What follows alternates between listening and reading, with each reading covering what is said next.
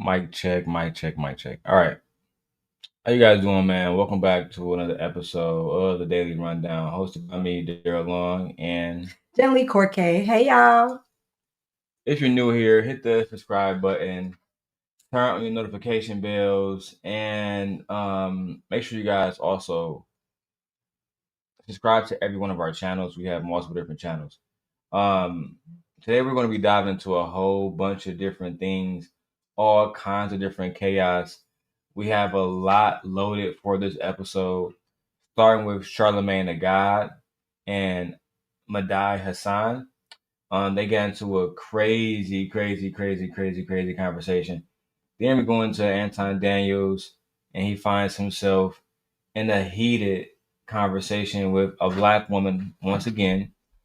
Then we got Stephen A. Smith sharing his thoughts on sex, marriage, and commitment. And also, I want to go over the whole situation with Tucker Carlson and Nick Fuentes. And then lastly, I think I'm gonna cover the situation with SNAP benefits and how black men again are talking about SNAP benefits. So first, let's go ahead and go to the situation with Mehdi Hasan and how he feels about Charlamagne talking shit about Democrats. Now, typically, when it comes to politics and what's taking place in the United States, Charlamagne Tha God is usually on point when it comes to his messaging and his thoughts and whatnot when it comes to politics.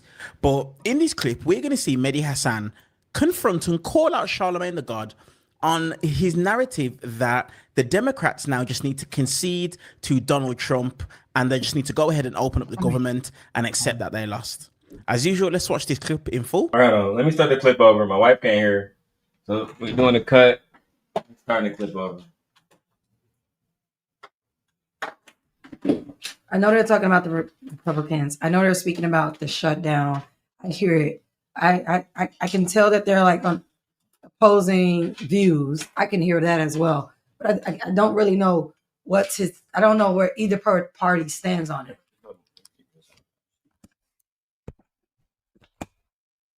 No, don't put them there because then that noise will go into the microphone. That's what I said. You might as well just hold.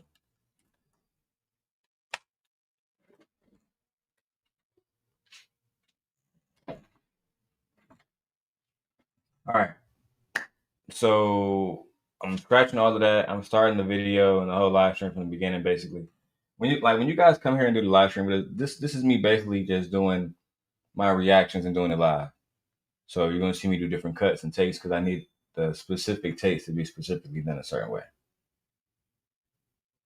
All right. So let me go back to the clip of Madani and let's start there.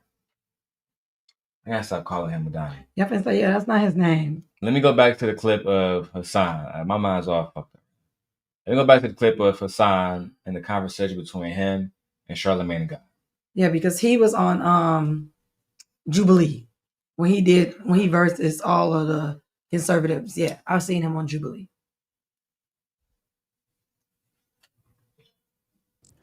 Now, typically, when it comes to politics and what's taking place in the United States, Charlamagne Tha God is usually on point when it comes to his messaging and his thoughts and whatnot when it comes to politics. But in this clip, we're going to see Mehdi Hasan confront and call out Charlamagne Tha God on his narrative that the Democrats now just need to concede to Donald Trump and they just need to go ahead and open up the government and accept that they lost. As usual, let's watch this clip in full. He don't care, Charlamagne. He don't care. Mehdi Hasan doesn't care about the poor, starving black people. Yes, he does. Then what is he doing about my it? opposing part is like, yes, he does. Like, y'all, I would say y'all don't care. That would be my part. Y'all don't care. Why does the Democrats always have to be the bigger person? Why do they always have to do the right thing? And so we get the other party an excuse. Well, since we know they're not going to do right, then you should always do right. No, it doesn't work that way. This is why the Democrats is in the position that they are now. No, I don't do when they go low, we go high. No, when they go low, take it to the earth's core. No. Because they can extend those benefits without reopening the government. There was a contingency fund for this that the Republicans, aka their leader, the convicted, twice impeached president, decided not to release those funds. There's a contingency fund for this. He said no. No, Hasan is not wrong. And Charlamagne, no, I don't agree with you. Okay, so we feed people now. What now? So now we got a whole other problem. They don't have health care. And then on top of that, Republicans are going to still cut everything else. So you feed them now for the month of November, December, following January 2026 come, what happens? They can still cut it. And then at that point, Democrats would have given up all their power. No, I think they need to stick to their guns. They really do. Don't concede. No, absolutely not. This is a Republican shutdown because they can literally hand out SNAP benefits without the government opening up. This is the first time in history we've seen Republicans use food as a way to control the Democratic Party. No. Y'all wrong. Y'all wrong on this. No. And I stand with I stand with the Democrats. No. Until they give you until you get what you need, and what you're asking for is literally what do they call it? To extend the ACA subsidies, and it also put back what you took from Medicaid and Medicare. They're not asking for new shit. They're not. They're asking for shit that the American people need, which is food and medical care, which should be a human right, not a privilege. No, I don't think they should bend the knee at all. Okay.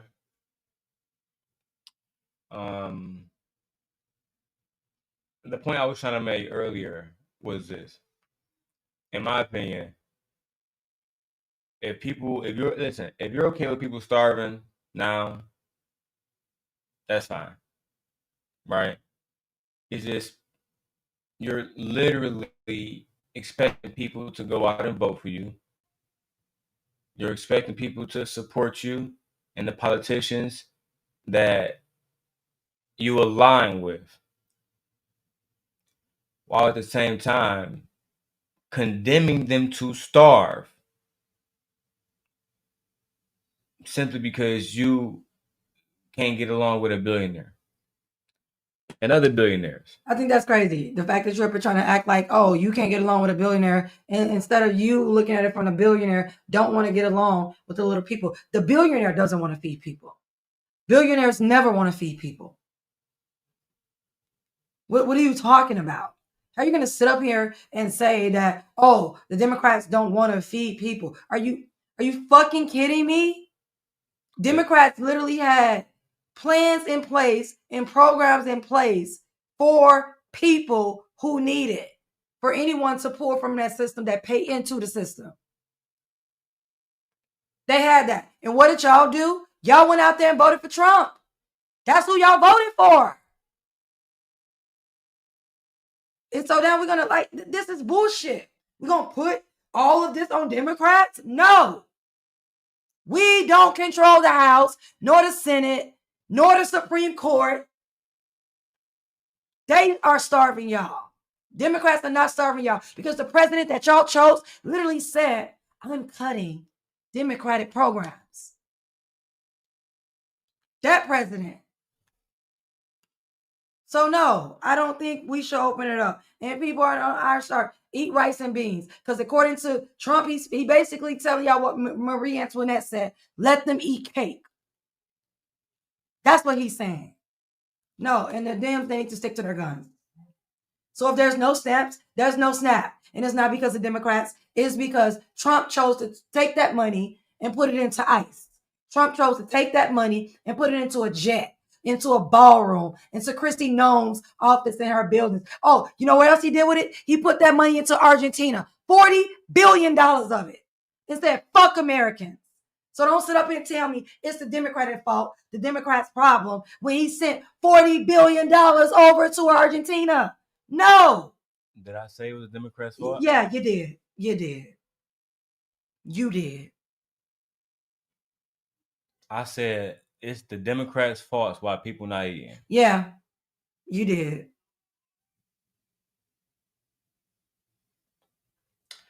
Like I was saying, I've been trying to say this point, but do you have any point you want to make, babe? No. Okay. As far as the conversation goes, and just for the record, I never said Democrats. And I mean, the footage is here. Just go back and rewind. Never said that Democrats are starving anybody. What I said was, you're going to want your constituents to vote for you. So who are you talking to, Daryl? Who are you talking to? Are you talking to Democrats or are you talking to Republicans? Or are you talking to everybody? Who are you talking to? If I'm able to flesh the point out and fully contextualize the point, it is my belief that you and the audience will be able to fully contextualize the point. But if I go word by word and you interrupt me or interject, whichever one you choose to use, then I'm afraid you're not going to understand the point, because the point was never fully laid and given to fully contextualize. Okay.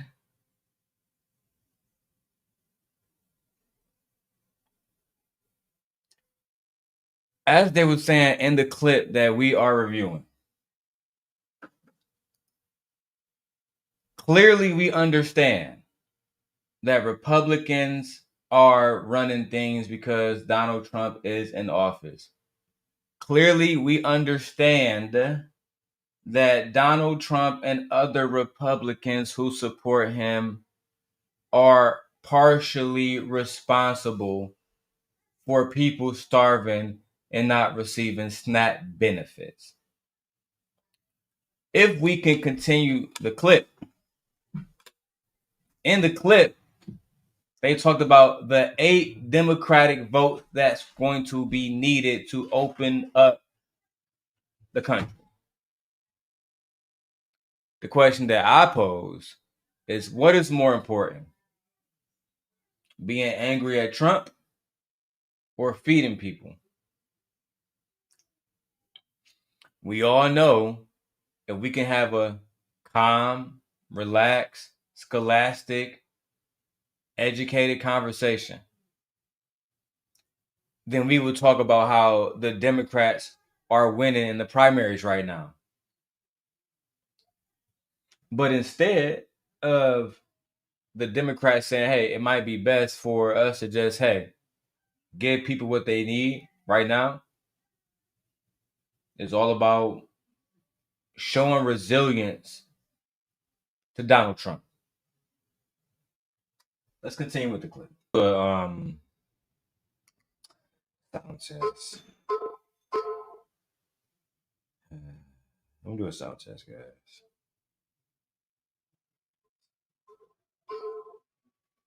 I had a lot of the stuff that Trump did in the big, beautiful bill. All right.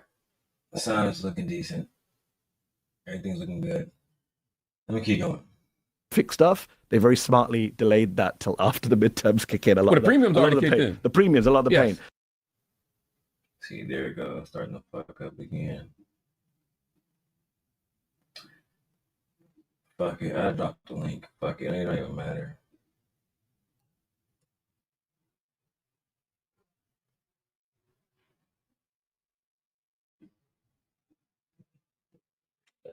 All right.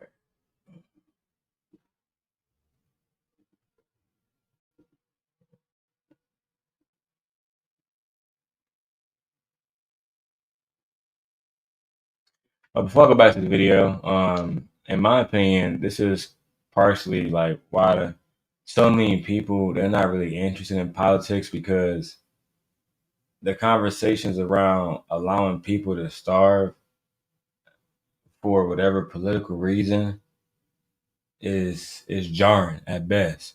We live in a country where food. I mean, people are out here eating $200, $300, $400 meals, my family included. And at the same time, people can't eat out here. My wife was just on the phone with her friend, and I ordered what $300 worth of food from Factor, having my food prepared for me by chefs and shit. We don't understand. I think in American culture how good we have it.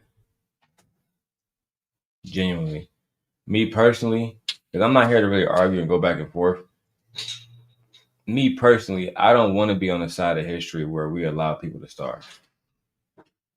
I don't ever want to say, "Oh yeah, well I had to let you starve, man," but Mr. Long, my baby needed milk and everything, I couldn't get it. Well, blame on the Republicans, bitch, because they don't open the country up. It's their fault though. Like I don't understand why you don't think it's not their fault. It's their fault. I have said that it's their fault. Why? It is their fault. I never negated that they have fault in the situation. But in my belief, the Republicans will be better off. Sorry.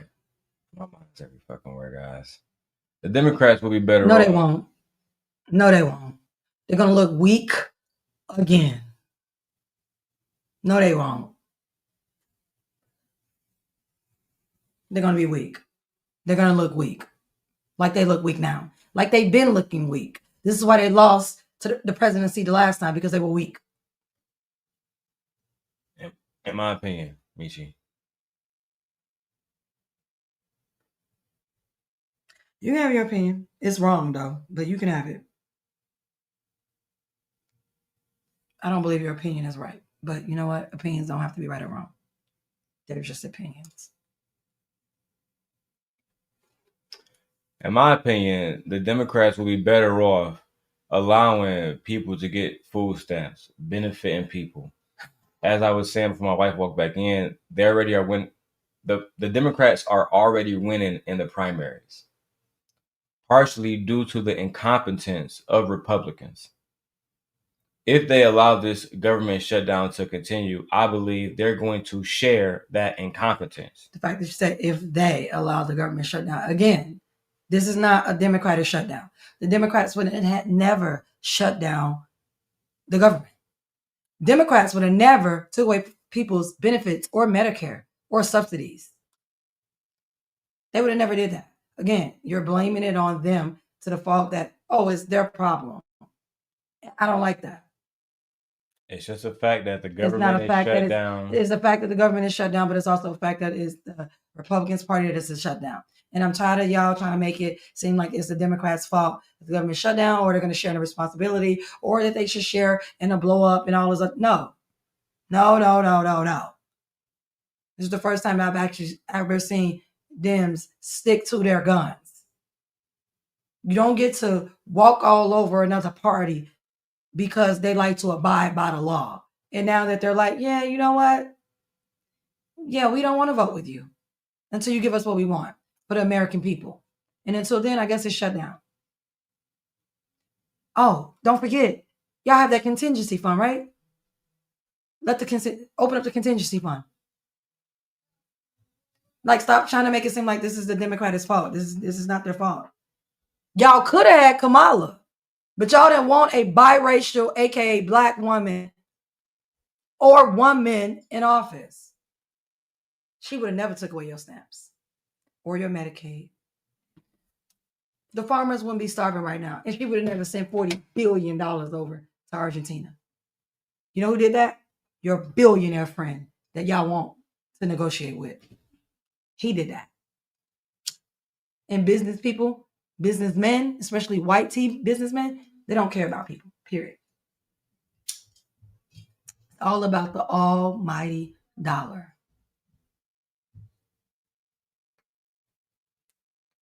I want people to eat too. The reason why I want to get these opinions is so I can edit them in the clips. And I know you got a certain time that you got to leave before you got to drop Matt off. So I need to be able to get through this, like certain stuff I'm trying to say. That way I can edit it into the clips, and then I can get through this, and then get to the other topics at a timely fashion to get all your topics as well. That's the reason why I'm trying to get through my thoughts, then your thoughts, and then my thoughts, and then your thoughts, and then my thoughts, and then your thoughts. Okay. Like I was saying, in my opinion, the Democrats will be better served, as they always have been, by taking care of the people. I'll give you one example of how a Democrat did not take care of the people. George W. Bush, during Hurricane Katrina, and his relationships with FEMA and how he dealt with it. It's not like the Democratic Party has been historically always right and the Republicans has been historically always wrong. And even if it was like that, what matters is, in my opinion, is the now. Right now, the Republicans have sided with a man, because I voted for Kamala Harris. I know it might not seem like it, but I got Kamala Harris' book right back here. Right, I bought her book. I have it here. I have her magazine. I've invested into her campaign with my vote, literally, with my patronage as a patriot, as a citizen of America. George W. Bush was a Republican. My bad. Yeah, it's like, he was I was going to correct you on it. Like, that was a Republican. And I was about to. I meant to say Bill Clinton. Sorry, that's what I meant to say. I'm so high right now, Nate. Thank you for correcting me on that, Nate, because I got to edit that out because I meant to say Bill Clinton. And can somebody give me the year that Bill Clinton got into office? I know for a fact he was a Republican. He was a Democrat. Because now I want to make sure my shit is right. Because Bill Clinton was the one that the crime bill happened under. Wasn't that him? No, you're thinking of Biden when Biden was not even a president. I said Bill Clinton. I haven't said Joe Biden's name once this year. I don't know if Bill Clinton was responsible for a crime bill. All right, I can look it up. Let me get my facts right. Yeah, like I can look it up. I don't think that was him, though. Was Bill Clinton in office when the crime bill was introduced? Yes, Bill Clinton was in office when the Violent Crime Control and Law Enforcement Act of 1994, commonly known as the Crime Bill, was introduced in 1993 and signed into law in 1994. Was Bill Clinton a Democrat or Republican? Democrat. Okay. You said, was he in office? That doesn't mean that he was president. He was in office. That means he was president. You don't know that. You can be in office and not be president. I'll find the video because I'm pretty sure there's a video of Bill Clinton introducing the crime bill to America as the United States president, but I could be wrong. Nevertheless, it took other Democrats to realize, hey, this is wrong. We have citizens being locked up for this. We need to stop this. We need to stop this 3 strikes and you're out law. That law had generational impacts on my people specifically. And if you want to argue about it, yes, there were a lot of guilty ones, but there were a lot of innocent ones too. So that's the way I think about it. Thank you, Nate, for looking that up and correcting that. So yes, Bill Clinton was president when that law passed. He introduced it. He was elected from 94 to 98, and the law was introduced in 94. And So I'm saying that they have done things too that have left generational impact. Right? And the only reason I'm talking about Bill Clinton is because I read a book called The New Jim Crow. It was written by a Black woman by the name of Michelle Alexander, who I took a photo with, who I met and talked to in person. And she said, under that administration, mass incarceration, it rose at an all-time high.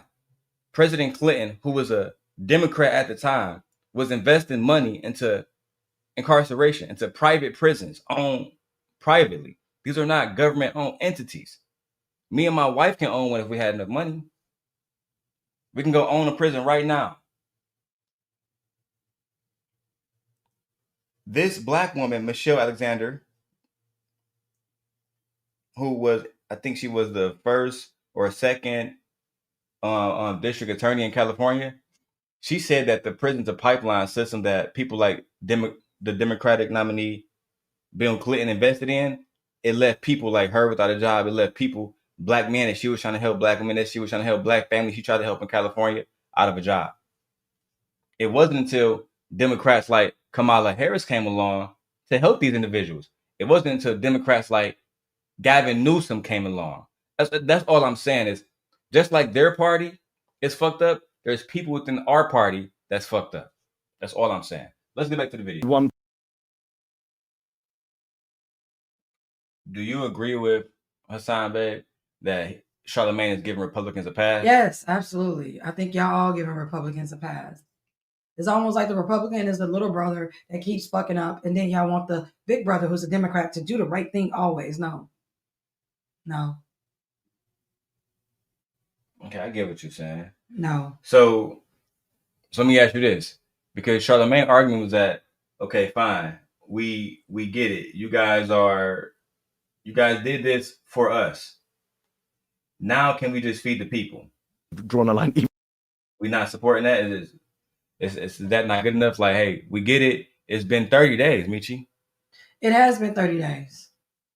And the Republicans have a contingency fund that they can feed the people. And we rocking with them. And we hear and the Republicans have a contingency fund, yet they're allocating that money into wear ICE. Now I get that. And they're awful people for that. But what I'm saying is, no, I don't think we should concede. No, I don't. Like, for example, in Detroit right now, Mary Sheffield, she's coming into a new she's a first black woman to ever be elected into a Detroit mayor. And one of the main problems she's going to deal with is rise of crime, because people are starving in her city. She already has crime to deal with. Y'all already have crime in Detroit. I get that. Michi, I understand that. That's why this is something that's very serious to me. It's very serious to me too, and I don't think the Democrats should concede. Not at all. But wouldn't that make it harder for other Democrats that's governing other cities? You don't think so? No. And if it does, it is what it is. Do not concede. They need to stick to their guns.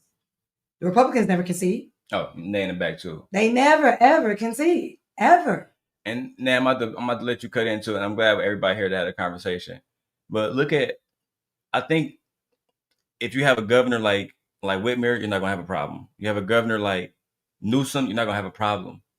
But what about the Democratic cities that's governed by Republicans? That's on them. It's still a Republican problem. And those cities voted that Republican in. And that Republican is not doing what's best for the people, because they are tethered in a puppet for the convicted, twice impeached felon in the office. That's on them. They voted him into office. You want me to feel bad for you because you made a choice for Trump? No, I don't feel bad. A lot of these people made choices and chose Trump.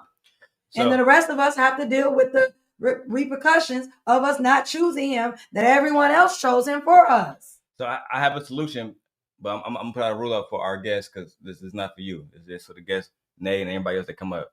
We're doing one mic at a time. So if my wife's speaking, I'm going to be quiet. Nate be quiet. If Nate's speaking, and you got the headphones, so you should be able to hear. I turned them up as loud as I could. So if I turn them any louder, I just feel like I understand. All right, cool. So this is like, so let's do this then. How about everybody that voted for Kamala, all the people that supported the Democrats, they get assistance then? Yeah. How about that? I agree. Yeah. Those are the ones who should be funded. And for the ones who voted for Trump, there was a young lady online that said, you know what? Instead of us keep arguing about it, how about people go under? She literally proposed, how about we do two parties and have two presidents? So if you want to vote for Republican, then all your insurance and your benefits and your livelihood, you have to show a blue card or whatever, because that's the person you voted for before you can get any services. Buy groceries, health care. Who did you vote for? Give me your constituent number, and then whatever that party has under that, then that's the party you chose. And then we have an election again, and then you switch and see who you want to go with. I agree. I'm saying because Whitmer, she's a Democrat. She's controlling Michigan right now. She is saying that they're going to use Michigan reserves money or whatever to feed people in Michigan. And of course, she's having pushback against, the federal government, specifically, obviously, the Republicans. I got to say that in this conversation. It's not the Democrats that's pushing against her. It's the Republicans. But I feel like that's a good idea. If you're a Democratic governor, if you're a Democratic leader in this country, you can't afford to wait for them to get their shit together. You have to. We had people loading up food banks at a fucking daycare center recently. It's like it's getting to the point where the people have to feed themselves, but we still have to pay taxes. They still paying taxes on food. Like this is impacting cities at an all-time high.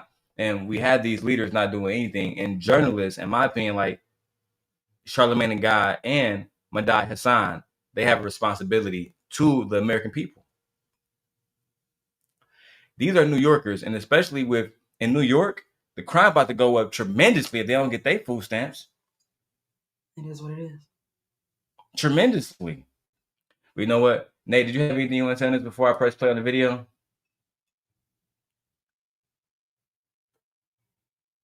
All right, now let's keep going. Hello. I'm sorry. With Schumer and Jeff. Hey, Nate. My bad. How y'all doing? You know, it's loud in my background. Of course, I'm at work. But I do agree with Jitney as well. I don't think that the Democrats should bow down or bend the knee just because Republicans are suffering. They knew exactly what they voted for, and they're going to have to deal with the consequences of it. Is it not Democrats walking up to Mike Johnson while he's doing press conferences saying, hey, assemble us, we're ready to work with you. Hello, what do you want to do? And Mike Johnson is laughing in these Democrats' face and saying, nah, don't worry about it. Y'all gonna take the fall anyway because everybody believes our propaganda over y'all. Like, that's not cool. Why do I have to always go high when y'all go to hell? At this point, Democrats are sick and tired of being godly. Now it's time to bring out the demon. So y'all want to deal with this? Look, y'all deal with it. Y'all got the power. You utilize that power. And that's exactly what they're doing, utilizing their power, right? Okay then. So if your constituents are suffering because them utilizing their power, don't blame Democrats for that. Because they got they have all seats. They have judicial, legislative, and executive. I don't want to hear your shit. Don't complain to me. I know how to survive. How about you? All right, Nate. I didn't want to interrupt you. And look, we're doing good. Look at us. So I have a question for you, then, Nate. And I'm going to address the question to you first, and then I'm going to let I'm going to let my wife. I said my name, child. They about to clip that shit. I'm going to let Nate go first. I'm going to let my wife go second. And I'm going to go last. In my opinion, child. In my opinion, if President Obama and Joe Biden was in office right now, right? Or let's say if they was just sitting in Congress, they would do the right thing. They would do the right thing. To that name, you say what? I'm like, because they're moderate and they're part of the establishment. Of course they're going to do the right thing. But let's be clear. Obama was never a fool either. He was never a fool. He knew how to play the game when it came down to the Republican Party. So he would have played this game with him. Hey, at the end of the day, I'm like, if Obama would have did something like this, you wouldn't have heard the last of it, correct? We Correct, Nate, but let me ask you this, if you don't mind me interjecting. Go ahead. For a second, if you don't mind. And this is for, like my wife, I want her to hear this too. Wouldn't it be cool if the Democrats just, them 8 votes, just put it in, right? And then everybody get fed. Trump is out of office in 2 years? The Democrats is taking over. They've won every single primary. They won 80% of the primaries. It's looking like they're about to win 90% of the primaries coming up, right? Fucking Mary Sheffield, our Democratic nominee in Detroit, she won at a 90% clip 1 hour after the fucking polls opened. The Republicans are fucked, in my opinion, Nate. And I'm gonna throw it right back to you. Wouldn't it be cool if the next Democratic nominee could say, hey, listen, we fed America, nigga. While the Republicans were sitting around fucking around, right? We made sure the people in Arkansas got fed, Michigan, fucking Wisconsin, everywhere, Georgia. We did that. To that, y'all say what? And I'm gonna let you go, then my wife go. Okay, so like I said, are we the ones in control of the money? Are Democrats in control of the money right now? No, ma'am. Okay, then. So how are we going to say that we're the ones that fed America when we're not in control of the money? Well, that's the thing, they in the clip, Charlamagne had the researchers at Revolt TV, and they researched it, and they found out that we only need the 8 Democratic votes to open back up the government. But those 8 Democratic votes, they standing, to y'all point, 10 toes down, saying we're not opening up shit till we get what we want, and what they want is for what's Obamacare called? ACA. Affordable health Yeah, care. the Affordable Health Care Act. They want that to stay intact as it is, where the Republicans want to replace that with something that they haven't come up with yet. Okay, then. So what's more important, people staying alive? Because in order, you got to eat to stay alive, but you got to still stay alive. What do you need? I'm saying, it's plenty of places out here that's giving out free food. I got you. But you need your health care too. So if you go to the hospital and you ain't got shot, who's gonna care for you if you don't have the health insurance? Okay, Nate. Let me go to my wife on this one. So wife, let me ask you this. I'm gonna put a banner down. Let me ask you this. If because they make a solid point, but let's say they all signed it hypothetically, they about to get rid of Obamacare. You know how long it's gonna take to dismantle Obamacare? It's gonna take longer than Trump fucking reign in office. Republicans, they lie and they make moves without consulting the Constitution. They break the law. So for me, it's not a chance worth taking. It's not a chance worth taking. They're like Gaza to me. Ceasefire, but then you go back in and get the firing. No. So for me, when I listen to the convicted felon, twice impeached president on 60 Minutes, he literally said, let's open it back up and then we can discuss what we're going to give the American people their food. He said we can discuss. He didn't say, I'm going to give the American people their food and then we'll open back up to the government. No, he said to discuss. To discuss means I'm going to do whatever I want, like I've been doing, against the Constitution. You believe like I don't believe nothing the Republican Party says or does. I don't believe. I have no trust and no belief in them whatsoever. This is the same twice impeached convicted president said, I don't know anything about Project 2025, but yet he's enacted how many acts in Project 2025? All of them. All of them. All of them. So for me, there's no trusting the Republican Party because they break the law all the time. All the time. They have broken the constitutional law. They're breaking it right now. Yep. So we cannot give in to them. People like this, you have to starve them out. That's out. Yeah. You have to starve them out. I agree. And I feel like Democrats were pushed into a corner. If you're pushed into a corner, only way is what? Out, right? Out. Fight your way out. So only way I can get out this corner if I go forward. And my forward is saying, I do not yield. I do not bend. I need American people to have health care, which is what I'm fighting for, and also food, something that they can afford. Yeah. So Democrats should not bend the knee. They should not kiss the ring. Absolutely not. Continue sweeping the board like they've been doing. I would just believe that it would take them so long to dismantle it that by the time Trump gets out of office, we'll have another Democrat in office. No. Hopefully Gavin Newsom. No. I said, you can't dismantle it because at the same time, what do you have to replace it? How are these premiums going to look if you dismantle Obamacare? How are these premiums going to look? They say it's 75% increase. Do you know how high that is? That's like paying a mortgage. That is exactly though, Nate. But they say that if they put it in, they would still need to get people like Newsom and Whitmer to go with it. The governor's not going to go with it. But meanwhile, while they fight about that, people will still be getting fed. But I think you're missing a point. What I'm saying is, I listened to y'all president on 60 Minutes. He said, "Let's open not my it president. up." I voted for Kamala. Well, their president, because he's not my president. I didn't vote. He's not my president. I didn't vote for him. But y'all president said, I'll open it back up and then we can talk about feeding America. I don't like how you saying he's my president. That's what he said. He said, I'll open it back up and we can talk. No guarantee. When I hear talking, there's no guarantee to nothing. And I feel like Kamala should be riding this train right now. She should be going around saying, "I told you so." I And wanted guess to what give she you health is? care.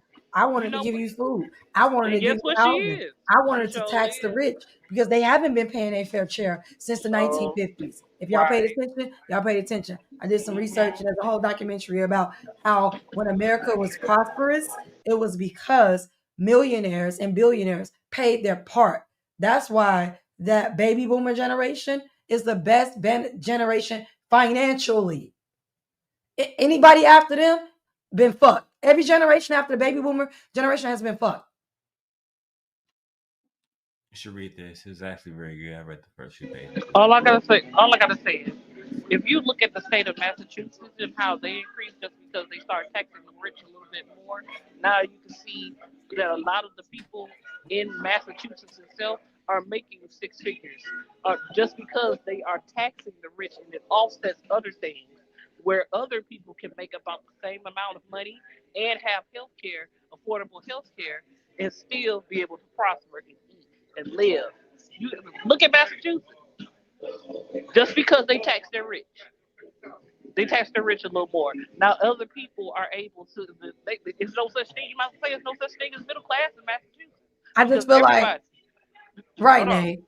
I get you. They tax our rich. Why does Jeff Bezos? This is just me, just an analogy, an example. Go. Why Uh-huh. does Jeff Bezos needs to be worth $3 billion? Why can't he just be worth $1 billion? You get what I'm saying? That other billion can be into our economy. Yeah. No one deserves to be that rich to where majority, if not all, is suffering. Well, I'm gonna say he don't deserve to be that rich. No, he doesn't deserve to be that rich. Let me say this, babe. Let me say this. I don't think, because I know a lot of Americans will have a problem with that. Because they can have a problem with it. Babe, I'm not saying you. No, let me make this no, point to you. no. Let me just point to you, babe. Money is literally the root of all evil. It literally is. Hear me out, though. Hear me out. I don't think that it's not that he shouldn't be allowed to be that rich. Hear me out. Hear me out. He shouldn't be allowed to be that rich. If he was taxed at a rate that everybody else was taxed, the country would be better off. Exactly. So I'm not saying he can't make millions. No one's saying that. Hear me up on this. Hear me up on this. And think about it this way, right? I want you to follow me on this.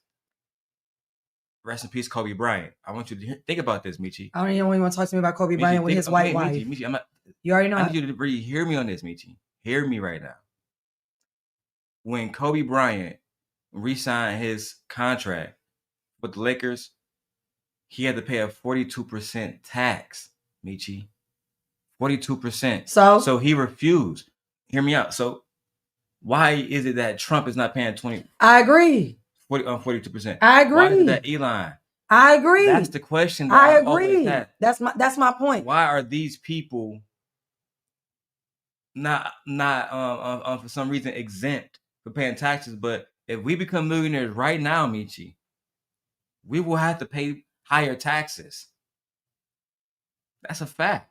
And we should. How do we get to the level where we trillionaires, billionaires, and we only paying $300 in taxes?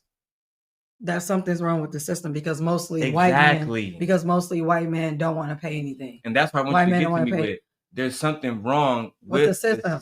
But that goes back to what I said. And when the baby boomers were coming out and having kids, millionaires paid a tax at that 42% rate that you're talking about. That was a whole documentary about it. And guess what? Americans thrive. And when I say Americans, I'm being specific. White Americans, not black people during that time in the 1950s and 1960s. It should have stayed. I'm not saying you can't be rich. I'm not saying you can't make money. What I'm saying is you need to pay your fair share.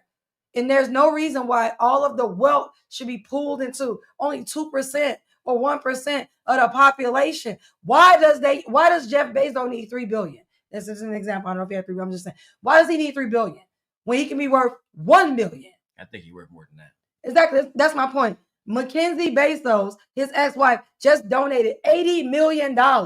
So far, she's donated $378 million to HBCUs and charitable organizations across the country because she doesn't need the money. The money can go towards the people. That's the whole point. No one's upset with rich people. My problem, because I don't wish to be rich. I don't. Right. Yeah, Don't Jeff need that That's what I'm Bezos. saying. Like, Baby, just be clear. 'Cause you said 3 billion. Jeff Bezos is worth $254 billion. exactly. Why does he need with all that? shit. Even if he cut down half of that, he'll still be the most richest person in the world. Like, you don't need all of that. You can't take it with you. You can't spend it all in a lifetime. So why do you need all of that when you could be known as the giver Exactly. But across it's the your world? wife. Why would But you that's not your, want to be known as the giver across the world? Because last time I checked, Mansa Musa was a giver. that's what he did. That's what he did. That's what he did. He had so much of it, Nate, that he knew He that I would never be gave able to away. spend any of this in my lifetime. So I'm going to go across the world and give it away. That's what I said. You know, Why white is your wife? men, they're very evil. They're extremely Yeah. selfish, and they pillage and take from everyone. I'm gonna say let's be clear. Why is it just his wife? Why is his ex-wife giving money? It's always a woman. It's always a woman that's giving. like Like Mackenzie Bezos. Why? I literally read today on an article. She literally has given away so far to date $375 million. Jeff Bezos, why are you not matching her? Why are you not matching her? People are starving right now. Why are you? Thank you. You got so much money. You literally can do a pop-up shop and load money onto Visa cards for $1,000 and just give them out. No, you can He literally can do that. You can buy one. He can literally load up 50,000 Visa cards with $700 on it and just go. People coming to the grocery store, just giving them out. He literally can hire people across the country to just sit at a grocery store with 1,000 Visa cards and say, give them out with some security. Here you go. Here you go. Here you go. I don't think Amazon make that in a month. That's what I'm talking about. Yes. What I'm saying is that if I was Jeff Bezos, I had that much money, people are starving. What can I do? Okay, I'm gonna hit the grocery stores. I'm gonna say I'm gonna contact Visa because he can contact Visa. Yeah, he has that type of money and that type of pool where he can. Hey Visa, I need so many cards that I want to load up $700 because I want to start giving them out. That's what you can do. Or you know what else you can do? He can literally have a website that people literally send their address into, confidential, and he can mail out a fucking Visa card with $700 of food on to them through the mail. There's so many ways to do it because he's rich. And I'm not just talking about Jeff Bezos. We're talking about everybody. Richard Branson. Everybody. We're talking about everybody. Jay-Z, Robert Smith, Russell Simmons, all the head of the NFL, the NBA. What are y'all doing right now for the American people? I would not buy a motherfucking another NBA ticket or NFL ticket to do anything. And y'all can't go back to the community that literally pays into y'all year after year after year. The American people need y'all to stand up. Where are y'all? Where's the rich? Where are y'all? But y'all want us to pay for your concert, pay for your music. That's what I'm saying. Where are y'all? Where are you? Yeah, I was going to go to Beyonce. Where are you? Where are you? Where are you, Beyonce? Because people are starving. Your tickets are $1,000. Where are you? Where are you? Sitting up there with the elite like the rest of them in that same ballroom like the rest of them. So I'm like, so once again, that's why I don't care. Cameron James? Look. Cameron James, where are you? Where are you? Ryan Coogler, where are you? Only person I've seen come out, and I don't like him, and I can't stand him, but I appreciate the right. Thank you, Tyler Perry. Said I'm a feed people. Thank you, Tyler Perry. He always been he did. You ain't seen it. Tyler Perry say coming out, people need money. He's giving money away for people to eat for things. Yeah, he really is. Like he really is. But he really is. $200. No, like really big time. He had a whole thing about it. Like big money.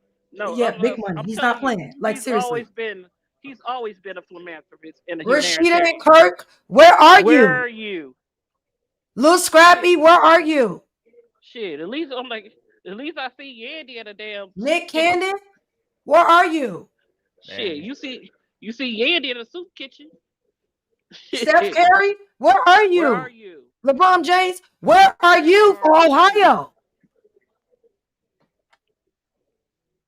Like, I don't understand it. There's a lot of money in this country, and there's a lot of money pulled into a small percentage of people. Where are you? LeBron James, if you loaded up, I don't know, 1,000 Visa cards with $700 on them, I think that would make a difference across the board to certain counties in Ohio. Don't give out turkeys on Turkey Day before Turkey Day. No, I don't want you to give out turkeys. I need you to give these people money. Put money in their hands. Pay their rent. They need money. You know what the mayor here down here, the new re-elected mayor of Atlanta decided to do? He said from December to January you don't have to pay a water bill or I did see rent. that. I did see that. Or rent. I did see that. For, like he said, until January 31st, until we get this together. He said you don't have to. You might forget about evicted people, and you might and keep people water on. And then on top of that, we gonna offset it so you don't have to pay it. How about that? That's what you do for your community. Look what the comments got to say, because I can't really see the comments. I'll bring next phases up, and we'll worry about next phases. Oh Lord. I want to focus on the content, and he's going to bring chaos. But he's welcome. I'll bring it up in a second, sir. What I do want to say is I appreciate the conversation between both journalists, Mehdi Hasan and Charlamagne Tha God. Is he a journalist? Who, Mehdi Hasan? No. Charlamagne Tha God? Is he a journalist? I mean, technically, yes. What you mean technically, yes? If you have to say technically, that usually I think no. When someone says technically to something. Well, journalists is so broad these days. And no. He has the #1 radio show. That doesn't make you a journalist. That just means you're popular. Radio journalist. That just means you're popular. It doesn't make him a journalist. Does he have any credential in journalistic? He graduated with a degree in broadcast journalism. Okay, then that's different. That's what I'm asking for. Does he have a degree or any credential in? You said that. Okay, but I don't see him. They say he's written books, but usually when people say, "Oh, I've written a book," that usually means you say what you say to someone else. I wouldn't say that he's a journalist. I would say broadcast journalism is just that what it is. It's broadcast information that's out here, right? But when I think journalist, it's a journalist, right? Yeah, I don't think you're a journalist. Like Charlamagne isn't Barbara Walters. That's why I say it's different. But they both are journalists in their own retrospects. You know what I'm saying? No, I don't know. I don't want to agree. I can't agree. But then there's some people who think of journalists and they think of people like... Just like I don't like honorary degrees. What about the girl, Clark Kent girlfriend, Lois Lane? She's like the journalist. Did she go to school? Is she in the field? Has she written pieces that's been reviewed by her peers in that particular field? Anybody can write a book. So to me, that's not special. I do appreciate both journalists. I'm going to say that. Coming together to have these conversations. But in the meantime, before I let the next phase up, I don't know, but okay. I'm going to go back to the clip. Okay, go ahead. Where they're saying, you know what? It's up to Republicans to govern responsibly. It's up to Republicans to stick to their pledges. I can hear you doing that one thing again, so let me refresh it. Yeah. I'm not going to deal with the reality. And I'm going to say this once. I'm going to say it one time only. The next phase is anybody else. When you come up, there will be no interruption. Well, I sound like a robot. It sound like we robot again? You sound like a robot. Man, what the fuck? What's going on, man? I've been thinking about switching my whole audio system up to... I think you need to. I think we need to invest in that. I really do. Well, not just the audio system, just I think my computer is older. I think we need to get rid of this one. I think that updated to it. And we're just connect my audio system to the MacBook. Because that'll probably come to way more clear. Yeah. Yeah. So I think we're going to have to need to move that over. Yeah. I want to say thank you to the 15 people watching. Make sure you like, comment, and subscribe. I wish there was more activity in the actual chat. Let me come out and come back in. That way we can refresh. Yeah.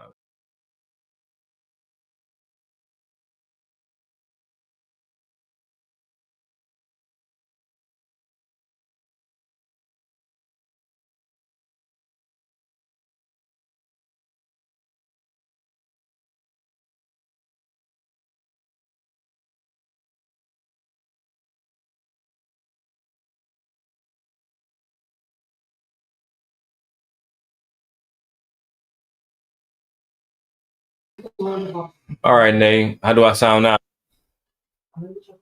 Oh, that's better. That's better. Next phases. Welcome to the stage. What's going on, man? Nothing much, my brother. Just staying hopeful.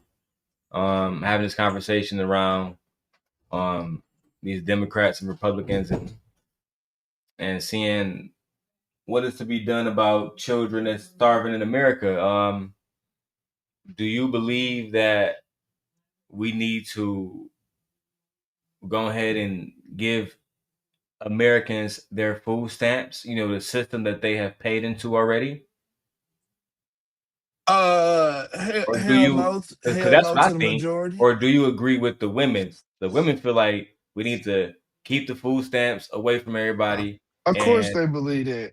They want you to give, give, give. That's what they supposed to do is receive and be provided for. But at the same time, in the system and the economy that we have, it's believed that you just give me free because I asked for it and it's there.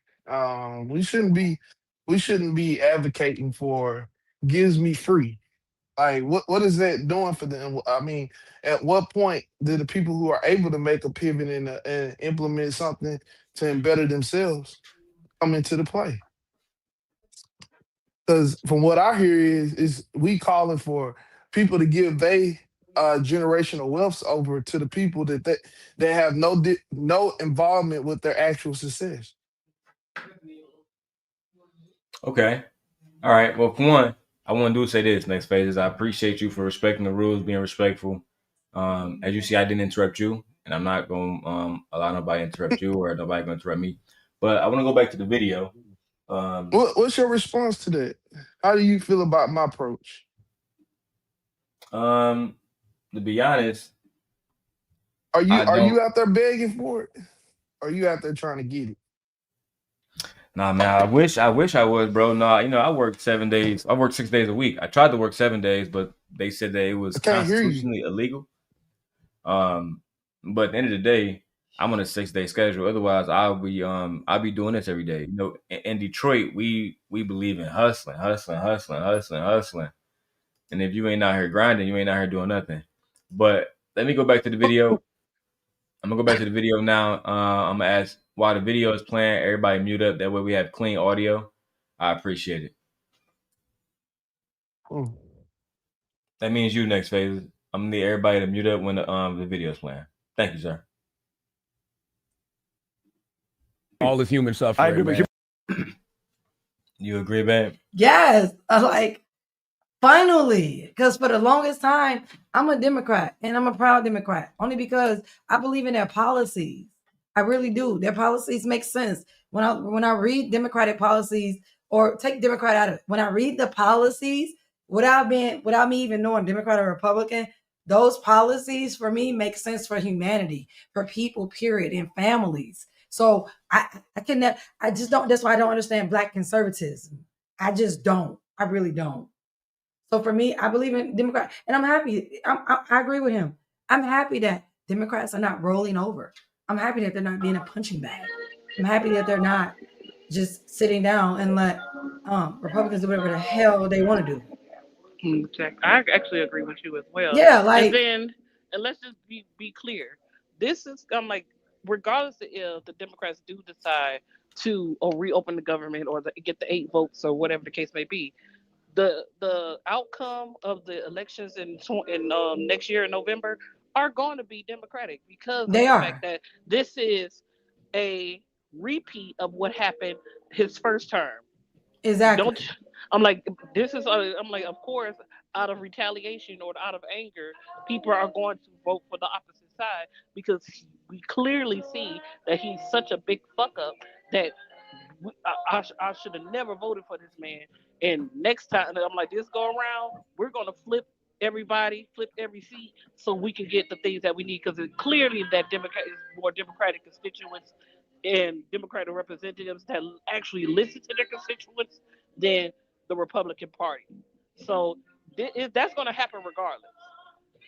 So boasting that, no, boasting them not Yeah, it's be, time. most of them say they're saying, "Hey, I'm not going to bend the knee, is better off than them boasting about, oh, we opened it, even though they didn't have, I'm like, even though Republicans didn't have a plan to replace the ACA or anything else that we are asking for. So yeah, don't bend the knee. No, Don't it's exactly. And that's how I feel. don't bend it. Don't Don't bend bend the it. knee. No, No, don't kiss the ring. Don't bend the knee. Do not bow down. I'm happy that the Democratic Party is finally getting some cojones because for the longest time they didn't have none, and no one and cared. you got to remember, the Democratic Party is becoming younger. The baby boomers and the baby boomers are They about dying out. they dying out. That's so pretty. So you got a lot of Yeah, the young baby boomers, they're dying people out. coming. Exactly. I agree with you, You got Nate. a lot of And what's the next millennials. generation after them? Generation X, they're dying out X, too.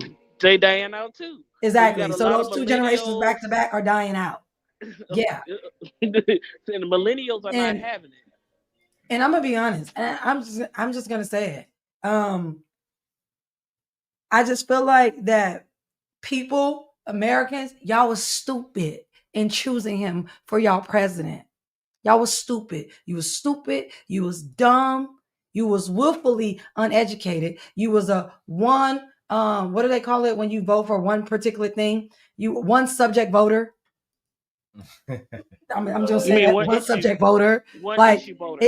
it just made no sense. Like I don't None. feel bad for like farmers and what's happening to them. I They don't feel voted for bad for people. I don't feel bad for anyone that voted for a red. convicted felon, twice impeached. I don't feel bad if you voted for him, and these are the consequences. In my mind, I'm hoping that you, as moving forward, realize that when you gave your all and your faith into Republicans, they fucking fucked you in the ass with no Vaseline. They didn't care. We can't use this type of language on YouTube anymore. But let's Fine, be fine, clear. fine. I Let's be apologize. clear. What a I farmer. hope that Republican voters who chose to vote for the twice impeached Bent you convicted over, no feller Vaseline. and bent you over with no Vaseline. I hope you think about this for the next 10 years to 15 years to come. Same Because here. every time we get a Republican in office or a Republican majority, the country never goes good. It Yeah. never does. But let's be clear as well. This has happened before, farmers. Didn't half of y'all have to get bailed out, and most of y'all went bankrupt because of the fact that these tariffs and these problems were going on the first term. Why would you reelect that? Wasn't it? Oh, boy, wasn't it Biden, the one that set up and actually gave black farmers their money that they were subjugated to? Wasn't it him that gave black farmers the money? Because I don't remember Trump doing that. But y'all sat there and voted for it. I agree. Let me So go to the comments. go Let me ahead. see because I like the engagement in the comments. And I want to make sure. I can't really see that. Can you click This on next one? phase is being abandoned. Oh, okay. I mean, well, let's put the bandits up. You know, they want exposures. Let's give the bandits exposure. You want to read them all? No, I don't have to read them all. You can put a couple of them on. Let's see.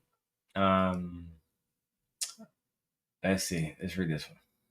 Y'all so lame for the blacks are not obligated to be a Democrat. First off, you stupid. And no one wants you to be obligated. People have autonomy and people should vote the way they want to vote. But don't get mad at me calling you stupid once you voted for a person that didn't give a damn about you. Yeah. That's all I'm saying. You're absolutely right. You can vote for who you ever want to vote it. And guess what? I'm gonna throw it in your face. Nanny had a boo boo. He took away your rights. Nanny had a boo boo. Guess what? He took away your food. Nanny had a boo boo. Guess what? He took away your health care. He don't want you to get paid on tips. Exactly. So vote however you want to vote. So if you want to vote stupid, then vote stupid. Next comment.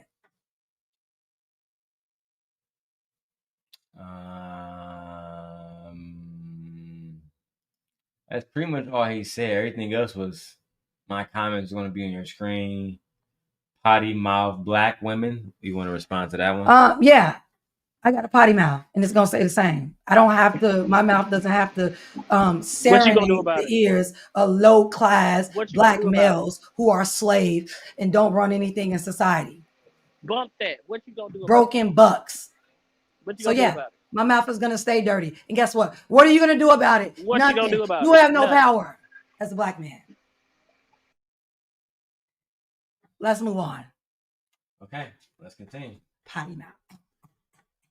suffering cuts both these ways. food banks are so the lines Agreed. of the food banks are so long. 100%. You know, we got government workers calling up here every day. But the sending fact that, out but, moving hold paycheck on, to hold on. paycheck. But the fact that you and I are talking about Democrats and not Donald Trump starving Americans and It's saying a he said it weekend, problem. because I will. Exactly. Of course, let's just be very clear.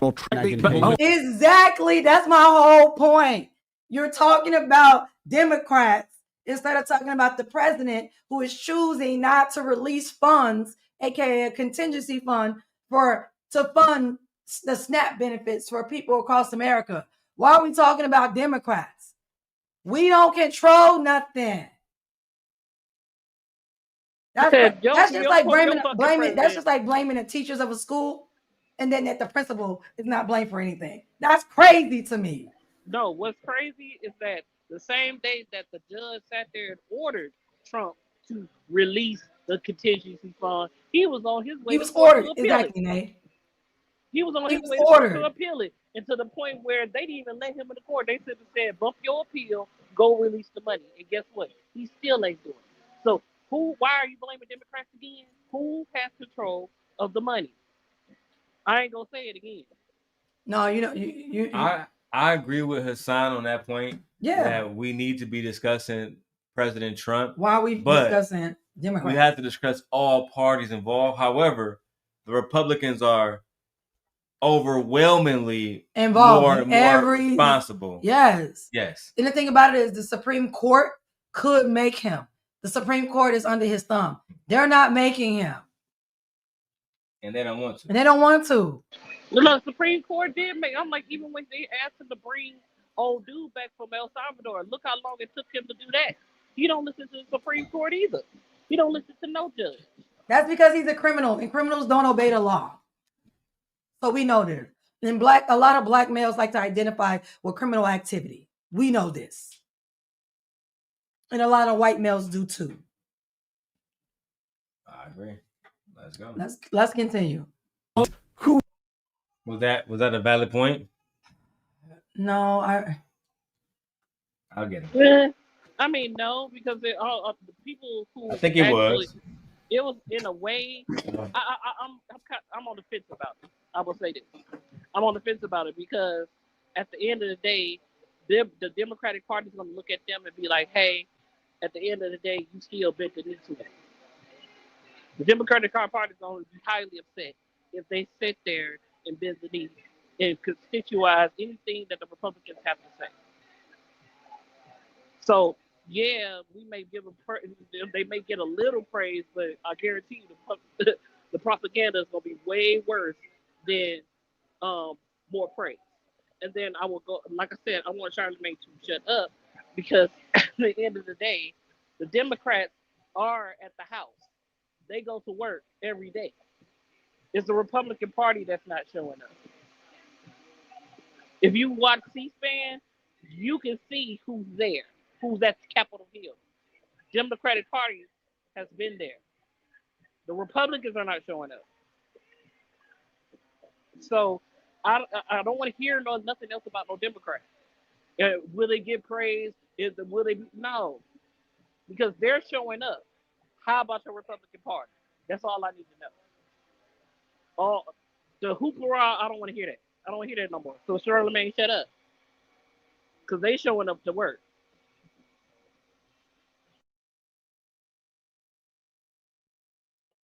I agree with you, Nay. So we're going to go to the comments because, the bandits like to act up. And, sometimes I like to play in dust. So let's see what the dust has to say. Let's first shout out to Drip. Hey, Drip. Hi, Drip. We are getting to messy stuff later, but I'm just recording throughout the day. Damn, they more focused on y'all. This is my show too. They not even showing me. Let me come more into frame. Hi. They forgot I was on this motherfucker. They did. Thank you. They did. Anyway, shout out to Drip, man. Right now we are reviewing the conversation between Mehdi Hasan and Charlamagne Tha God. I think the link is still in the chat. Anybody can come up. Next phase is you can't come up because you're just adding mess. No, let them let him speak. He has a. You want to deal with that? I mean, we believe in free speech. You know what I'm saying? He has a right to his opinion, even if it's we have a right absurd to and it's curate the deplorable. content, And we have a also. right to curate the content, right? How much But time do again, you want to give this? I mean, he has a right to speak. I mean, there's no big deal. We know he dusty.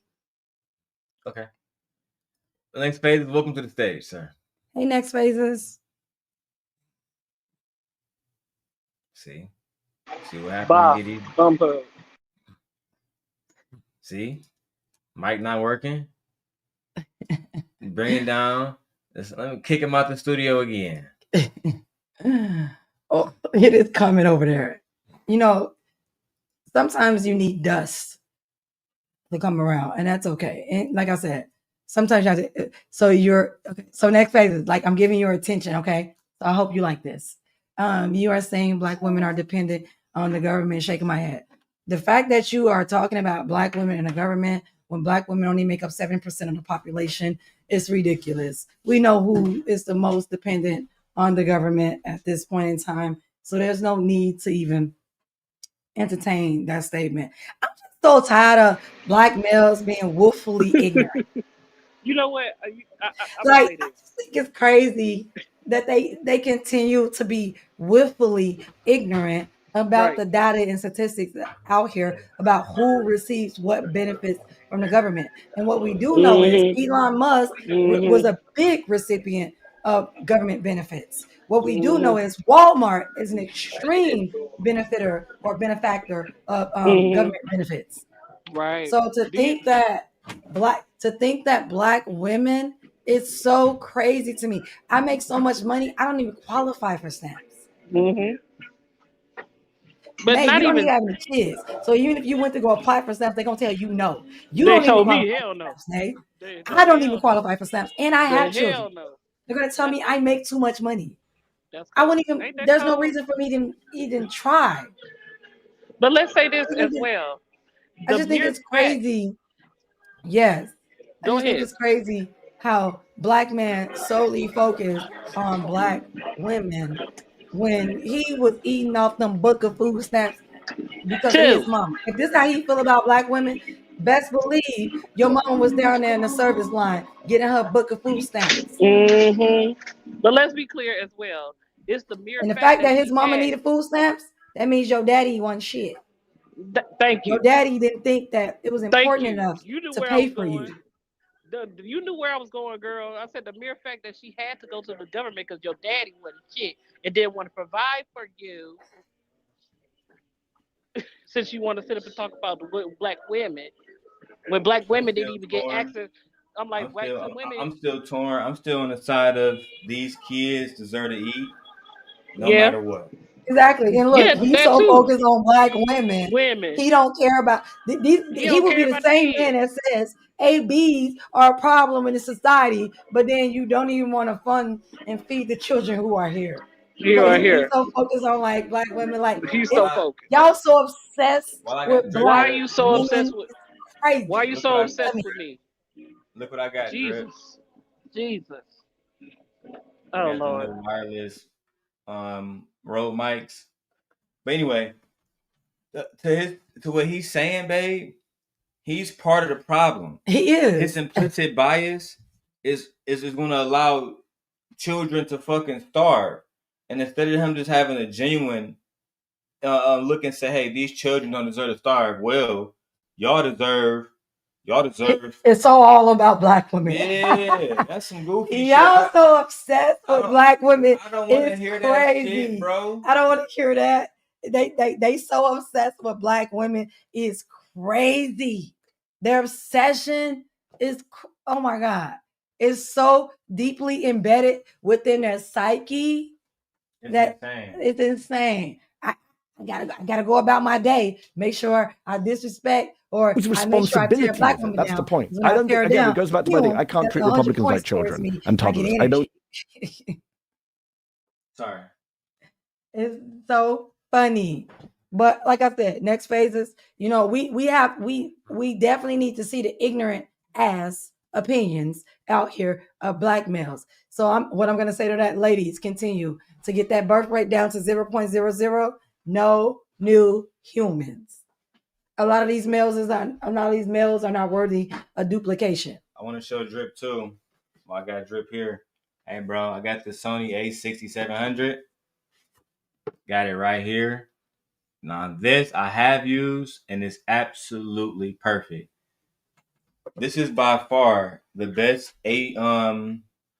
APS-C camera. It's 10-bit.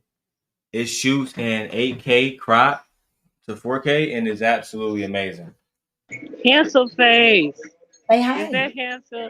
Handsome face. Hey, Now hi. let's do a little history here. You know when food stamps were when did food stamps come to be, y'all? When was food stamps provided? When did food stamps start? They started in the 1930s. Most black males, Nate, don't even know the origin of welfare Food stamps. benefits. Okay, They don't so even know that the black women food didn't stamps, receive welfare benefits until like the 1960s, and that white women 1970. were the ones receiving it first, and it was benefits to war veterans to their wives who were widowed and they needed Right. help. So at the end of the Yeah. day, white women were the ones who The needed receipts, the benefits food from the benefits. government because their white husbands went out and Fought in the war. died and fought for this country and they didn't return home. But unlike black women who persevered through every imaginable obstacle that was given to us. And I don't understand why black males don't want that to be their legacy. Right. My Now bad. you got My background bad. music.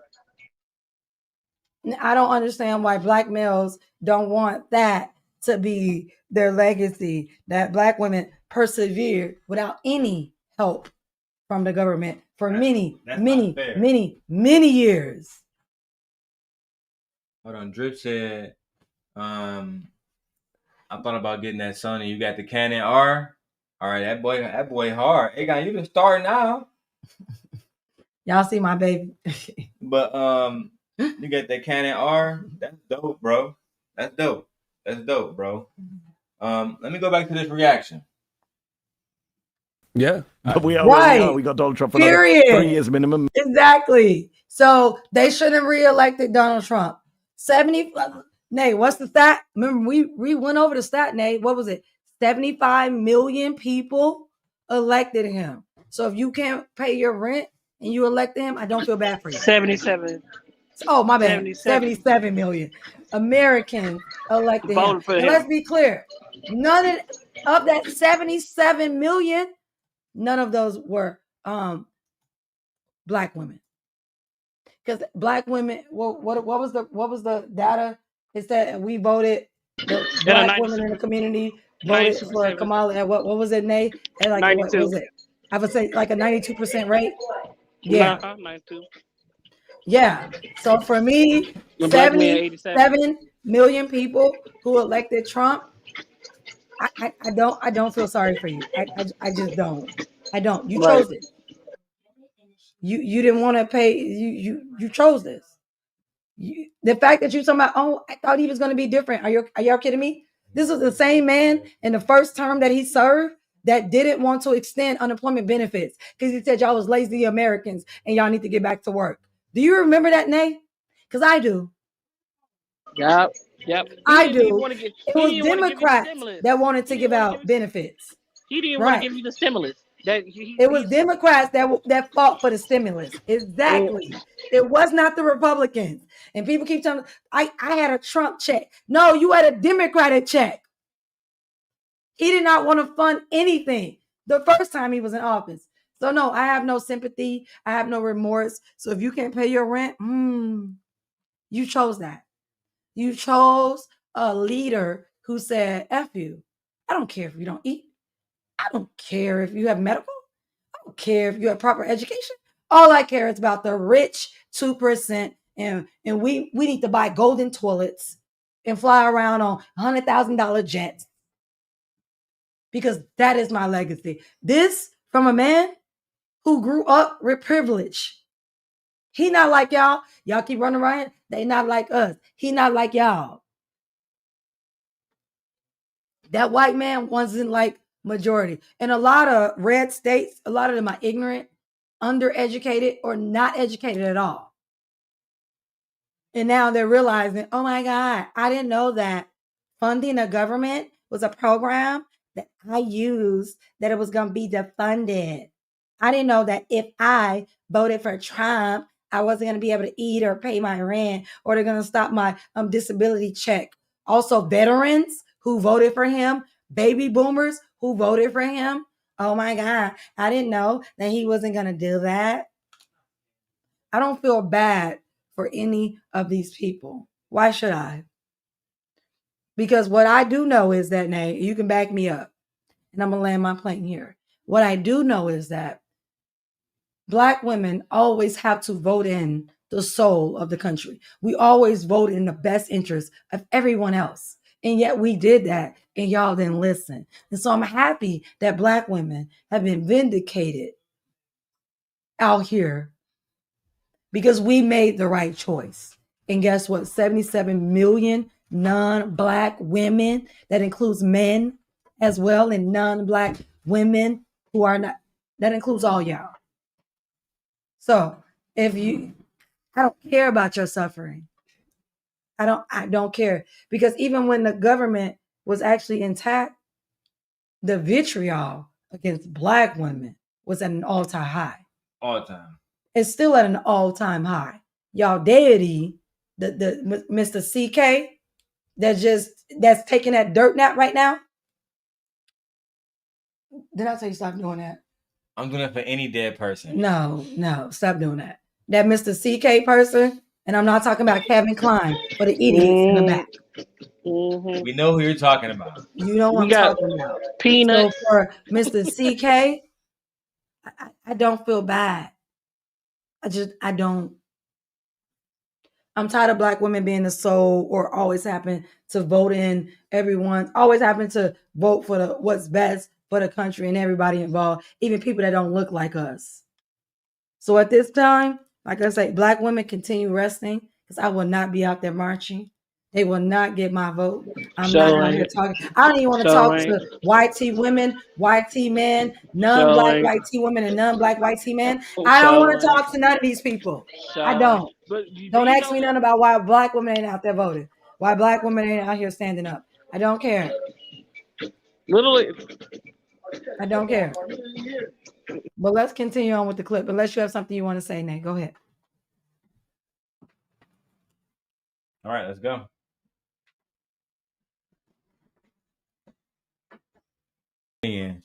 Things have gotten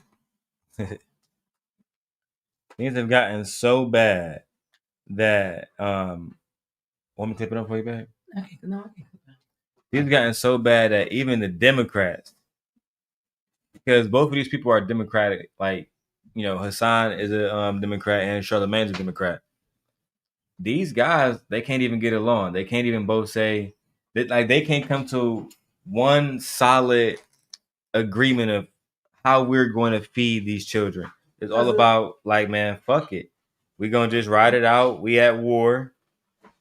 And we not conceding to Trump no matter what. No matter what. It seems like that's the pace that we going at now. What's up, son?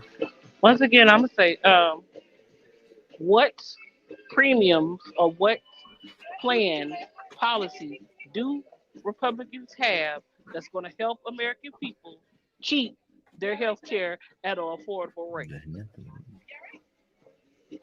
I'm listening. Yeah, the cost is great, Nay. Don't get me wrong. Right. No. I understand what's at risk, but I also feel like I saw this video. You saw that video, Nay, the woman in Detroit. She was crying and shit. Black woman. She was like, man, I can't feed my kids. Shit's fucked up. She literally burst down into tears. I'm thinking of how can we help those people now? And unfortunately, as many food banks as there are out there, it's hard for them to feed the entire city because they don't have the resources. This is a federal problem that needs a federal band-aid put over it. That's just my opinion. But let's keep going. I like our discourse about this. This is very good. Really benefit from about the long-term effect. Got it. You know, that's that. It comes back to that same saying where it says, Thank you. teach Thank a you. man how you give a man a fish, he'll eat for today. But you teach a man how to fish, he'll Fish eat forever. eat forever. That's what I see with this. You don't care about the long-term effect. We cannot give in to them. So this month they eat for November and December. What about next year? Mm-hmm. And at Once that point, again, the Democrats have no power. They've once already again, conceded. I'm This like, is what I'm saying. that's what I we're saying. understand that people are hurting. I do. I understand that people need food. I do. This is what Black women need to come in and commune. And I'm not talking about other races of people and everything like that because they're not worried about us. They not. But I'm not talking about Black men on this issue either because we see how ignorant Black men are out here about the whole EBT situation. So I'm not talking about that. I'm talking about Black women coming together could commune as we've always did when we never had benefits. Because there was a time in history Black women did not have benefits until about the 1960s. Yeah. They didn't have benefits. So like, no.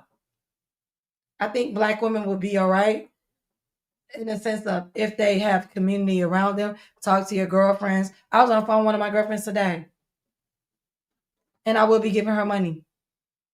Because I refuse, we will, because I refuse for somebody to be talking about, oh, $40 for her pussy. Because we want to be on the right side of history. Absolutely where we not. feed children and Yeah. never. Absolutely not. To me, it all comes down to doing the right thing and feeding children. Yeah, that's what it is. Children need to eat. Like niggas in the hood and gangsters used to feed children, and we making excuses on why we can't feed children. I don't give a fuck which side is on. Everybody hoe ass niggas. Everybody. Until y'all can tighten up and get that together, they all wrong. Every last one of them. That's how I feel about it. We'll keep going with this one. Out. People having to miss paychecks. But if the government's opened up, this is a Democratic argument. I'm not a Democrat, but the Democratic Party argument is if the government's opened up, you're going to have huge costs in the healthcare world. Once again, that's one bill as opposed to people not getting no check. That's a good argument, though, Charlamagne. That if and that's a educated argument. So shout out to Mehdi Hasan for making that argument. If we open up the government now and give everybody a SNAP, they cut Obamacare. Everybody paying premium prices or they're not paying at all, though, because they won't be able to make that money. They won't be able to make the premium, and they're eating. Exactly. So that's gonna drop. You know how many people are gonna die? That's what I'm saying. What's more that need chemo, cancer, radiation, certain medications, diabetics, blood thinners. Like there's so much. Come on now, it's a lot. Well, I'm thinking about the kids that's also on Medicaid. Yes. So you cut that. Like asthma medication. Yeah. Like I'm saying, it's just so much. That's why I said the cost is great. The risk is ridiculous. But to me, the cost is greater than the risk. It's not worth it. It's not worth it. So for me, and I hate to say this, for people not being able to put food on their plates and their tables. It's sad. That breaks my heart. That really breaks my heart. But I'm thinking of the long game. Like I'm thinking of like long term. So y'all eat for November, December. What happens in January? Okay, so what if you get sick in November, December? Exactly. In January. It's not like the Dems are holding out because of petty reasons. They're holding out because they're saying no. We're not getting rid of healthcare. Exactly. We're not getting rid of healthcare, which is a what? What do we like to consider a human right? Right. Yeah, I said feeding people is a human right. Healthcare is a human right. People eat. That's a human right. Exactly. That's what I'm saying. You can get food. You get food poisoning tomorrow. What hospital is going to take you with no type of insurance? You got to pay that. That's even more money out your pocket. You got to pay. You got to pay them to see you. You got too many hospitals shut down because of it. Yes. So how many hospitals shut down? A lot. Now we have hospital desert where there is no care. Where there is where people have to travel hundreds of miles to the next hospital. Mm-hmm. Communities are without health care right now. Right now. But again, I'm gonna say this: y'all voted for this. Kamala would have never did this. because y'all pronounce her name two ways, Kamala or Kamala, same person. She would have never took y'all healthcare away. Kamala. She would have never took your healthcare away. She wanted to give more food stamps to y'all. She wanted to give more subsidies to y'all. She did. Stupid. And y'all chose the convicted twice impeached. The 34 Y'all chose a criminal. 34 count. Y'all chose a rapist. A child toucher. A P305. You chose him. Let's continue. I like how Nate made sure she used every single one within the YouTube guidelines. Exactly. That's why I said let's continue. That was actually very brilliantly done. Very brilliantly done. All right, let's go. So it's really good for me personally to see Mehdi Hasan calling out Charlamagne for this narrative. And the reason as to why is because, like I said, I want to hear this guy got commentary. That's pretty much the entire video. What's up, Victor? Question. Did you get the video that I sent you in the back about the consequences of the SNAP benefits and what's going to happen and what's going to transpire? I think you put it on your story too. You need to play that so people can see. Oh yeah, I seen it, Nate. I seen that, Nate. It was deep, Nate. I did. I seen it too. I said, yeah, this I is haven't what's seen going it, but we definitely can get to it. You haven't seen that? Oh yeah, that's popular on the internet right now. Yeah, I seen it. I said you got to see it because this is the consequence of the government being shut down. They don't understand that the grocery stores are about to have lost over 84. Grocery stores are going to grocery stores are going to close. $1 billion because those SNAP benefits are the ones that keep grocery stores open. Exactly. So grocery stores are going to close, which is going to be an increase in what? Food deserts. Mm-hmm. Exactly. Supply and demand. That's what I'm saying. So that's why it kills me when I see people talking about, oh, well, I don't get SNAP. It doesn't affect me. Girl, when you live in an area where there's no grocery store, that does affect you because of the SNAP is gone. Then now you have to travel 30 miles or 40 miles. But think about it. What if you don't have a car? You live in an area where you can walk to the grocery store for your groceries, even though you never received SNAPs or you never applied for those type of benefits. But the fact that you had a grocery store in your neighborhood, now you're going to have to travel 40 minutes outside your neighborhood. Which is crazy. So yeah, we're definitely going to experience a high increase of food deserts, meaning there's no food at all. People are going to have to travel further. And guess what, Nate? You already said it, Nate. What's going to happen if I have to travel further 30 miles to grocery store? What's going to happen to the prices, Nate? Increase. Exactly. Because now a grocery store is an independent operator, right? They're going to say, oh, wow, I have an increase of 50% of new customers. Mm-hmm. Guess what? I'm going to increase my effing food prices. Supply and demand. And who's going to stop me? Because it falls under what, Nate? Say it again. S and what? S and D? What is the name? Supply and demand. Supply and demand. Exactly. And I'm like, isn't that what Kamala went after? It's no different with the car market. It's no different with the housing market. Right. But guess what? Didn't Kamala Harris go after those same ones for C-19 and got millions of billions of dollars from them because they were overpricing people when it came out of groceries? Oh, okay. But y'all should have been elected the 34 count rapist pedophile president. That's what y'all did. So we are, thank you, Nate, and I agree with you. So at this point, we're going to transition into the next topic. Charlamagne is a fool. I feel like he means well, but at the end of the day, I feel like we need to play the long game. And Democrats, I appreciate you strapping on your fake balls and getting some cojones and not bending and being a bitch of the parties. I appreciate that. So let's transition into Chanel and Tierney with their ongoing, I don't want to say ongoing, I should say with their disagreement of ideology about EBT benefits. Let's just go there. All right, yeah. So that's what I was going to say. So I want to transition to the whole argument between Tyranny and everybody. Tyranny is fighting. Go ahead, man. Tyranny is fighting both Lucky Marie and she's fighting Sherelle. Look at my white booty right in the camera. Ow! Ow! Real. Booty's right in the camera, making the sound. Slap it one more time. Damn. Anyway, Tyranny is fighting everybody. And Tyranny she's feeling the heat as the single mother who has to take care of her children. Now, originally she was single, but I found out she got married, so I got to take that back. But it really don't matter. She qualifies for those stamps. She pay into the system. Give her fucking stamps. Now, let's go into the video. I want to do my part 2 reaction. Let's go. It seems like these are responsible adults. They're irresponsible, and sometimes they don't even know the men who are nutting in them. This is why a lot of kids are growing up in a broken home. That's just the cause. That's very irresponsible. But you sound like you hate women. I don't think you hate men. I think you hate women. After they have the first child, they'll have another Especially one. mothers. Then they'll have another one. And they'll You have hate mothers, and I think it's because you want to be. But Sherelle, that's not really everybody. When you say, and I think that Sherelle's being disingenuous when she say they will have one child, then they'll have another one. And that's gonna make too much noise.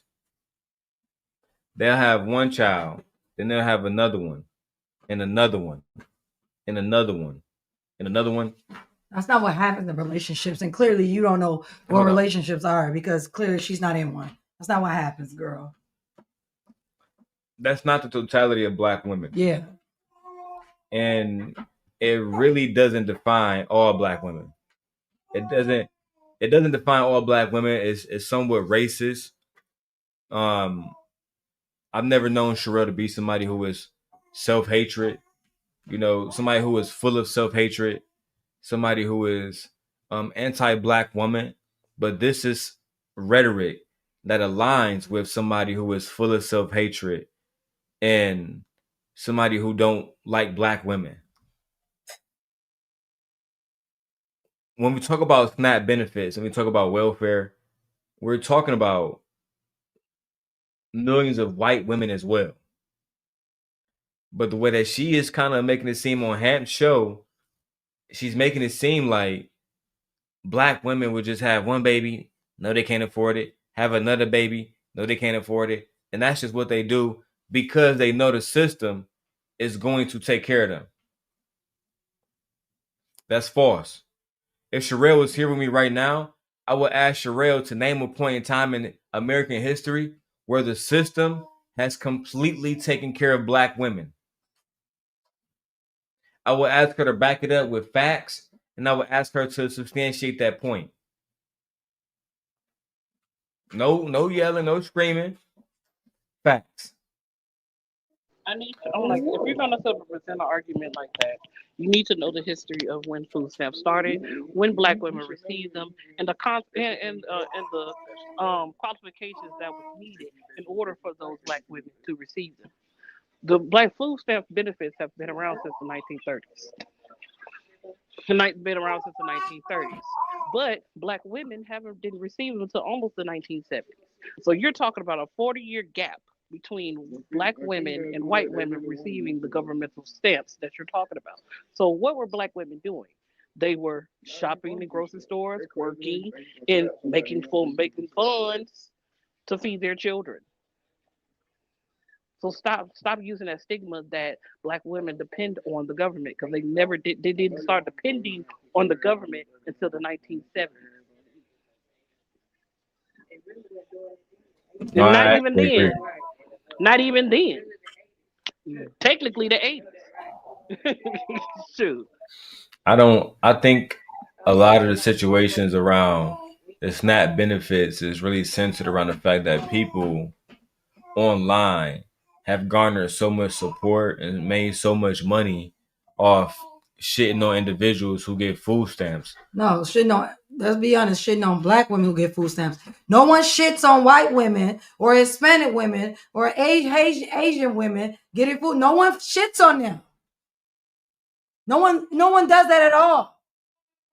But when Black women who pay into the system every single day that work and go pull from the system that they pay into because they need a little bit of help, she gets shitted on. There's so much hatred out here for black women from other black women, and especially black women with no children or less children than another black woman. That's a problem. And I hate that the fact that Tyranny is over here talking to a bitch that don't have kids. Because when you wake up, you feed you. You don't have to feed anybody else. And I hate this problem that no one has a problem with funding the rich, bailing the rich out, but we have a problem with giving $300 a fucking month for food for children and a woman who actually works. And we just gave the system is fucking broken. We just gave $40 billion to Argentina with those people down there. If that's the case, we should own that fucking country. If I gotta give you $40 billion to bail you out, you're my bitch now. That's what it is, but though. You're my bitch now. That's what it is, because they're gonna have to get that Argentina should be America too, or America associated, just like how we view Puerto Rico, all the U.S. Virgin Islands. It should be a U.S. version. It should be a U.S. territory, to where we can travel to Argentina for free. They should be on our money, not their money. They should print our dollar bills. And then Americans should be able to move to Argentina and still expect the same rate of benefits, housing costs, economy, laws, rules, policies.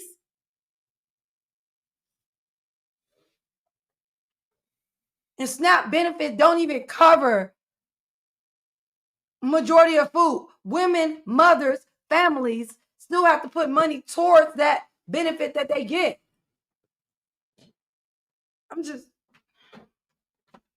But you know what? There's a lot of black bitches out here that think they're better than women who have children. And she's one of them. You go ahead, Darrell. Say what you want to say. Because that's my ears hurt. But that's what you want to say, because that shit. Okay, that shit it's just ridiculous. But let's be clear, ridiculous. Let's be clear too. The very women that they're sitting here, the very women that's judging other women who don't have children, the men that they're pick me in and man me for are saying that you're not even valuable enough without children. They're saying you're nothing without children. They say your sole purpose is to have children and sleep with them and take care of them. Ain't that right? So which one is it? How are you better than me when the only reason why the man values you is because you're a human incubator? That's what they say. You're a sex slave to them. That's what they say.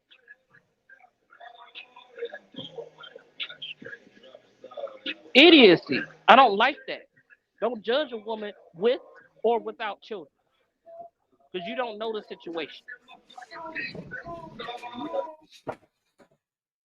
All right, let's go back to the clip. If it's a different man, they'll have another one by another man, and another man can come and they'll have another one by Sherelle, who hurt you, girl? What woman hurt you? Oh because my God, you hate mothers. Tyranny, I promise you. You hate mothers. I never hear you say anything positive about a mother. I promise you. Really, we still got to get everybody else in. The funny thing about this is,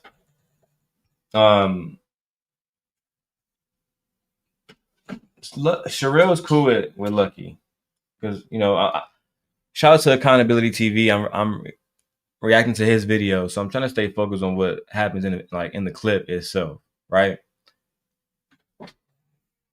Sherelle, when you say these baby mamas are having one baby, they have a baby by another man, have a baby and have a baby by another man, have a baby by who are you talking about? Because the women that I know you to be around on YouTube, they have one child. Lucky has one child. Right. They don't have multiple children with multiple baby daddies. Venus has no children. Right.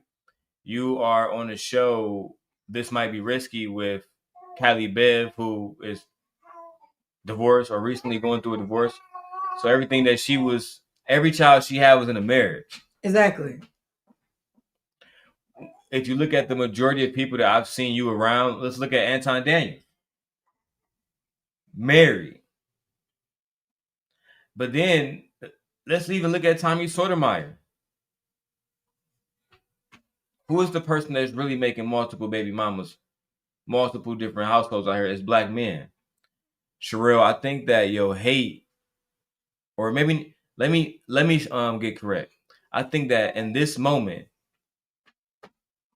the words that are coming out of your mouth is misplaced. And it should be for black men, not black women. Black women won't need food stamps like tyranny if black men were doing everything that they needed to do, if they were not oppressed to the level that black men are oppressed to. To be honest, I think this is some goofy shit. I'm gonna call it straight up and down. And I'm gonna stand on my motherfucking stance. Anybody who feel like you want to take stamps away from a mother, you want to shame a mother for having food stamps, fuck you. And it's not fuck you, Sherelle, in this moment, really. But I feel like no, it's fuck her for me. Yeah, I mean, I feel like if I didn't have this love I have for her, I would be like, why do you have love for her? Like, I don't understand this. Why do we have love for a woman who has no empathy and no sympathy for children? None. So with that same rhetoric, because I think that she's applying her implicit bias from the days of Fight Club. I don't care. And she don't like I don't care. So that if means this was that her child, or this was. She don't have any children, so she don't fucking know. She don't have any children. If this was somebody who she loves child, she wouldn't think this way. She thinks that way. That's her way of thinking. That should tell y'all something. It's the same as when they voted for Trump. I don't understand why we want to have sympathy for people who voted for Trump. So why are we having sympathy for a woman who is black, which is crazy to me, who says that children shouldn't eat when she was once considered 1/3 or 3/5 of a human? That's fucking insane. And I want you to bring your dusty ass up here. I want you to. I don't like the fact that she's calling motherhood child abuse just because someone struggles financially is wrong and it's dehumanizing. That's crazy to me. Poverty is not abuse. Because last time I checked, you ain't rich, bitch. Like, it's just crazy to me. Poverty is a condition shaped by inequality on every level. So for me, I just can't sit here and think that I have no sympathy for her. To me, we can literally. She's one of the black people that we need to X out. We need to start discommunicating with people who think like this.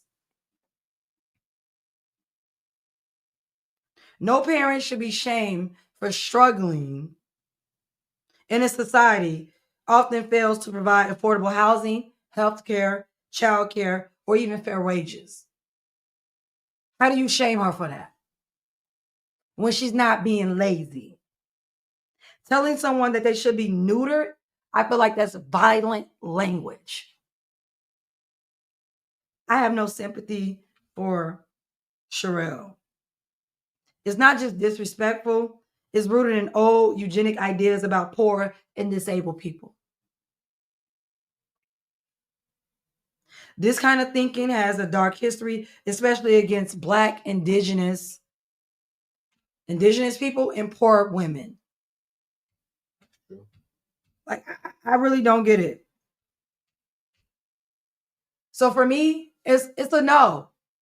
It's a no. And then they will be wrong. It will be, people will say, like, it's wrong for me to actually communicate myself. Okay, you know what I think this is? How I see this is, and you can back me up, Nate, because I'm pretty sure this has happened to you before, that people, I want to say people, let me be specific.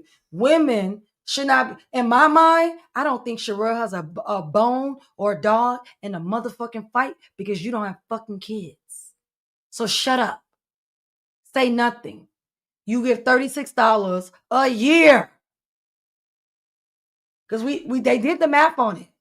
It's only $36. So you mean to me if I give $36 a year that people across America or within my state can eat? That's not okay. Making it even 40. When when guys are literally out talking about EBT for 40 fucking dollars. So sell your pussycat for $40 to get food. So why would I sell my pussycat for $40 to get food when I can pay $40 and eat all year? As to paying fucking some man for $40 and eating right then and there in the moment. When I can pay into a system where I can pay $40 for the year and I can eat 12 months out the year. That's just how I feel. I just literally feel like motherhood is not child abuse. I just really feel like that. And saying that black women should be neutered.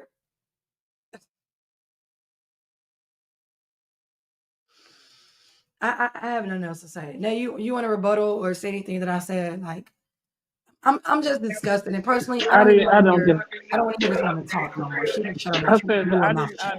I did not get the premise of her saying that black women should be neutered. I said, well, neuter yourself. Because if we get neutered, then the black male would cease to exist. If we neuter ourselves, so Hey Nay, are so you at yeah. work? You got music in your background. Of course I'm at work. Oh, Nay at work. Of course I'm at work. But I just did not get the premise of that. You neuter yourself. If you don't want to reproduce and have children or whatever, you neuter yourself. You don't sit up and suggest nothing like that when they're already trying to do that to us as a whole anyway. They don't want us in existence anyway. So for you to spew something like that is actually bigotry.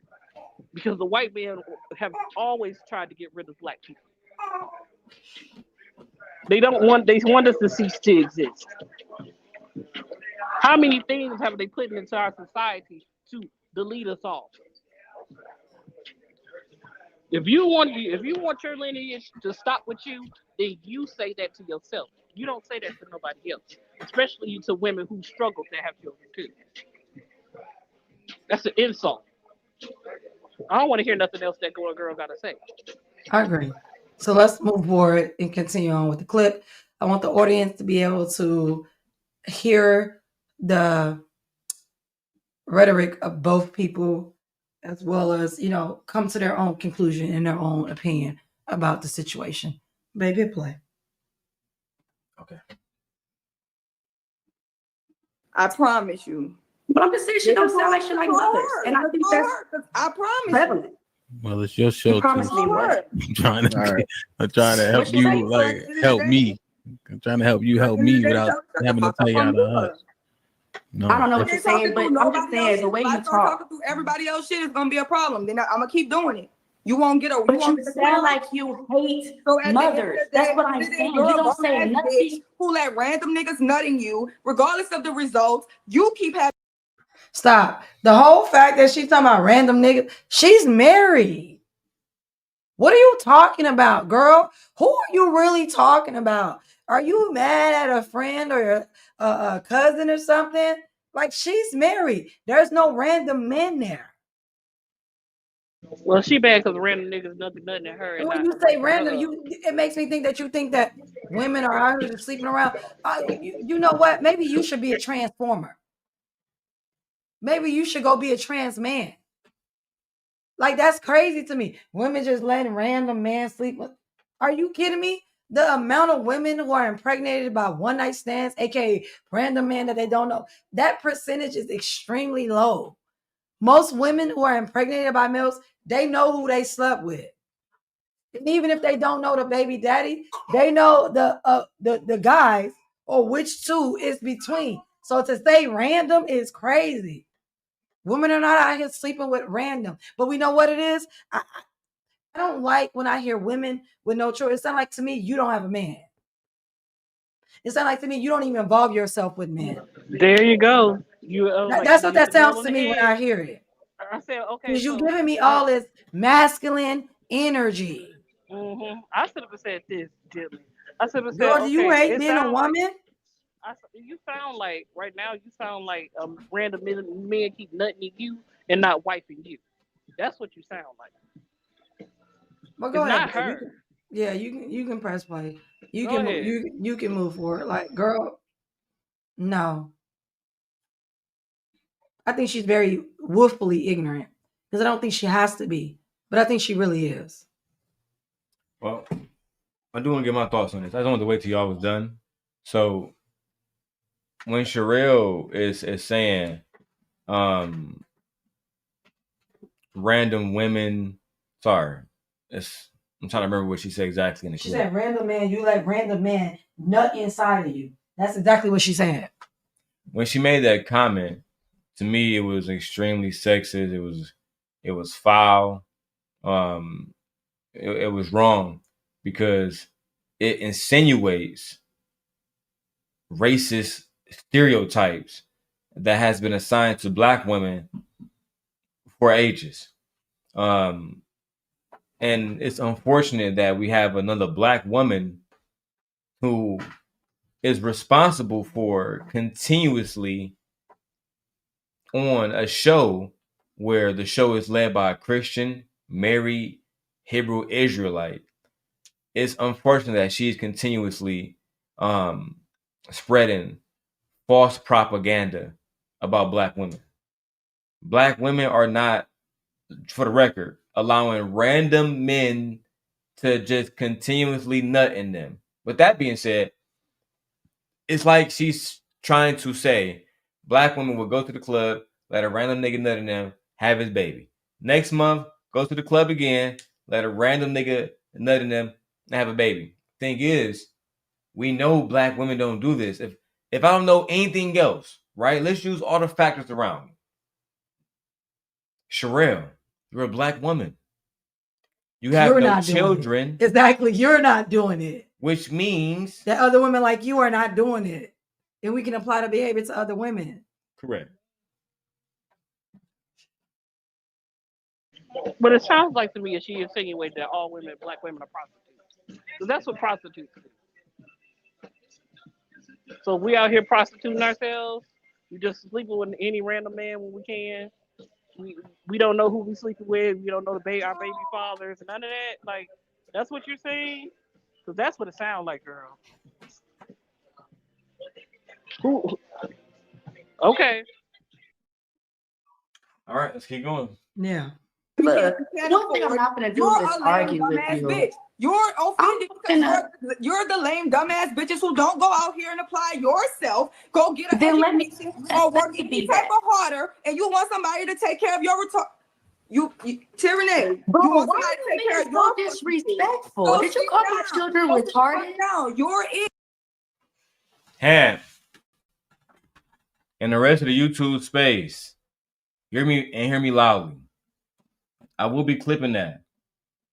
I will be circulating that clip. Now this I will not show mercy for, right? Because this is personal to me. I know if I had called somebody kid mentally the R word, it'd be circulating around the internet.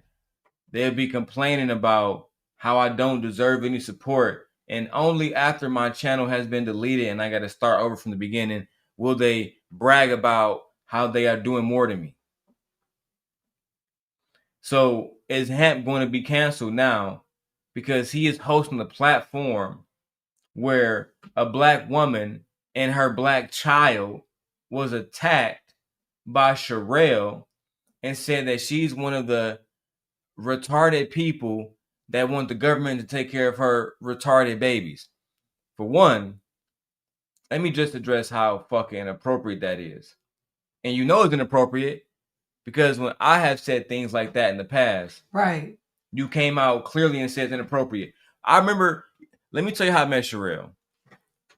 When I spoke out against the whole Anton situation, Sherelle was one of the women that spoke up for Anton. She said that it was wrong of me to say that Rita was unattractive. She said that, Daryl, you're wrong. You shouldn't talk about this man's wife like that. So I challenge you today. If you feel like I shouldn't talk about Anton's wife and say she's unattractive, in my opinion, no disrespect to her, no means for bullying. I am not trying to bully her at all.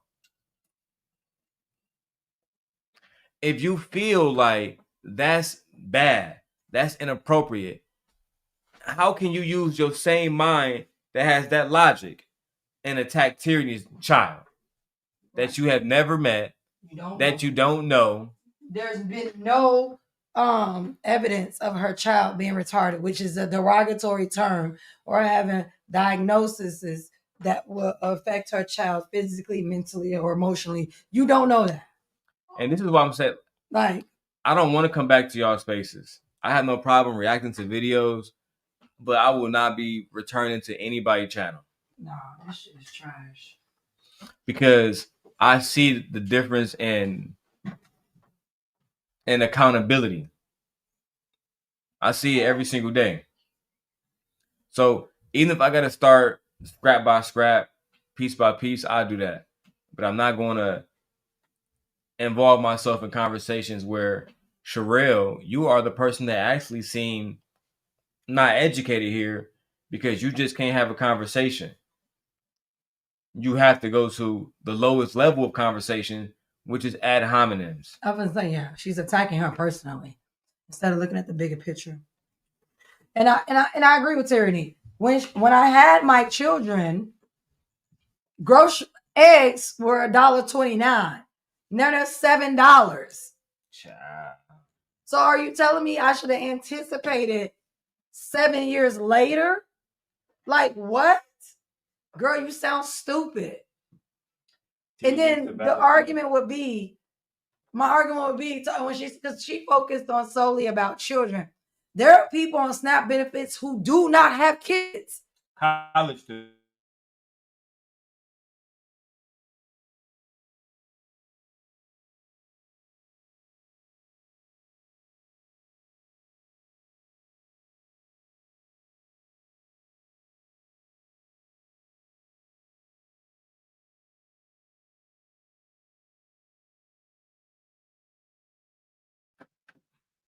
Oh, there you go. All right. Sorry, there you go, guys. No, I'm just saying, like, to me, her argument was solely about, well, don't have children if you can't afford them. First, I about to say the birth rate is down. Women are not having children at all. They're so concerned with the replacement rate that it's scary. So I don't know what you're talking about. And then you keep focusing on women with children. All right, what about people who receive SNAP that don't have children? What's your argument for that? Because if a single person by themselves working 2 jobs in school can't afford food, something's wrong with the system. It is not about people having children. And you up and saying, and I'm gonna say this, and ain't nobody saying it, girl, you're a truck driver. You're a truck driver. You act like you got some grand fucking career. You're a truck driver. Get out of here. At any moment, that field can dry up.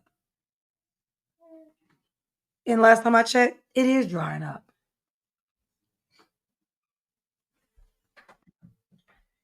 All right, let me go back to the video. You can go back to the video. It was on this side, but it was on that one. It was on this side. Okay, on this side. All right. I got the video back up. Let's go. People move like you. That's a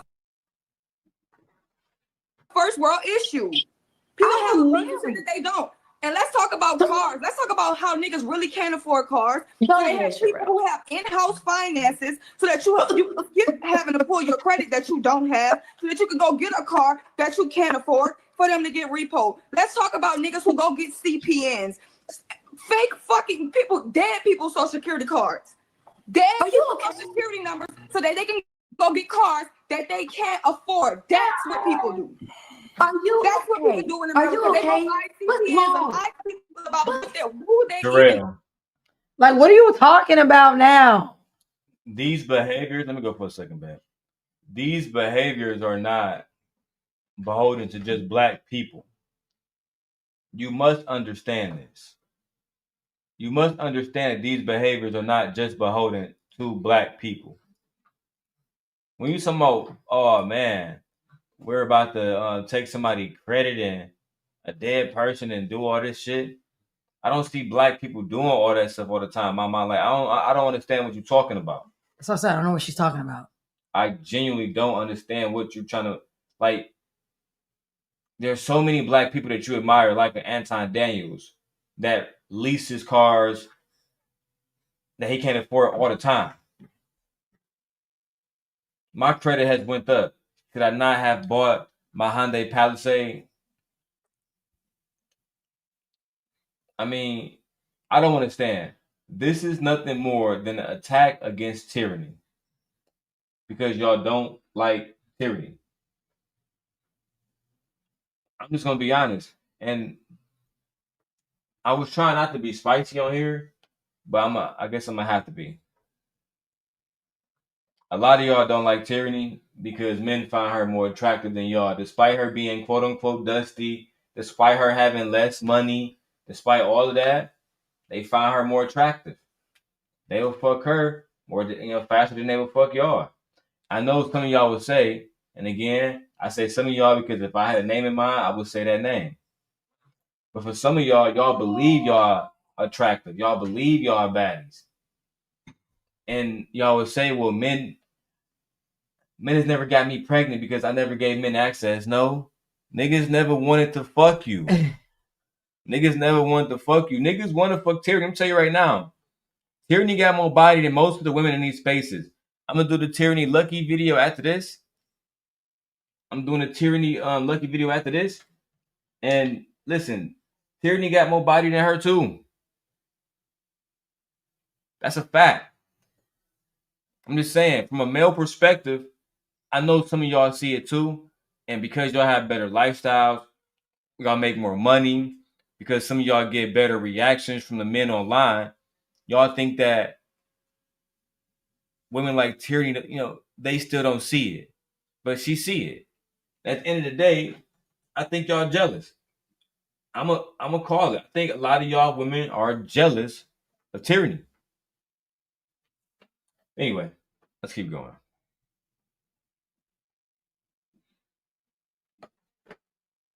Or so they can purchase some shit so they can shine on Instagram. Nobody, hold on, DJ, hold on. Sherelle, what's these kids? They're getting Sherelle, calm down. And if the government says it's time to suffer, if Big Daddy says it's time to suffer. Calm down. What's wrong with you, girl? Suffer. That's the way you want to live your life. Sherelle, put yourself in. Sherelle, calm down. Period. Like, yeah, she got way too much energy. She's not having a conversation. Yeah, like she's not having a conversation. This is going somewhere else. She got way too much energy, like she's angry about something and everything. You got way too much energy.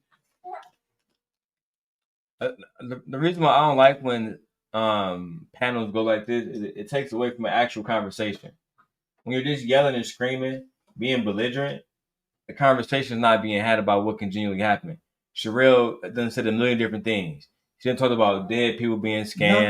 She didn't talk about women having all. Yeah. There's not cohesive thoughts. Yeah. That's leading the conversation. She's just spewing out stuff. And then it's coming from a place of how she feels. Hatred. Yeah, and hatred. No real cohesive facts. Yeah.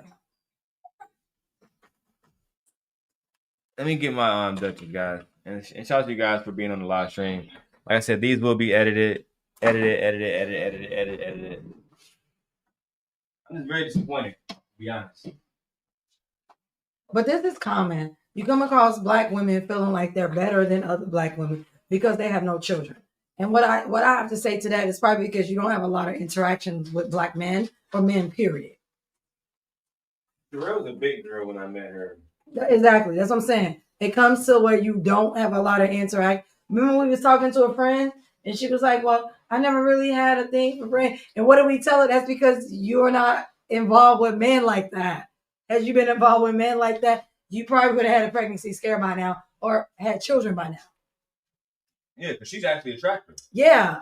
So for me, when I see women like this who have no children, who want to talk about this and who wants to speak about, oh, men are nothing inside. The fact that she chose that man, nothing inside. So, and she'll probably say, I don't care that a man's not nothing inside of me. The fact is, a man is not doing anything inside of you. Usually women like this, oh, I don't, blah, blah, blah. That's because you don't have men in your face. All of this hate is It's so like it's not healthy. It's not. It's not. That's my whole thing about it. It's not healthy, and it only further perpetuates stereotypes that's used by people like Charlie Kirk. Yeah. Let's go. We do we got to do it because niggas pay taxes. That's how dumb people think. People who ain't never paid $30,000 on taxes. I'm at work.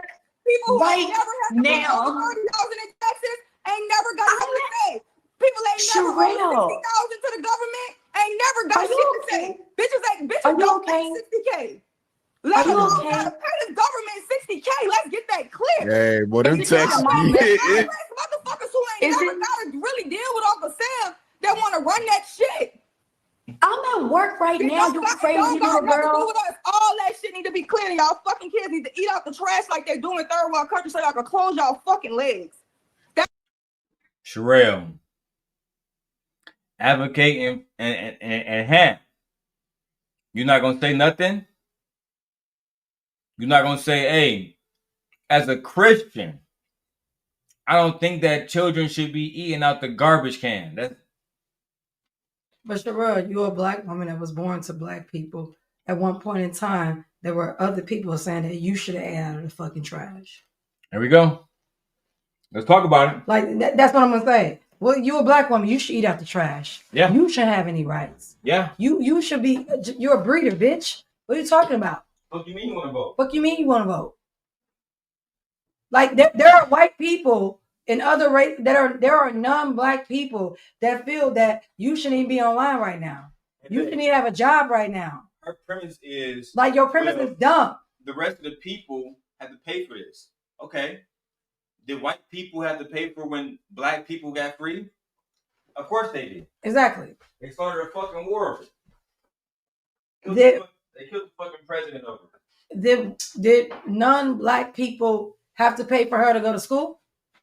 Like, did non-black people say that at one point that you wouldn't be in no one's school? Actually, according to Mr. J. Prince for president, your womb don't work.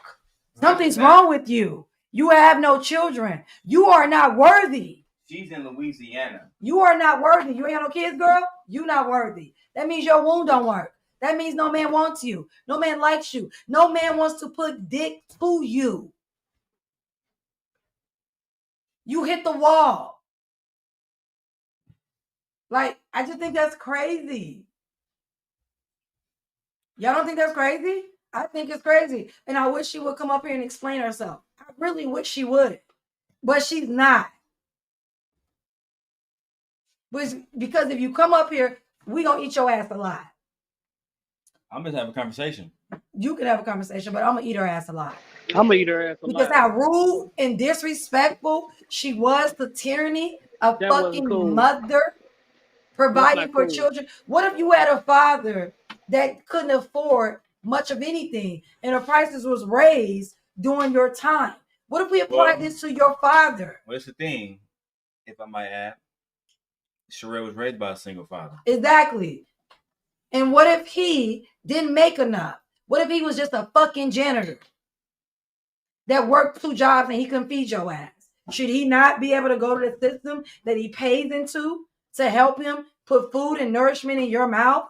Or should we let you starve a black bitch And eat out of trash can. and eat out of trash cans? But in my opinion, right? So, because I want to have a genuine conversation. Why not talk about community outreach? She's not in the Why not community. talk about different things that are positive? Right? Let's start there. That come from a place of positivity. See, what you do when you do shit like this is you inspire chaos and negativity. Telling somebody that you want their child to starve, It's never gonna go well. it's an easy way for you to end up in a fucked up situation. Mm-hmm. Because if somebody told me, hey, go starve, whatever, I might as well take what you got. And I'm gonna get you because you got more than me, Sherelle, right? So guess what? I'm gonna go get you. I'm gonna rob you. I'm gonna take from you. And you ain't gonna do nothing about it. it's a very it's a way of thinking that people who are educated, who are actually solving these problems, they don't talk like this. They don't use the type of language that you're using. Because they know it's not about having children. It has nothing to do with children. Food is a human right. It is. It has nothing to do with children. Or at least it should be. Should be a human right. Yes. No, it is a human right. Now, just because we don't act upon it as a human right doesn't mean it's not a human right. It's a human right. I agree. All right, let's continue. You too gangster. You calm down. Go fucking suffer. That's what it and is. Act more It don't ladylike. got nothing- You what should it gotta act do more with us? ladylike. What you If you acted more ladylike, aren't we all the world? Aren't we all the ones? if you Aren't we all the acted, can I talk? I wish some of the men.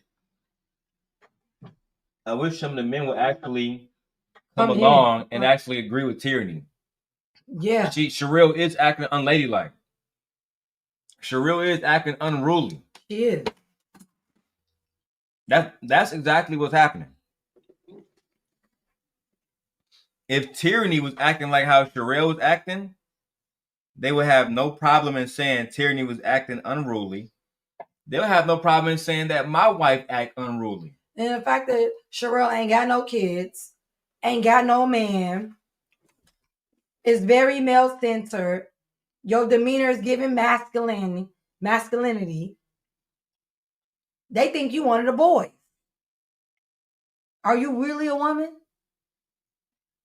Like, that's just crazy to me. And then on top of that, what about this man? This man is in his family's life. This man is there. He's married to tyranny. They both work. It's not that they don't work. They both work.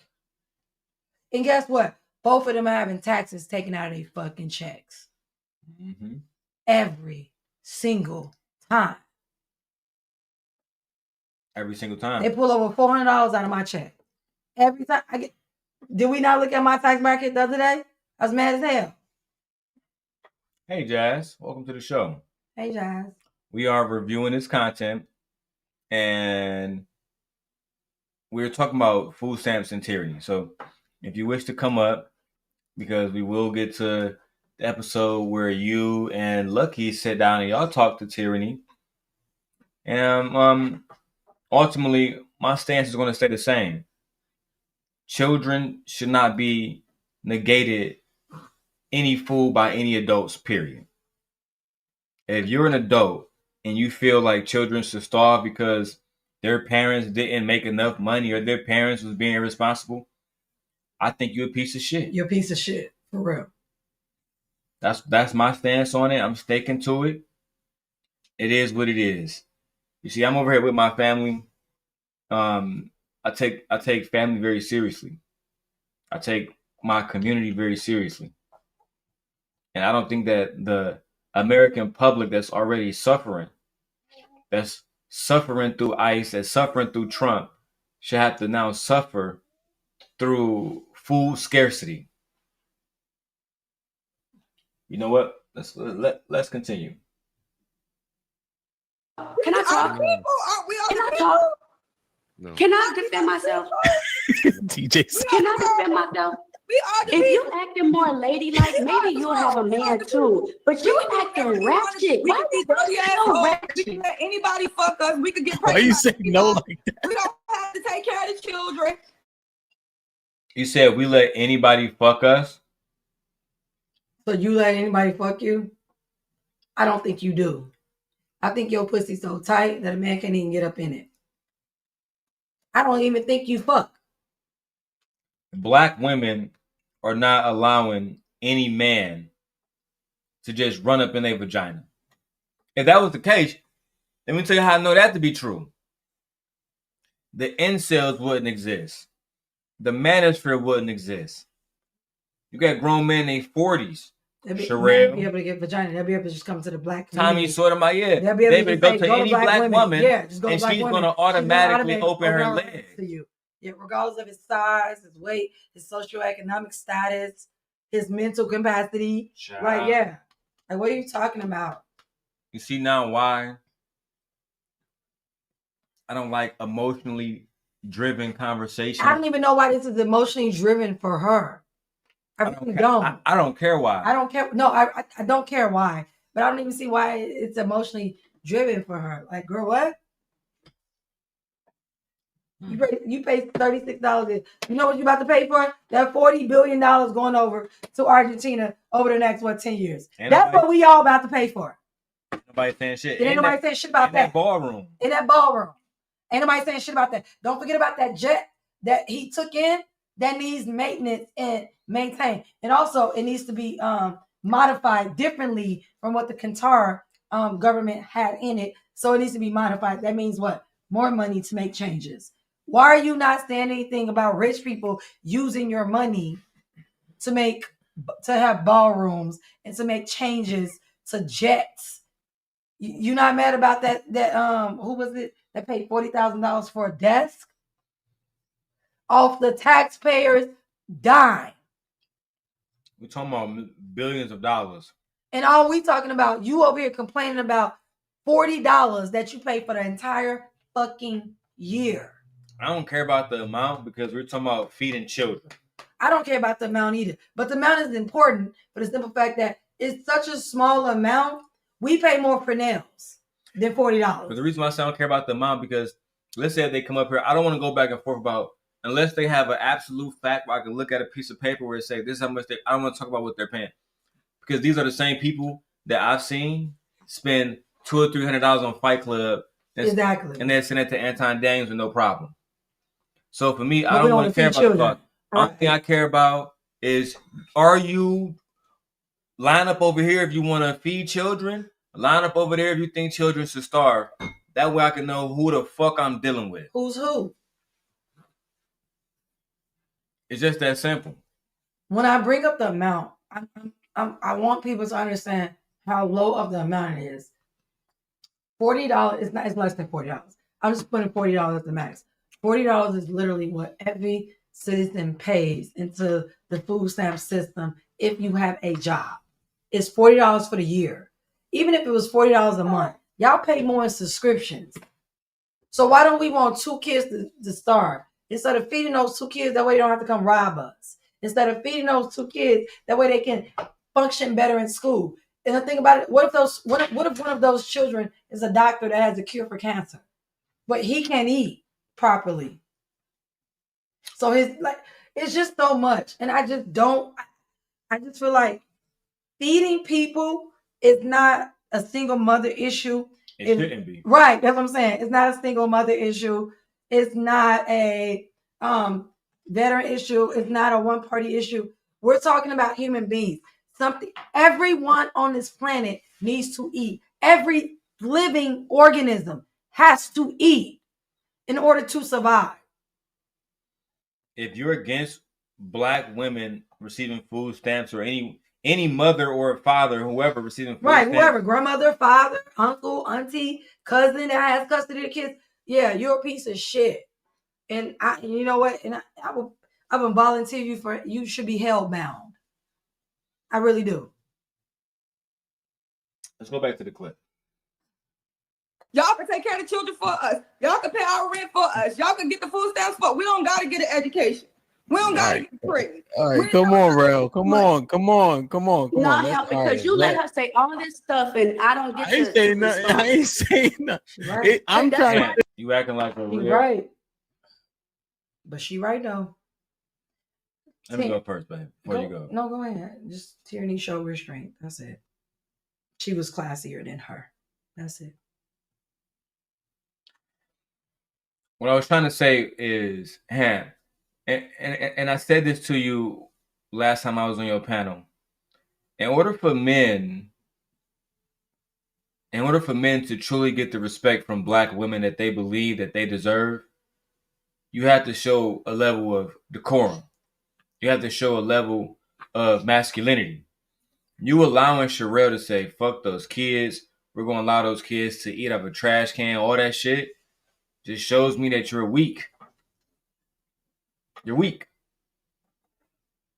You're weak. And this is why so many of our efforts as Black men they never go nowhere.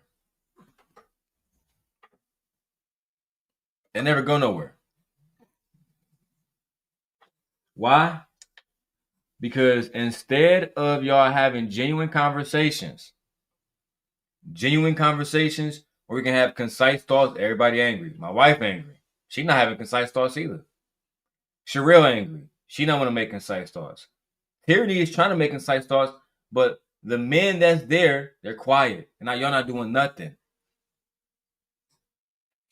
We can't get nowhere unless we have concise thoughts within our conversations. Why do you feel like I don't have concise thoughts? I feel like you're just as ignorant, not ignorant, as upset as they are right now. I'm not upset, but why do you feel that's not good enough? I need a legitimate reason to why you feel like my thoughts are concise. Like, as far as what Sherelle is saying specifically, man. I don't know what she's saying. She's saying out so many fucking things that is ridiculous. That don't even mean anything.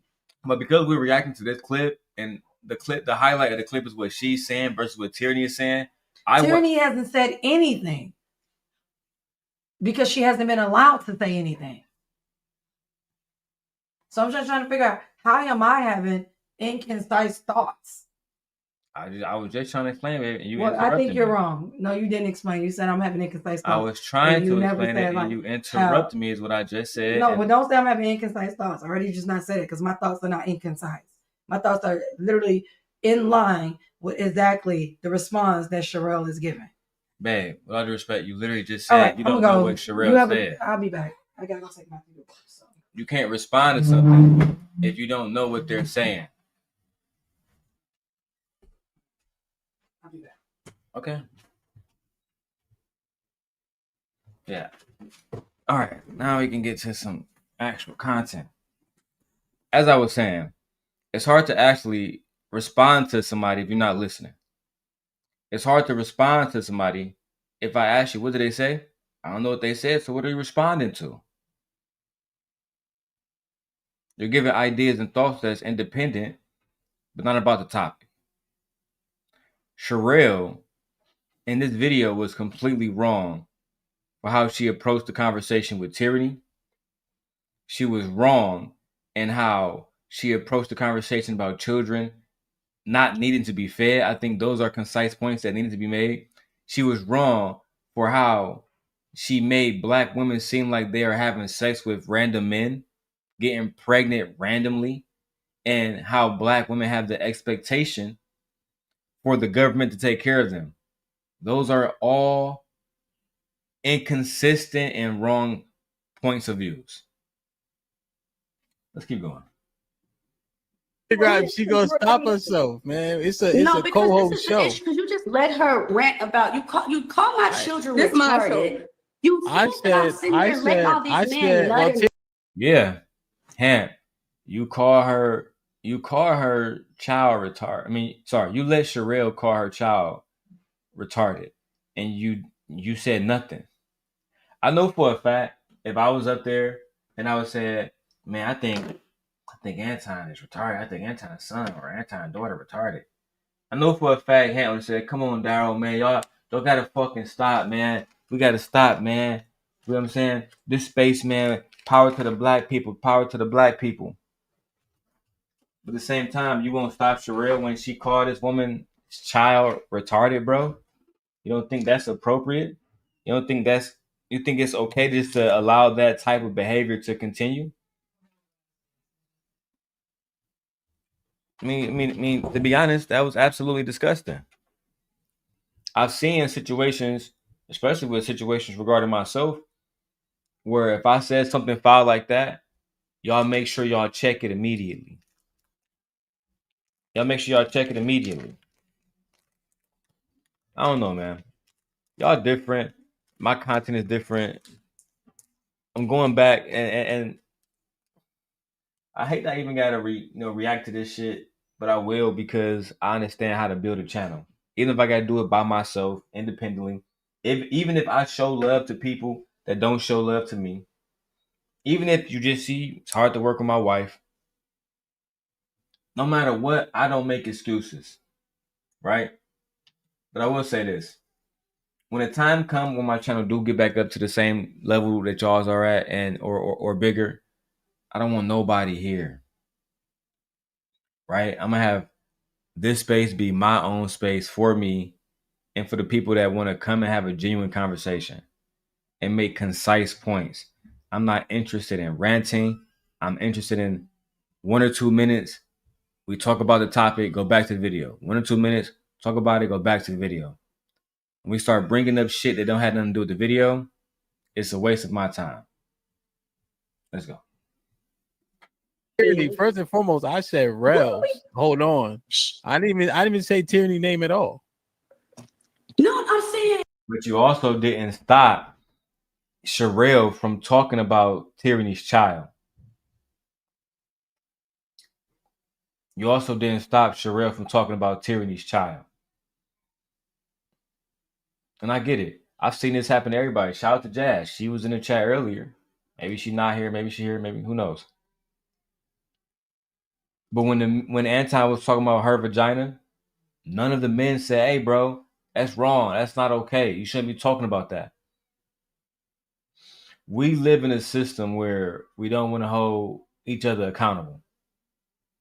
We're afraid to say certain things. I don't know, man. I get tired of the disingenuous conversations. Let me roll my blunt. I got a lot of work to do. I'm doing a 12-hour stream. I'm taking back over the streaming space. It's just I have so much work to do outside of this that I don't be having all the time. But I've made a lot of investments to make this happen. So let's continue, man. And shout out to everybody that does tap in.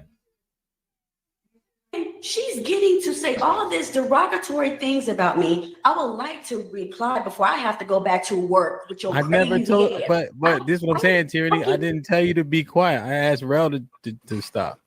Okay, my apologies. Okay, I don't know what's wrong with you.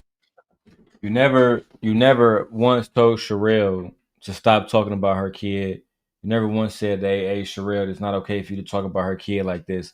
You never once said, hey, Sherelle, I don't feel like it's appropriate that you call her kid retarded. You just egged that shit on like it was okay. Now you want to make it seem like, oh, no, I never told you to be quiet. I actually held Sherelle accountable. When we all just sat and watched, especially me, I'm watching my wife talk, I'm watching y'all talk. You ain't say a motherfucking thing when Sherelle called her kid retarded. The disrespect of it all, bro. Sherelle, you started going off. See, this is one thing about that I love my husband is that we help each other grow and mature. And before I used to come on these spaces and argue with y'all, I ain't doing it now. I come over here, I give my grown woman opinion and facts, and then I keep it pushing. But the way you speak about Mother Sherelle, I don't understand it. I know you got your history, maybe your present and your future, but not all mothers operate the same. I know what you mean about people living off the government, but ever since I started working in this industry as an assistant manager at a 55+ senior living property, I realized that it's not only Black people that's on welfare, it's all of us, everybody, because we need help. And I know a lot of us.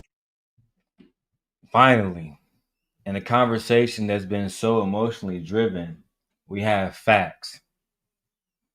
And the first fact is Black people are not the only people on welfare. They're not the only people that is sitting around collecting food stamps on Medicaid. A lot of times we ignore the fact that white women are the biggest recipients of welfare. A lot of times we ignore the fact that white women are the main ones that benefited from DEI. A lot of times y'all on here having conversations with people that's, really not that smart. So they're not having a factual conversation that's rooted in facts. They on here just talking to be talking, bro. This is why I'm about to actually flood the space with content and take back over, because it's clear that y'all just like listening to anybody. Y'all listen to Anton, y'all listen to Hant, y'all listen to Sherelle. And with all due respect, Sherelle has no education. Hemp has education, but he might as well fucking not, because he don't actually apply his fucking education. Hemp, you know what? Never mind. I'd rather talk to him and have him join, and I'll tell him how I feel about him than just speak it here. So let's keep going. are only what, 30 to 40 on here? You guys have no idea that once you reach 50 plus, your body starts shutting down. Your brain starts shutting down. Things are not the same when you were young and cute. It's different. So let's stop being so judgmental on mothers, Sherelle, and start understanding that a Section 8 or government assistant is to assist everyone. DJ Hemp, I gotta go back to work as well, my brother. So I love you. Hold on, man. Be safe. Okay. Before you leave, Charity, can you hear me, sweetheart? Can I what? Yeah, she can hear you. Yeah. All right, and I say this with all due respect. I'm sitting here listening to you, and it's not the first time I've seen you on the panel, right? Did you just say you was married? I've been married since November 2020.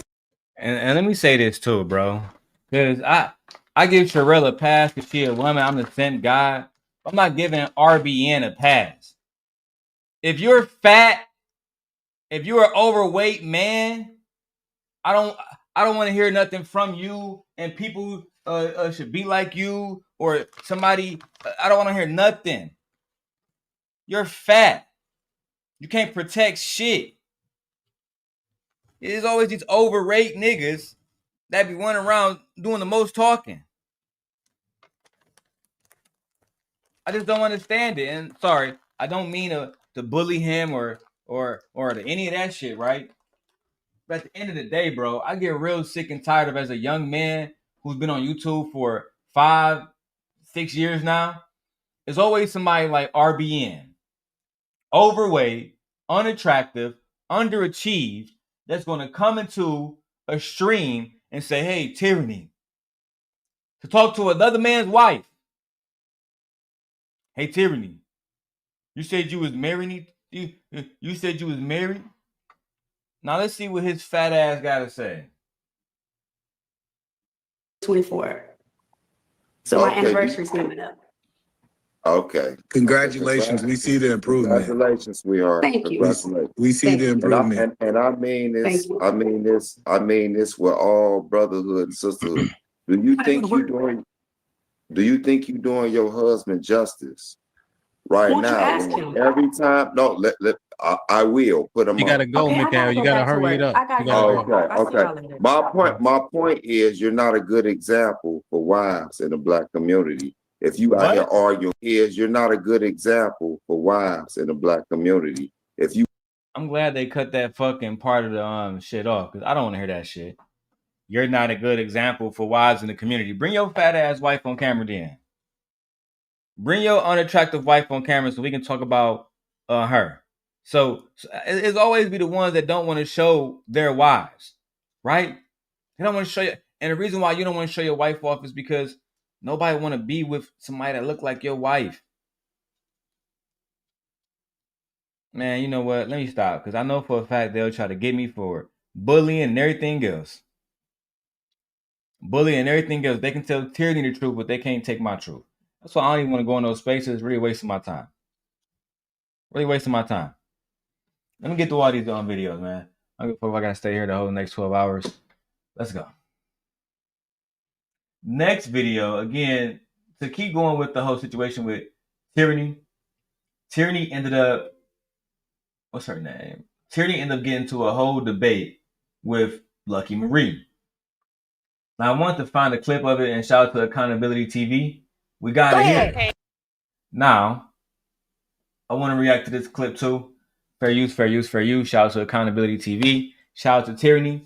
Let's go. And shout out to me, man. I'm over here moderating Queen Sheba. Queen Sheba got 800 people watching right now, man. It's crazy, man. All right, let's go to the video, guys. We got a lot of work to do. Because you got a problem with what I'm on. Are you paying my motherfucking bill? I got a problem. Bitch, hell yeah. That's just told me 37 of my motherfucking dollars. You're not even in Texas. Are you in Texas? You're not paying shit. Because, bitch, why you on EBT if you don't need it? Fatality. Get the fuck out of here. No, address that point, look. If you're not in Texas, you're not paying into the system that she is being rewarded by. You're not paying into the EBT system in Texas. But we're talking to Lucky, somebody who graduated. Oh, my bad. who never graduated from no colleges, right? Got a high school fucking diploma, no education, right?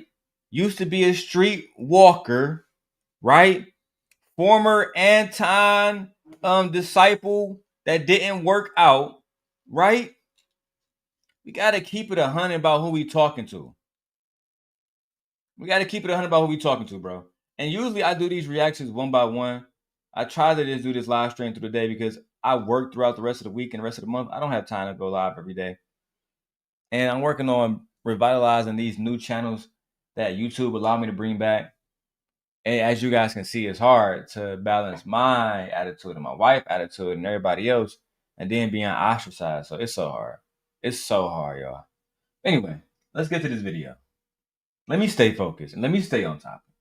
Right now, we're going to be covering Hey, Lucky nigga, I'm Marie. still here. I see you, man. I see you, You don't man. have to balance my attitude, goddamn it. I'll be over here chilling. No, you good. You good. No, I'm talking shit. But anyway, go ahead. I'm sorry. So we're going to be covering Tyranny versus Lucky Marie. Let's get into it now.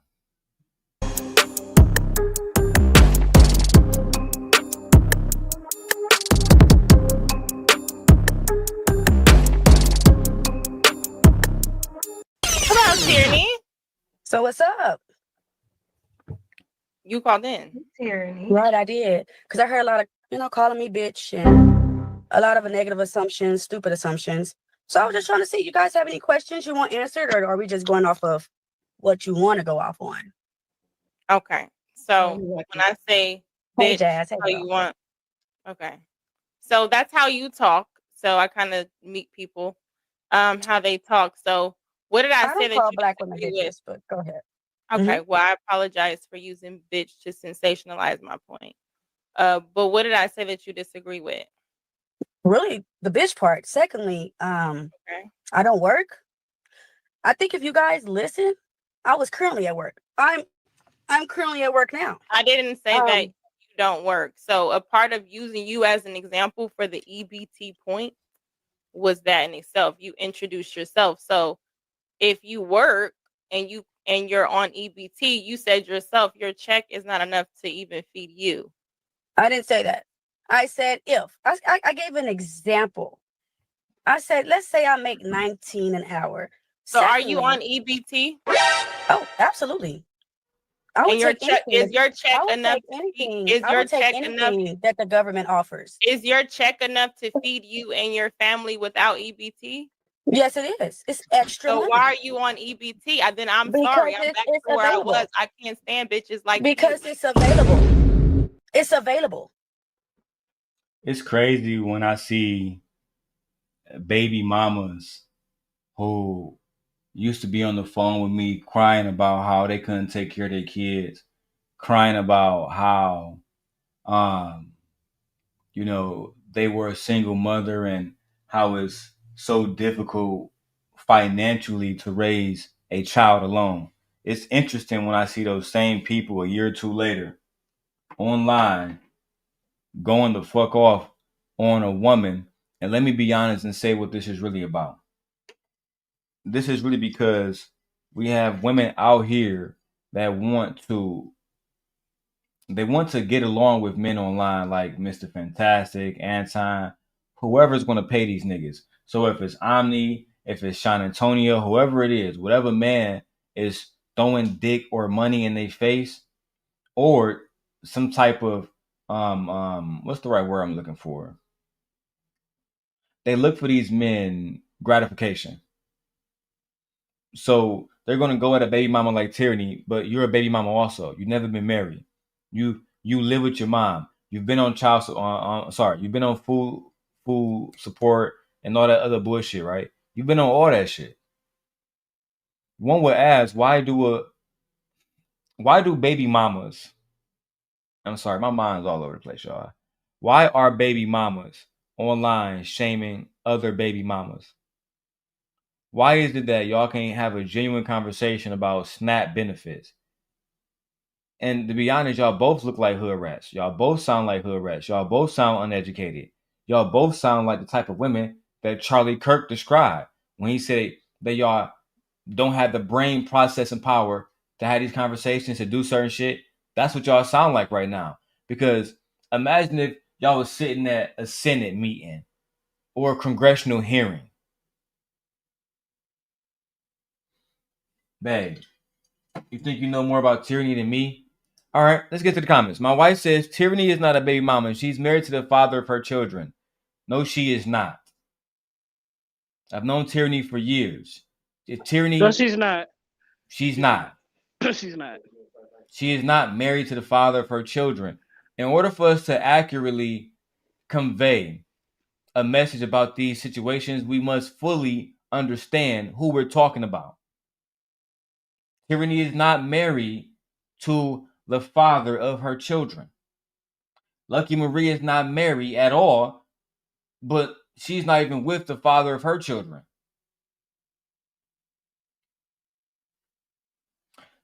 As I was saying, if you have children and you're a mother, it should be all about showing each other love. It shouldn't be about condemning tyranny in front of Jazz just so you can get people like Fantastic and other men to agree with you. But you know what? Let's keep going. And I qualify for it. So this trumps the whole point. So your job is enough to feed you and your responsibilities, but you're using government assistance that can be going to someone else who needs it because you just can. It goes to every. When you use welfare, right? It's not that, oh yeah, well, I got welfare, so it's being taken away from somebody else who don't need it. That's not the way welfare works. Welfare, let me spark my blunt. I'm too stressed. Welfare does not work in a way that Lucky is describing. Well, tyranny is getting it. That means somebody who actually need it cannot get it. That's not the way it works. Almost anybody who submits an application, whether they have children or not, whether they're a college student, or I gotta drink me some water, or whether or not they are a 5-time baby mama by 5 different men, if they fill out an application and they qualify, they will get benefits from the government. It's just that simple.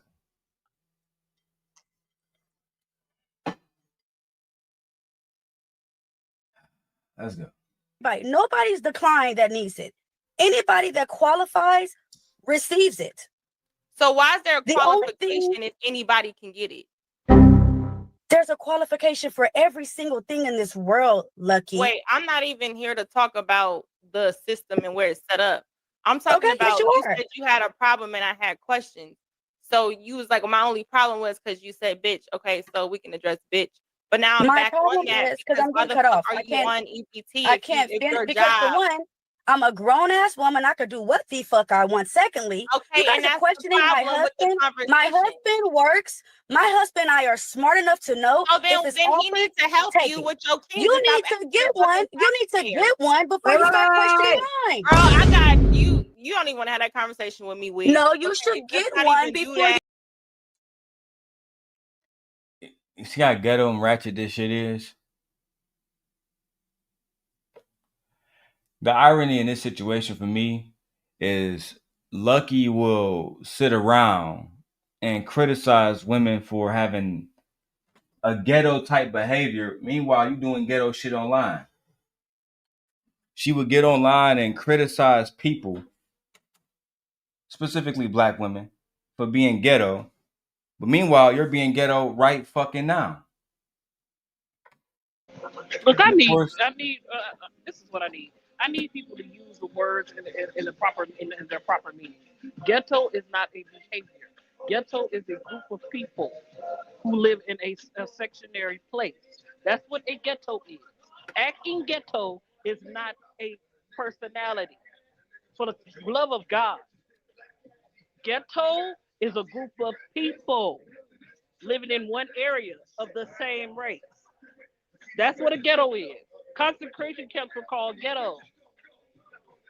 The projects that black people live in are called ghettos because it's a group of the same race of people living in a small area. That's what a ghetto is. I need people to use the proper definition for words. So what words should we attach to how these women are acting right now? Unruly. You can say unruly. You can say even you can even say ratchet. Ratchet has its own definition as well. But this the ghetto word and the proper term for ghetto is not an act of a person's personality. Can we attach the word scholastic to this conversation? Yeah. In what ways has this conversation been scholastic? Well, not scholastic. I'm not gonna say that. But ghetto. Can we attach? Can we say that this has been historically accurate? What's historically accurate? This conversation. The conversation between Lucky and Tyranny. Hell no, that's not. Tyranny said that she paying for Lucky food stamps, and she in fucking Nevada, and Tyranny all the way in Texas. You mean other way around? No, Lucky's in Nevada, and Tyranny's in Texas. You should have said that Tyranny is paying for Lucky. Lucky don't have food stamps. Tyranny do. Yeah. Lucky is saying that she's paying for Tyranny's children. There you go. She's in a whole different state. Yeah, Can we say that that's accurate? I'm like, she's not paying for her. See, that's my problem with the conversation more than anything else. This conversation, the conversation that Sherelle had, instead of these both of these women, instead of them just having a genuine conversation about SNAP benefits, the government, who control it, who benefits from it, who loses if it doesn't get put back into effect, we're doing ad hominems. And maybe ghetto isn't the proper word, but it's definitely trifling behavior. Right? I didn't bring the channel back to go at Lucky or to go at anybody I don't like. I brought it back to try my hardest. Once again, to have genuine, scholastic, accurate, genuine, non-biased conversations. And wife, I already know that. I know she's getting food stamps. She's a fucking single mother who lives with her mom in Nevada. I know she's getting food stamps. I've been on the phone with her when she was spending food stamps. Of course she get food stamps. And that's another thing I don't like on here. Can we start being genuine? Can we start being more transparent about who we are? I'll go first. When I first moved to Illinois, I had nothing to my name. For the first 4 months, my wife pretty much took care of everything. You go and look into my Chase account now, you check my monthly spending now, my monthly spending is above $10,000. Everything I just said was facts.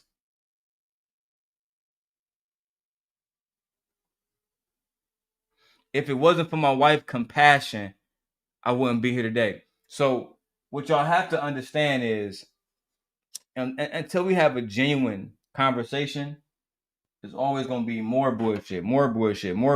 Shout out to M Mills in the chat. She says, food stamps. Let me use this one.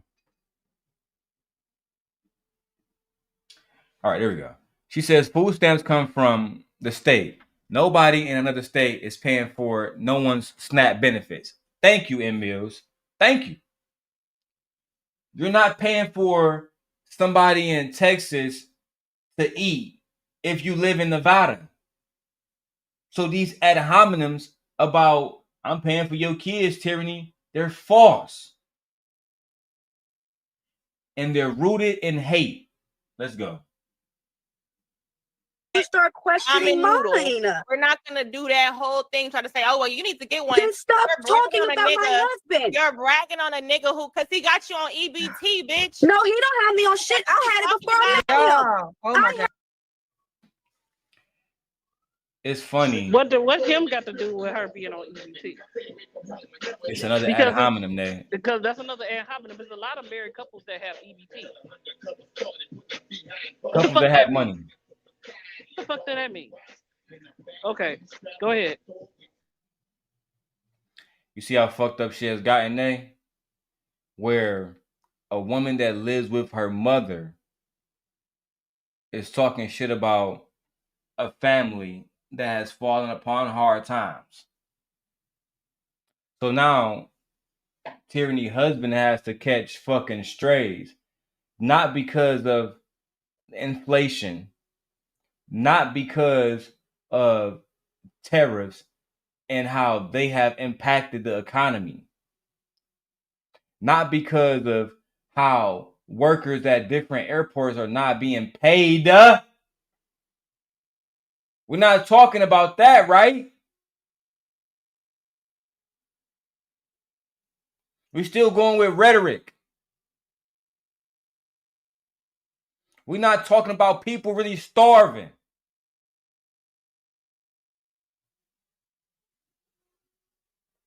A lot of people can't work right now, Lucky. I'll talk about it. A lot of people can't work. Why? Because they're not getting fucking paid.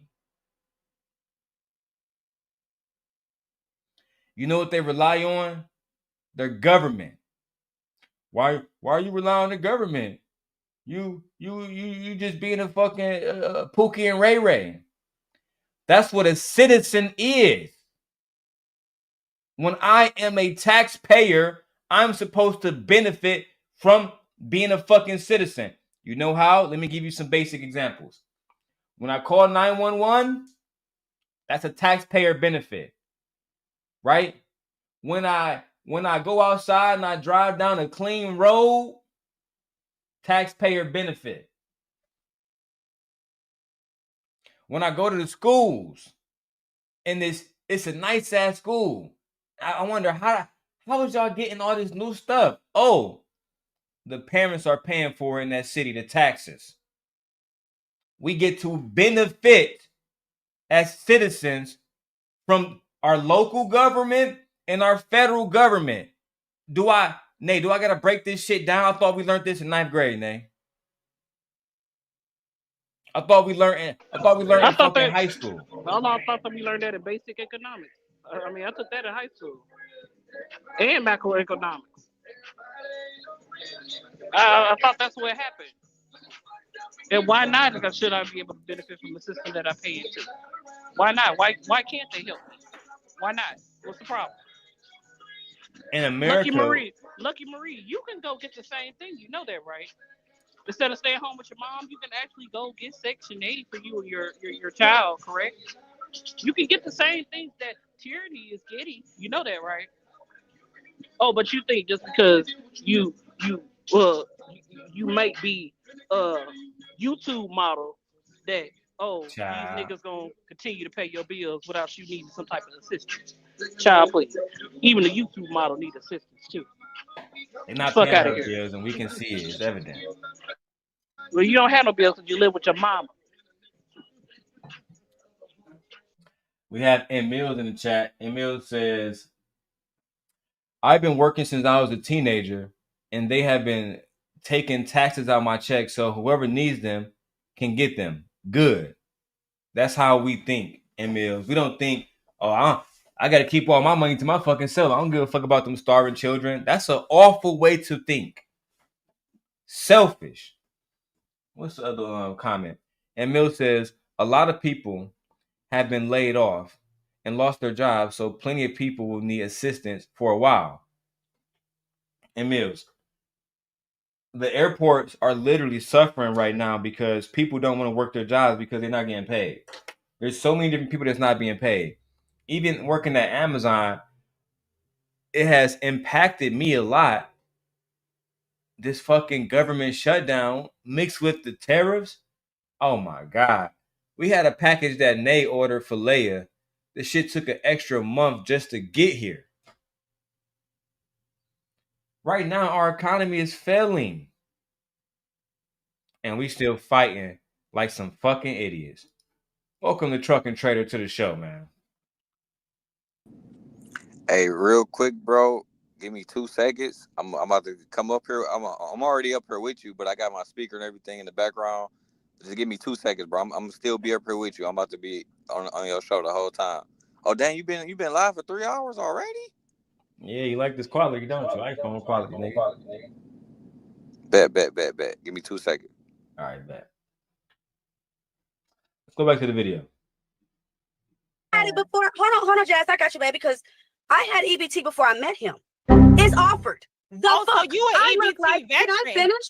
Can I finish? Can I finish? Can I Like, finish? what the fuck is we talking Can about? I finish? Can I finish? Oh my god. Oh my god. If I can finish, are you jealous that I'm on fucking EBT? And Are you got, hold on, Jazz don't know this side, and I don't want her in the situation. So let's go ahead and take her down. Go ahead, Okay. because you got a problem with what I'm on. Are you paying my motherfucking bill? I got a problem. Bitch, hell yeah. Jazz just told me 37 of my motherfucking dollars. You're not even in Texas. Are you in Texas? You're not paying shit. This girl, you're not paying shit. Let me tell you, she don't even know where I live, even though I said a lot. Okay, and I asked you, are you in Texas? Does it matter where the fuck I am? I'm because somewhere you're not paying. Yes. Yes, Lucky, it does matter. And if you don't believe me, then let's talk to Gemini. Because sometimes, even I, as the simp guy, I scratch my head at black women and say, damn, bitch, can you just shut the fuck up and listen? That's what I'm going to ask you to do now, Lucky. Shut the fuck up and listen. Gemini, I was listening to Lucky Marie on YouTube, and she lives in Nevada, and she claims that she is paying for all the baby mamas in Texas to have food stamps. Is that true?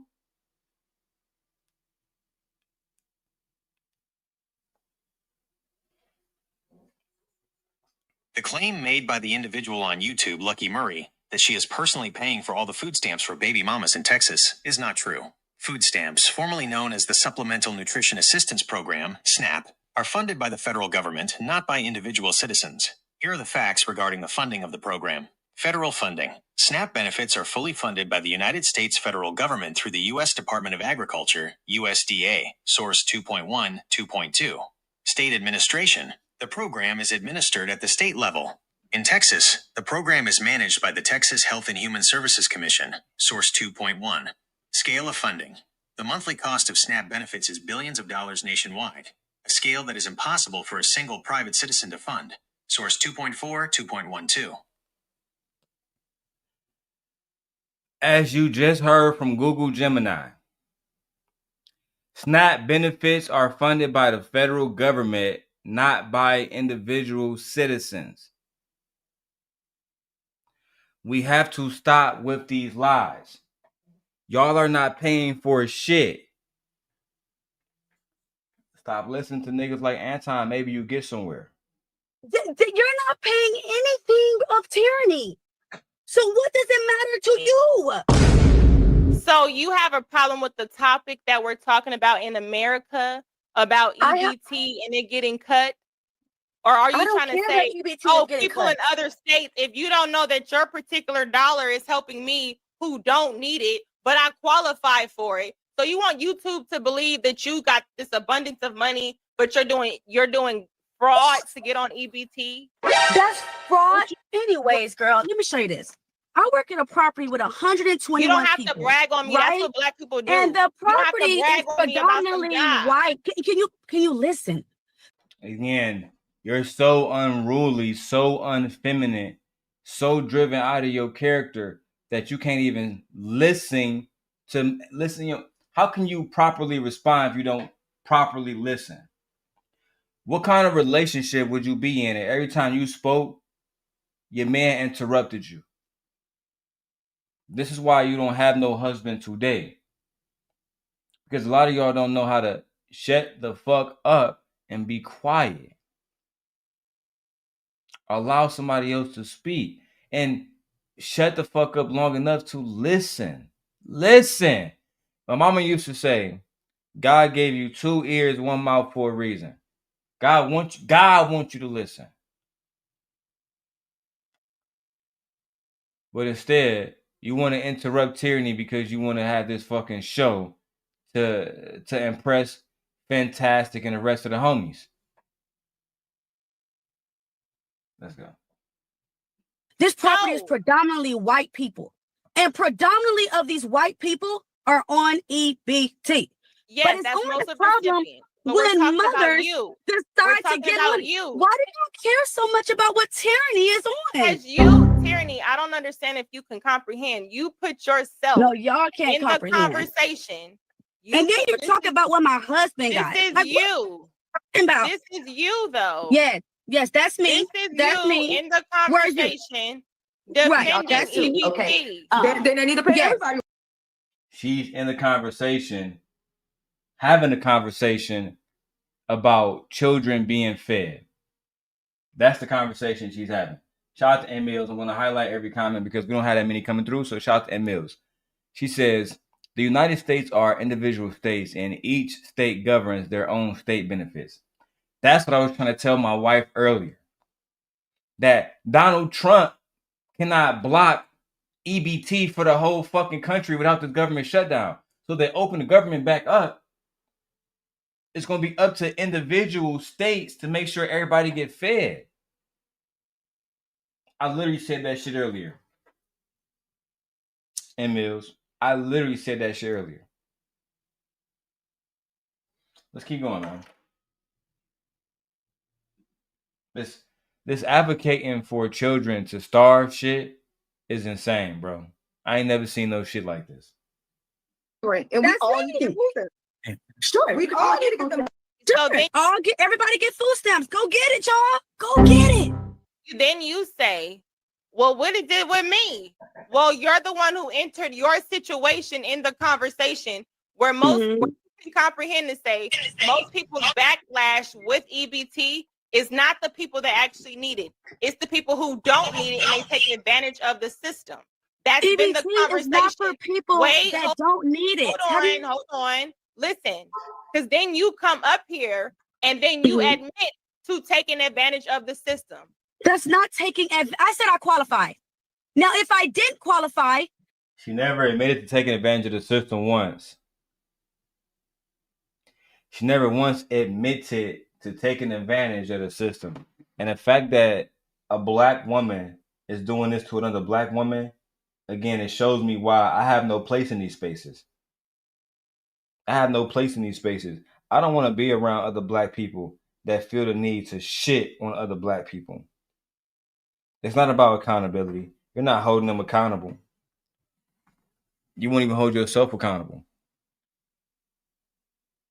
I have no place among people like that. I have no place among people that can't have basic conversations without insulting one another. I have no place in conversations like that. And there's no space for growth in conversations like that because it's focused on who can out-hate the most, who can talk shit the most, who can get the most controversial clip and say the worst shit the most. She little kid's pathetic. And I'm lying on an application. That's taking advantage. ¿Tú comprende o no? I'm not taking advantage of anything. I'm taking what's offered. Okay? And that's what everybody black in America. Let me break that down. So if she goes to the state and say, I work at Amazon, I make $20 an hour, I have 4 kids, blah, blah, blah, blah, blah. They ask her for her pay stubs, all the rest of that kind of stuff that they do, whatever, right? And she get qualified. She get qualified. Under those circumstances, how did she finesse the system? Well, if you got a job, you shouldn't have to pay any fucking thing. You shouldn't be getting paid any fucking thing. I'm sorry, guys. That's just the way it works, man. People who qualify for these benefits will have access to these benefits, whether you like it or not. Can I ask you a question, bro? Yeah, of course, man. Of course. I bring everybody up. What's going on? I just wanted to know your knowledge on this because I heard that, like, I don't know the exact percentage, but I heard it was a large percentage of those benefits are going to, like, immigrants and people who's not even American citizens. Is that true? Is that something that you know anything about? I can answer that question for you. I was going to go to Gemini real quick, Nay, just to make it easy. I'm about to say, because I can answer that question because my husband is an immigrant. I'm going to let you go. Let me go to Gemini first. Go ahead. Just so they can say we have some factual, concrete proof behind it. And then I'm letting they answer the question because she is, as she just said, married to an immigrant. right? So this is why, and shout out to Nate for, again, you know, Nate, I personally love when people use their own life. So thank you for that. Let me go to this. Gemini. I was listening to Anton Daniels, and he said that SNAP benefits is going to immigrants. Is that true? Illegal immigrants. Is SNAP? Oh, there you go. Let's go.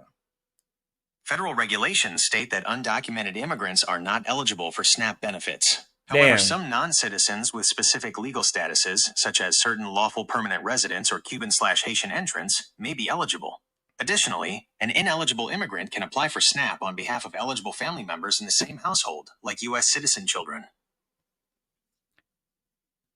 Undocumented immigrants are not eligible for SNAP. Nay, you got it. Yeah, that was gonna be my answer. My husband is ineligible, even though he has the status of seeking asylum, or well, the status has changed because he's going for his green card. He is unable to receive SNAP benefits, even though he is married to a U.S. citizen. So the only person that can receive food stamps is myself. And since I am self-employed and my income ratio is quote in the bracket to qualify for food stamps, I can get them.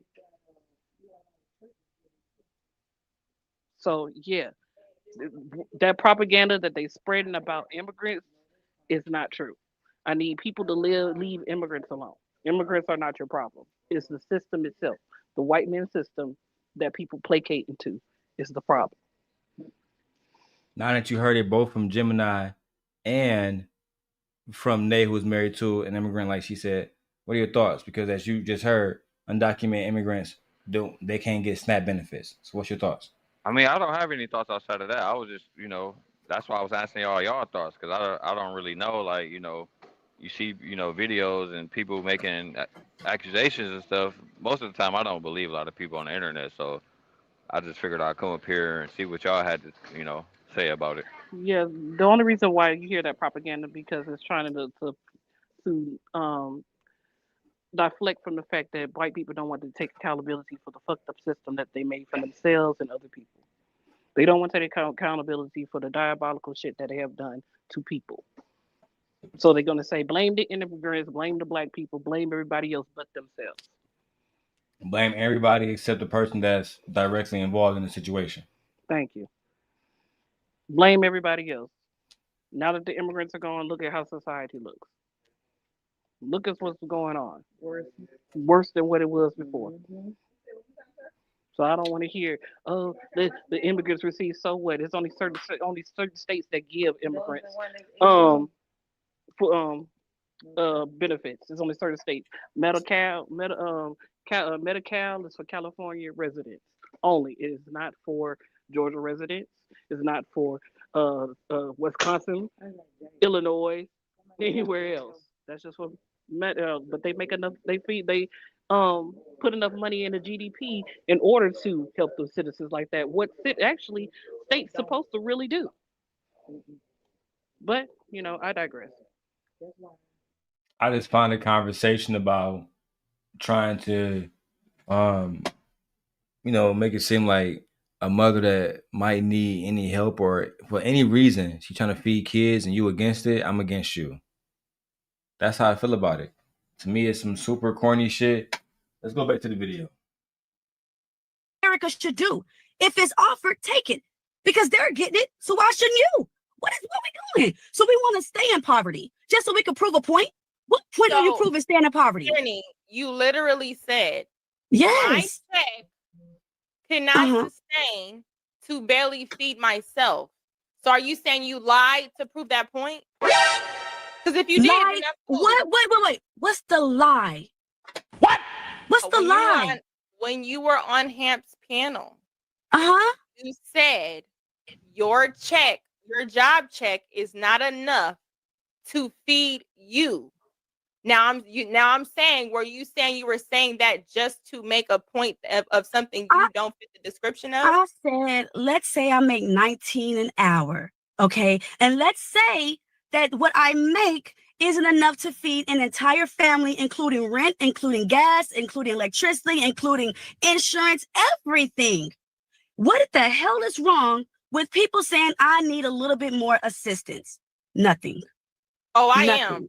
I definitely am running that back. Run the tape. I don't. Yeah, run the tape back because I would love to see it if she actually said it. But let me get to this comment.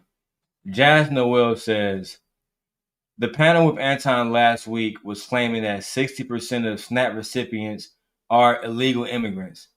Just literally flat out lying and pushing propaganda. Illegals are ineligible? Let's see, Jazz. Because I don't know. Maybe I don't know what I'm talking about. So let's go back to Gemini once again. Let's find out the facts. Hey, Gemini, my friend is a non-document illegal immigrant and she wants to get SNAP benefits. Is she eligible?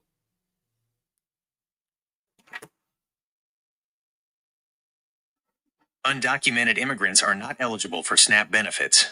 However, she may be able to apply on behalf of her children or other eligible household members who are U.S. citizens or have a qualifying legal status.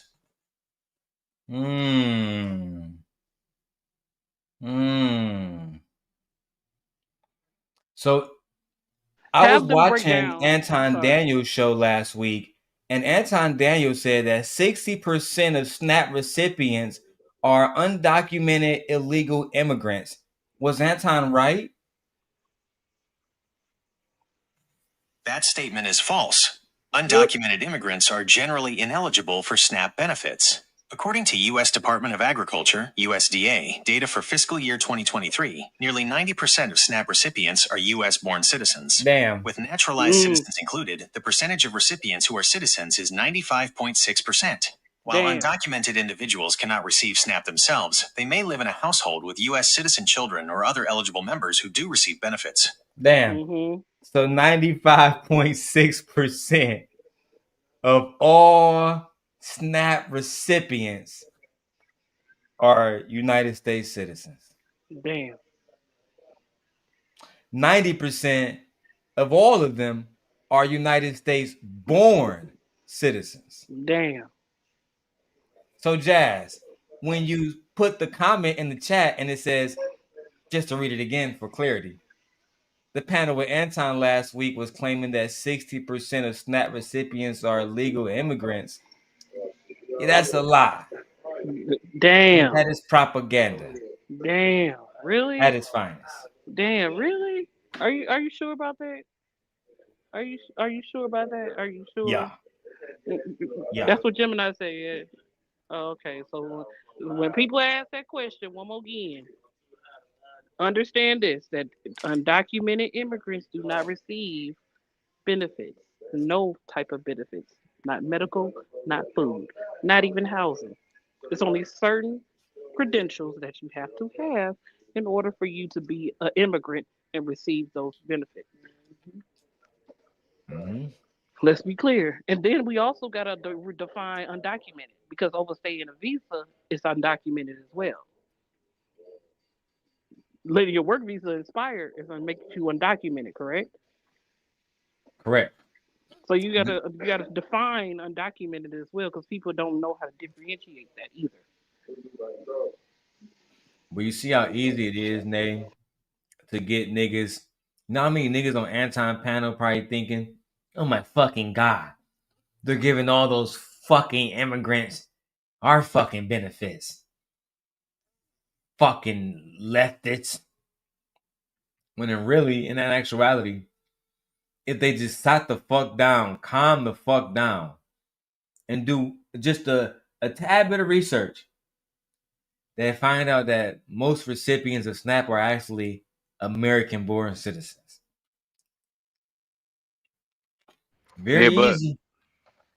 I'm sorry. Go ahead, Chucky. I'm sorry. Go ahead. I was going to say it's not even just Anton, bro. You know, Trump said this on 60 Minutes, so that's why I asked you because I was like, it just ain't sound right. I'm like, because I think Trump said 80%. I'm like, hey, it can't be. There's no fucking way. Yeah, that's misleading, and it's flat out a lie. Let me go back to this video, bro. This little kid is crazy. Yep. All right. Here we go. Come on, okay. Hold on, Lucky. We don't know nothing about you. We don't know nothing about you, Lucky. But when a woman come up here and be honest about herself, people know when a woman be, I know you got a son. Hold on. Now you saying I have a son. People who follow me know enough about me. Okay, right. Do you follow me? So, I know what you said. Girl, listen. I'm trying to give you the floor because I could do this. I don't take it personally. Right, because I'm at work and you guys are at home. But go ahead. I work from home. Tyranny. But anyway, the point is that if you make a point, hold on, Jess. Okay, Jess, I got you in the back. We're gonna come in a second. You ready? I want you to, okay. So the point is, if you not Jazz in the back chat waiting because it was too much drama. Child. Jazz, what were your thoughts when all of this stuff was happening? And I'm interested because you were a panelist that day and your thoughts on the topic overall, not the two ladies, but the topic overall. The topic being, should women like tyranny, should baby mamas, I guess, should anybody? Okay, I need you not to ask Jazz from the chat. Jazz need to bring her butt up here if she's here. She needs to come and say that. She needs to be able to have a conversation with us just as well as she's having a conversation with Anton or anybody else in this space.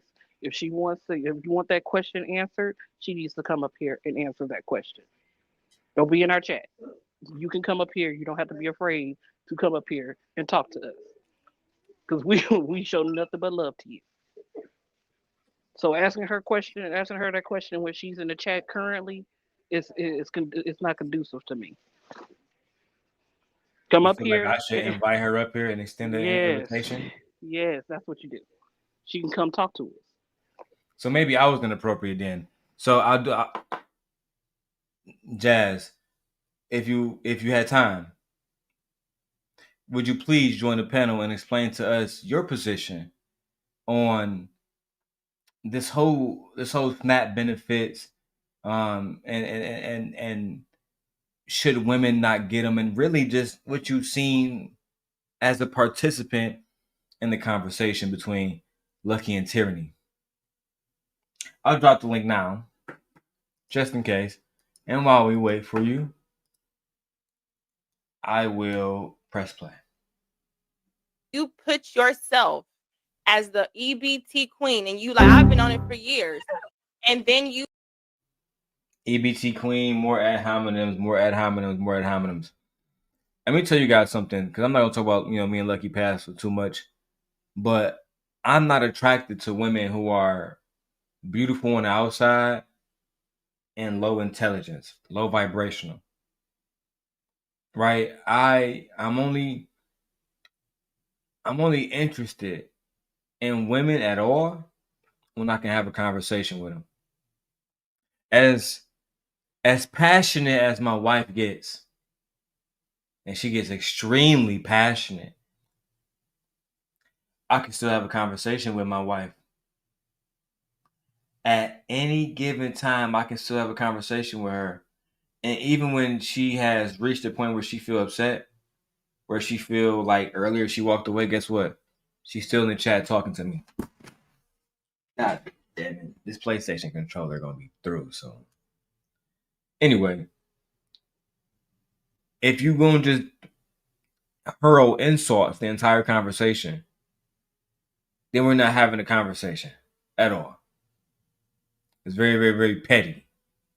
That's like me and Truck and Trader having a conversation, right? Say it's like that's like me and you having a conversation, and the only thing you say is shut your short ass up. Hey, bro, but don't you think we need to, you know what I'm saying, work on education in the black community? You know what we should work on? Getting short niggas some stilts.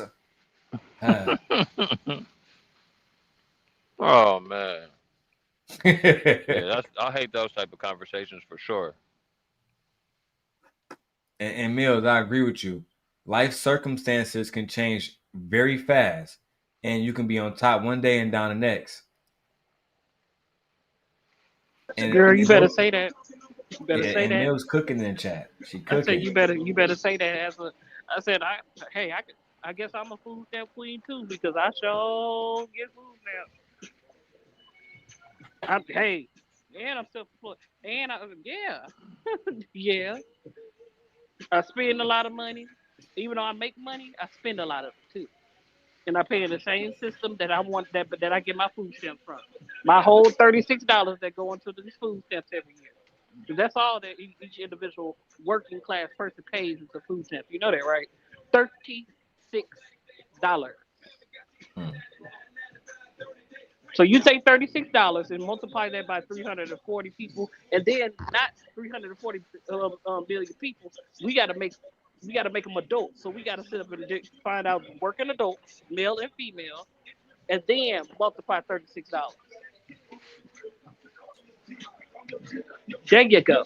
And then you'll find out your $36 ain't paying my $292 But that I get a see, month. let's say if it was $5,000 a year, I don't care if it's that amount because we're talking about feeding children. But the big beautiful bill that's already taken out. He's not even giving children reduced lunch. That's what the Democrats fight for too. They're not just fighting for the ACA. They're fighting for kids to get their lunches. They're fighting for your health care. They're fighting for inflation to go down. They're trying to bring your jobs back. It's more to what they're fighting for. If y'all read all 300 pages of the big beautiful bill. Fighting for mortgage bills on it. Okay. Y'all got to read it first before y'all start complimenting or saying, "Oh, it's the best thing that ever happened to America," because it's not helping you, working class. I agree. Let's continue. You put yourself in a position to say, my husband can afford this. I can financially afford this, but I still qualify. And we can pull up each state qualifications to be able to be on EBT, and your household financial needs can meet within the parameters of that. You get online. Let me tell you this. My qualification is girl, that I don't want to drop you because I don't want to look biased. don't call me girl, You're gonna Lucky. let me. You don't want me to say bitch. You don't want me to say girl. My name is Tyranny. I don't want to call you your name. What the? I don't want to call you your name. You don't want me to call you girl. You don't want me to call you tyranny. I'm gonna call you the fuck I want to call you.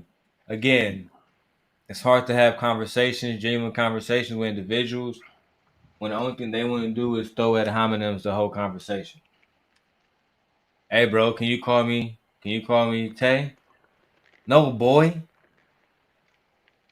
I don't like how you call me boy. How about bitch ass nigga?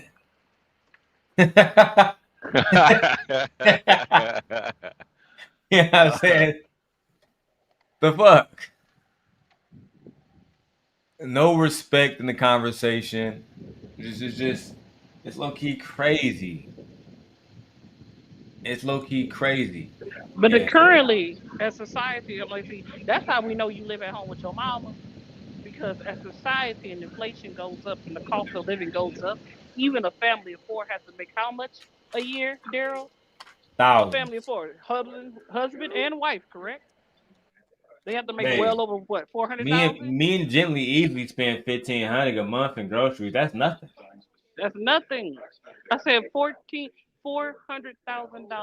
for a family of four in order for them to survive in today's society. That's husband, wife, and children. Between my wife ordering Hello Fresh and I Uh-oh. order Factor, we spend at least $500 on that one order alone. You see, you should have saw how sad I was when I was at Costco and I had to pull out my goddamn my money, and I spent over $400 dollars just to get meat and juice, just to last me at least 2 to 3 months. Oh, you be mad as $450, hell when you don't cook that steak. boy. Boy, and it wasn't even. I didn't spend my money on junk food. I simply got meat, vegetables, and things that I know I can store in a freezer in order for it to last because of how society is looking. And you got the gall to sit up and be mad because these people are sitting up using those same stamps to buy the things that they need. Don't nobody always go get lobster. You know, lobster can go on sale for $6 a tail sometimes. I feel God like damn. anybody that's willing to say that children don't deserve stamps and shit just because you want to attack the mom, that's some bullshit. That's some hoe ass shit. I'm not with it. I'm gonna slice these videos up, but I think we're doing really good with the live stream. To be honest, I might not slice these up because my live streams is very, very, very cleverly edited. We'll see. I'm sorry, my pre-recordings. I'm doing too many things over here. Fuck! So you don't want to call me my name now? You want to be being disrespectful? honest. That's how I know you don't watch me. Because My qualification is I have children under the age of 6. That's my qualification. You sit up there and you brag about taking advantage of the system. Who the fuck bragged about any? You said that. You said. Oh, I can't afford it, and yep, I did say that, yeah, but I'm still getting on EBT. Like, what are you talking about? That's been the conversation. My phone's about to die, so I don't want y'all. I'm not turning away free money, Lucky. What are you talking about? In the system that I paid for. If they offer me EBT right now, I don't give a fuck if they say, yeah, Rodrigo, your fucking spending is $10,000. You clearly don't need the money. No, it's not about that. I pay taxes. That's what it's about. I pay taxes in 2 fucking states because I work in Milwaukee. I live in Illinois. I'm getting every benefit that they throw at me. Period. And you a fool if you don't. Let me guess. You getting off your hard labor. Right? Like everybody else in America.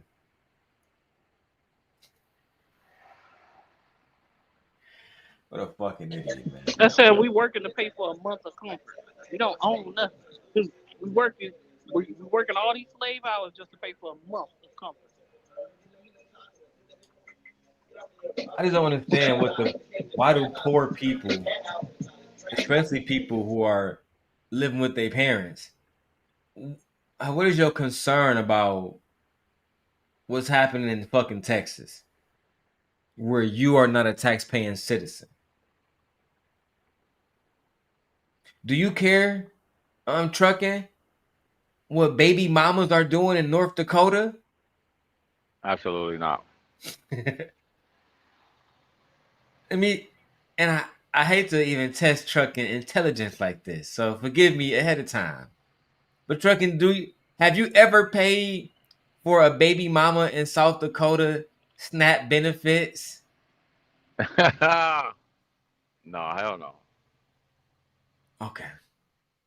So wait, bro, what are these 2 ladies even arguing about? Are they arguing about who should be eligible or who should and should not get it, or like what the? It's hard. You know why you don't know why they are you know why you don't know what they're arguing about? Because there's no fucking concise points being made. No, this is not a real debate. Like, I'm not hearing any claims or conclusions or nothing. I'm just hearing a bunch of women scream at each other. No, you hear one person screaming at another person because of based off of what she said about her own personal anecdotal experience. Is another person is calling herself judging her based off of that anecdotal experience. That's what it is. It's not supposed to be a real debate. It's her being judgmental instead of minding her own fucking business. That's what it is. Yeah, mind the bills. All the bullshit. That's what it is. Mind the Tierney was bills. talking about getting food stamps. Lucky said that Tierney represents black women who are taking advantage of the system. You can't take advantage. You know how many people taking advantage of the system is your president becoming the president to negate the fact that he has to pay over $340 million to a certain someone.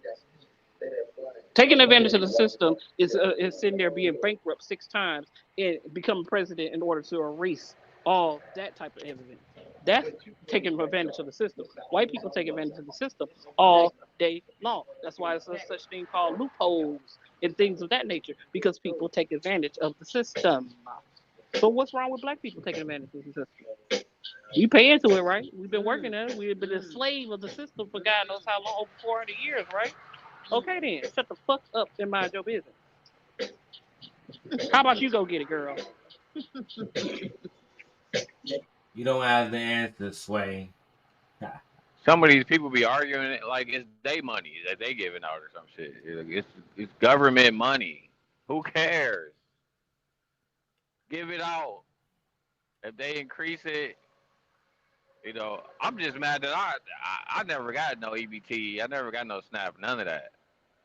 I was always jealous of the people who got that stuff. But I'm like, damn, these people be low key balling with this shit. You know what I'm saying? But it is what it is. I don't hate on the people that get it. I want to see people win. I want to see people be able to feed themselves and their children. Hey, But and even if stand you, on. My bad. Go ahead. I'm sorry. I was gonna say, even if you abuse it, so fucking what?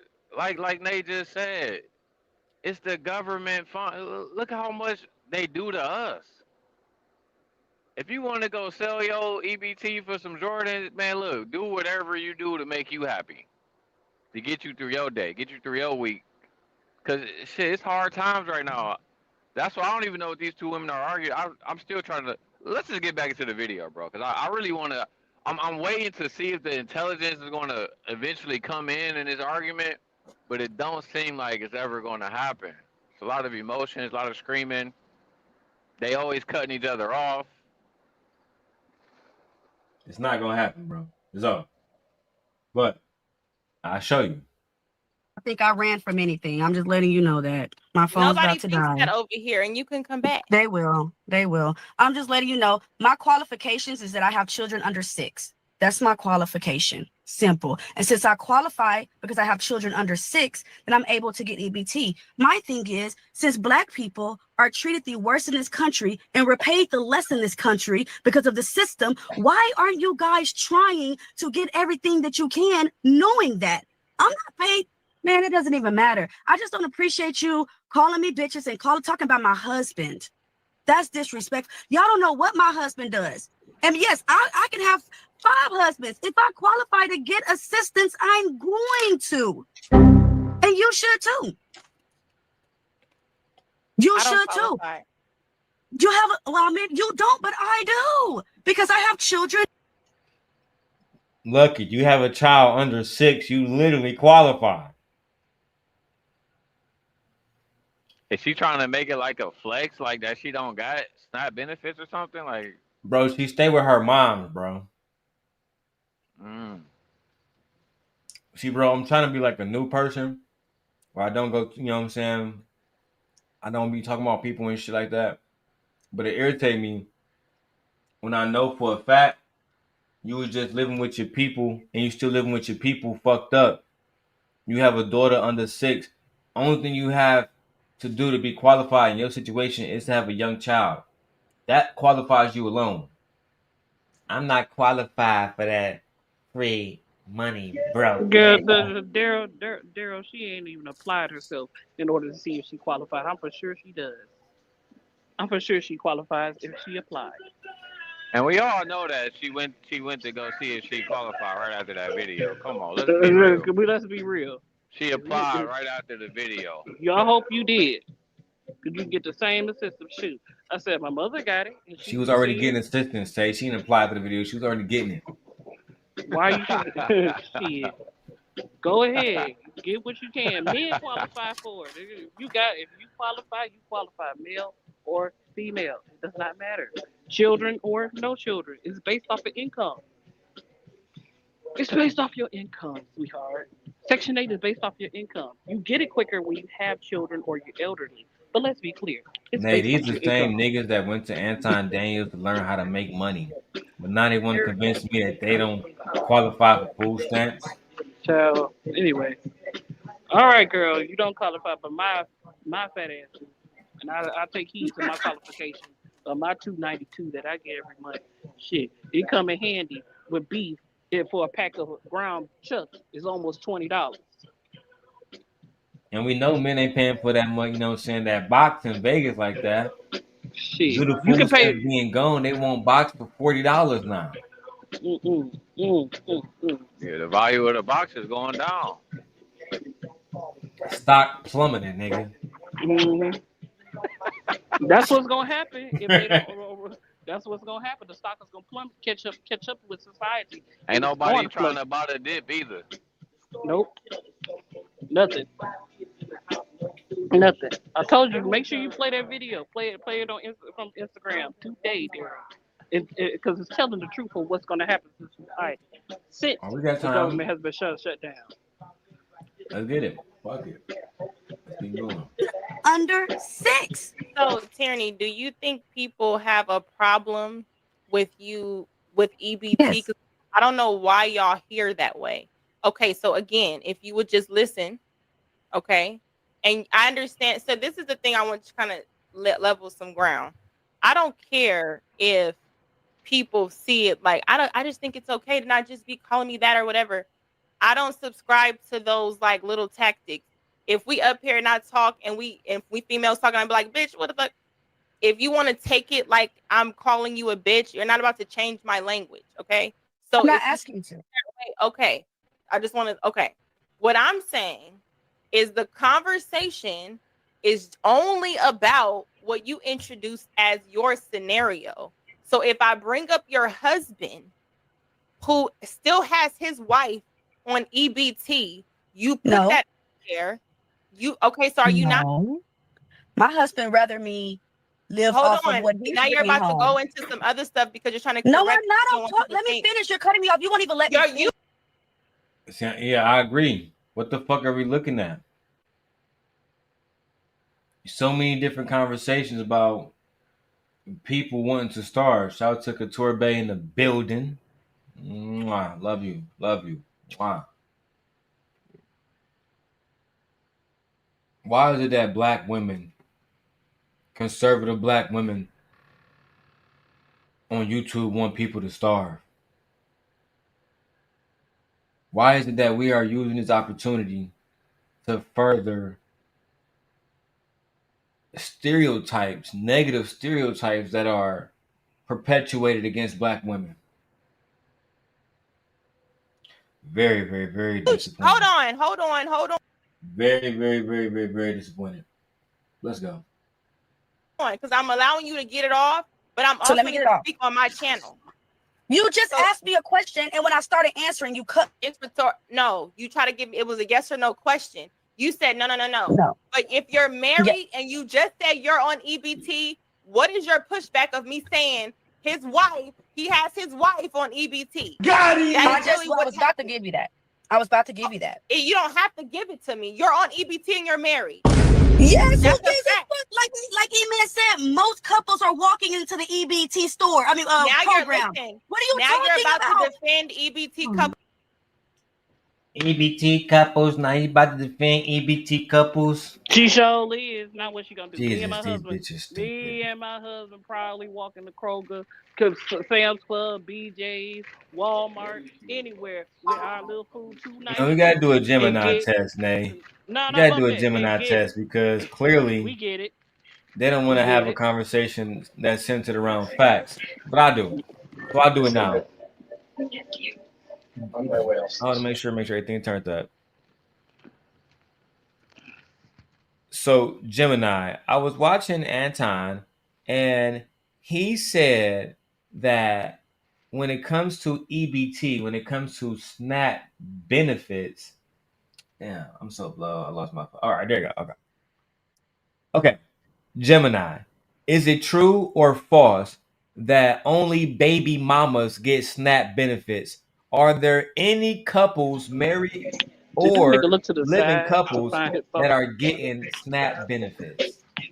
Daryl, you look to the side to find your thoughts. The statement that only baby mamas get SNAP benefits is false. Eligibility for SNAP is primarily based on household size, income, and assets, not marital or parental status alone. Married or cohabiting couples can and do receive SNAP benefits, provided their combined household income and resources meet the federal and state guidelines. Spouses who live together must be included in the same SNAP household. Yup. I walked my $2.92 in the Walmart, Kroger, Sam's Club, BJ's, Costco's, proudly hand in hand with my husband, and we get what we want off the food stamps that I receive. Now what? What you gotta say?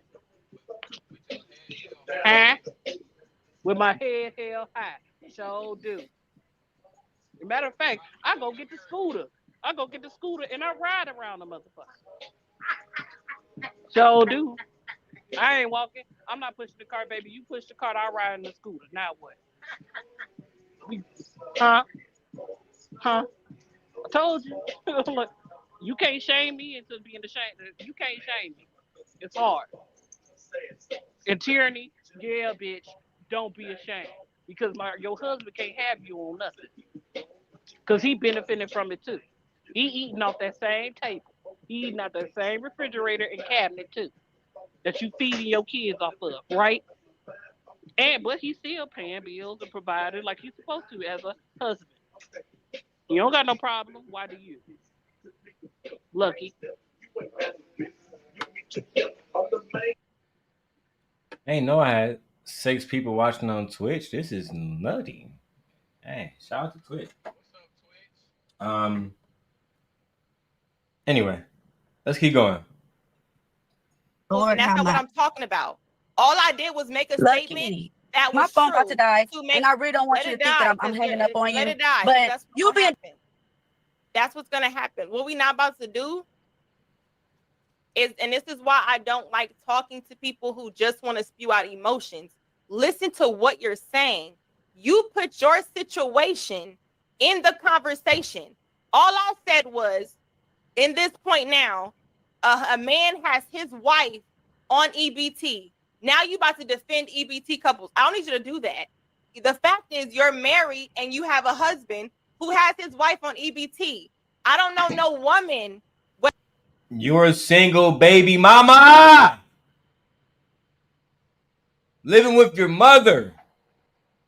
Struggling. The man not even there. And yet you shaming this woman. I don't understand it.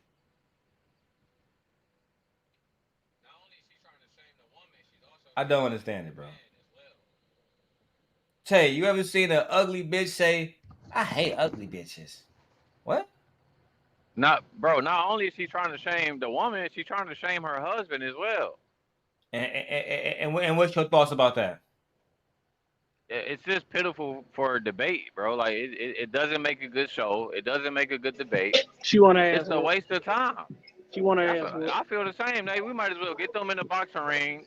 Mm-hmm. Let them go ahead and do what they got to do. Like you can say what you want. We need to start seeing more of these women boxing. On some of these YouTubers, we need to start seeing more of them just box it out at this point. Because you just saying some off the wall. Tay, would you classify the behavior that she's exhibiting as feminine? No, it's very disrespectful. Is it masculine behavior? No, I wouldn't say it's masculine. I would just say it's shit toxic. Shit toxic. There you go. That's his own realm. Would you be interested in dating a woman like that? Come on, bro. You already know me, bro. You already know I don't play around. Do you think it's a coincidence that she's a single baby mama now? No, it's not a coincidence, bro. My nigga. It's not a coincidence. Especially when they actually look decent and then they still can't get a nigga. A lot of red flags that go up right there. That tell you everything you need to know, don't it? Tell you everything you need to know. You know, it's almost like you can't get a nigga. Nigga don't want you, little pretty thing. Oh, you gotta be fucked up. For real. But for real though. That's basically what it's like. I don't know, man. I'm glad you spoke on that, how, you know, how she was trying to shame the husband. But I feel like she was only shaming the husband because she was shaming the wife. Like she was really shaming her. She don't know the husband to know what the fuck, you know what I'm saying? And she was on food stamps before she got with her husband. So how you shaming him? You trying to make it seem like he can't feed his kids. Right. Meanwhile, live with your fucking parents.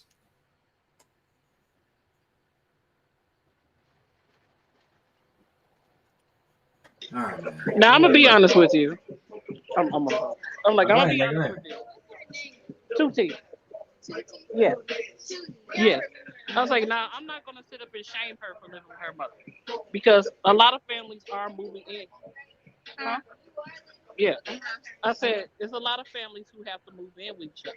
It's nothing wrong with that. I'm not saying that. If you're a single woman and hey, if your mama got an extra room and y'all can sit up and help benefit each other, go right ahead. But when you're sitting here as a single mother, a single mother who can benefit from the same benefits of tyranny and try to shame her, that's that's actually diabolical to me. I don't get it. I don't get it. Because then we can take the same ideology that you are using against tyranny and say, bitch, you live with your mama. What kind of real life experience do you really have when it comes down to paying bills and having a family? And going through the struggles that families go through in today's society, especially married couples with children. We can use that against people can use that against you. Bitch, you live with your mama. Shut up. Everybody who knows her knows she stay with her mom. And listen, I stayed with my mom before too. We all have. I stayed with my mama But until I got married. Shit, I don't care. I It wish I is could what still it is. stay with my mama. Shit, rent too much right now. You know I'm how just much money I saying be saving? to try to Shit. snap like Shit. bitch, I don't even qualify. I'm a rich bitch. Shit. Come Say that on, one more dog. time, Tay. Shit. If I could go in my mama's house tomorrow, shit. I take it and pay half the rent. Shit. I was just I do watching a it. video on YouTube. It was a 34-year-old Indian guy living with his parents happily. Like it was no stress. I'm like, damn, he low key living the dream. And he wasn't fucked up or broke or nothing. He had many achievements, like high level achievements. Only black people was trying to shame niggas for living with their parents at an older age. It's ridiculous.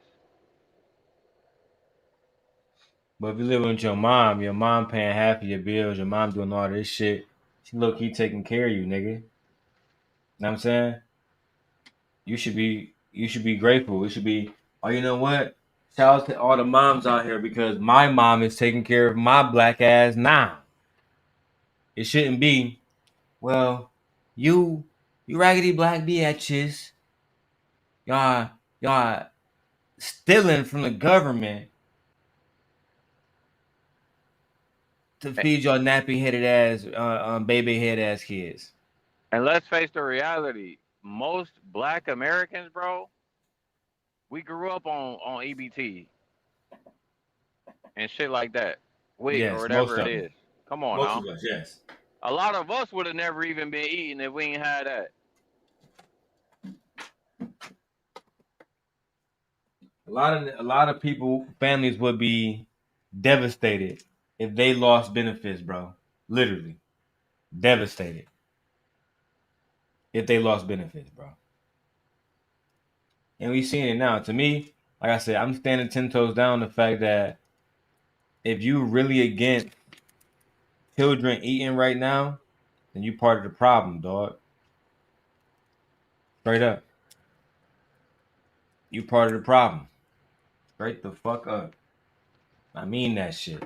Let me go back to this video, man. Yeah, Vic, I ain't lying, Vic. I swear to God. Vic, I wish I was lying to you, bro. All right, let me go back to the video, man. It's What did crazy. Vic say? He said LOL, but I think he laughing at what I said, but it is what it is. Shout out to Vic. Let me go back to the video.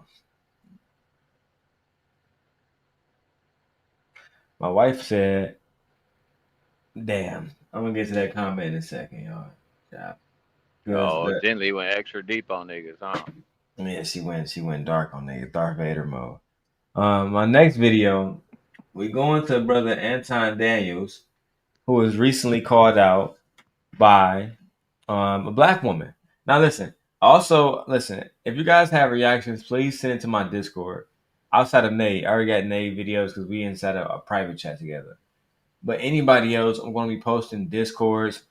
The link is pinned right here if you want to just use the QR code. But otherwise, I'll be dropping the link soon. We're going to be rebuilding this channel up, rebuilding our community up. And I'm very excited about where we're moving with this community. I'm going to be reading all comments, no matter how crazy they are. no matter what platform you're on. Anyway, let's get back to the video. And let's see what we got going on over here, man. This shit crazy.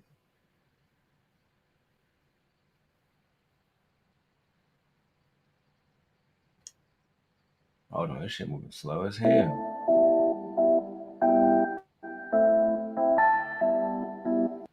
Can y'all hear that motherfucker, Tay? Or nah? I can hear it. All right, cool. Let me read some of these comments real quick. All right, my wife says, Lucky is disabled, and disabled people receive government assistance due to the fact that they are not a part, they're not able to participate in the workforce fully due to their disability. So we will be paying, sorry, Vic, let me just read these in, back to back. We will be paying for her and her child due to the fact that she's not able to invest in her earning potential because of her disability. That means the taxpayers will be paying for a lot of your government assistance. Make sure I get this right. So that your child won't be losing out. But according to Sherelle, your child should eat out of a fucking garbage can or from a fucking dumpster. My wife says, she also says, absolutely not.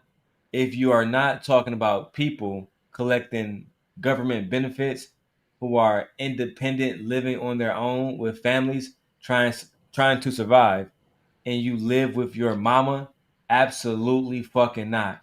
And you see what I'm saying, babe? Yeah, the dynamics there is crazy. How you talking about somebody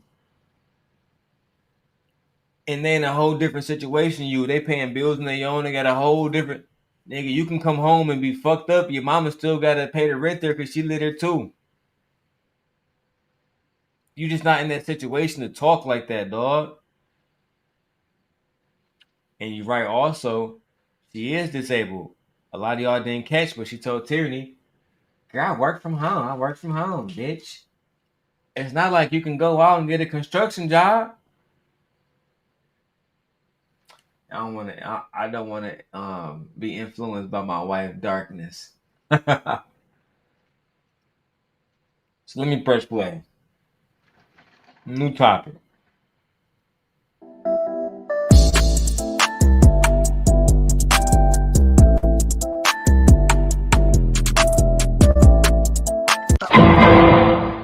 I think it's what Quentin said about the fighting. Like he said that as a man you have an impulse to do it, but then you have the wisdom or the intelligence not to. So ratchet chip, which goes to the you question. weren't talking to M. Hoop on that situation. He had the intelligence to not. But to your question, I mean, they were talking together. But the point is, which was my question, how do you retrain women who have been, this is just like what you know, this is your norm. So if that's your norm and you trigger and your norm is, this is your, we call it a schema. That's how you respond. But so Shannon, you think that men are supposed to retrain women that inherently are disruptive? Nah, those women die alone. No, I think that it's possible. I think that though a lot of those, just like Monica, people have triggered, people have experiences that are negative, and it's still very much possible to show them a safe place. If you need to train a woman, but if you give them a safe place, not all, but some will be safe enough to say, okay, I can let my guard down. I don't have to be a complete butthole. Like, this is the thing. Like, oh God, like they can actually fuck me for real. Like, this is new. That's actually a thing.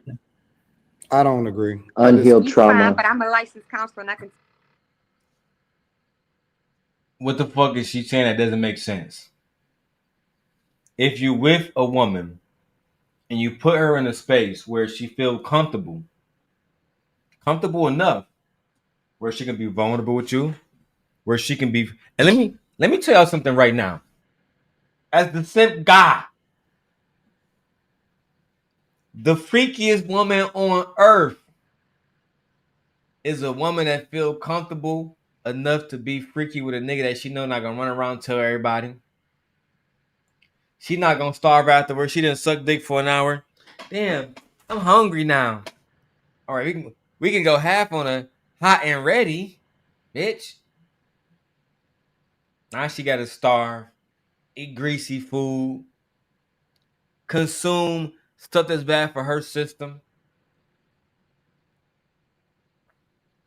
A lot of the times, women just want some reciprocity. A lot of the times, women just want somebody that's gonna make them feel like you're not sitting around judging them. You're not gonna make them regret fucking with you. I'm gonna go to Truck and Trader or Nay if they have any thoughts. I have no thoughts right now, our brother. That's what happens when I be speaking these facts. I stopped listening to her. Yeah. I stopped listening to her when she said, men need to train a woman. I said, I ain't no goddamn dog. I don't need to be trained. So fuck. So you speak for yourself, girl. You don't feel like she was right when she said women need to be trained? I don't think she said women, right? I think she was saying like the women that's like going through a lot of shit or something like that, right? No, Yeah, she that's how said women, Anton men. said women. Anton said women need to be trained, but that's not what she I was don't give saying. a She damn. was saying that like women, when they No. are heartbroken and going through trauma, I'm mute her real quick, Nate, because you got the background. Thank you. When they're going through heartbreak and trauma, they might become jaded, amongst other things, right? So it might take an understanding man, a loving man, a caring man, for them to open up again, for them to trust again, for them to feel vulnerable again, for them Yeah, I to think that's what give she was love a trying to say. chance. Yeah, pretty much a safe space. I think that's what she was trying to say, pretty much. Correct. That's all. Do you disagree with that, name? No, so like, no, I don't disagree with that. I thought she was the one that should have said something about training a woman. I was like, huh? Girl, No, you gotta listen. You gotta listen. No, I'm just I kidding, Nate. can't. Don't hurt me, Nate. Don't hurt me.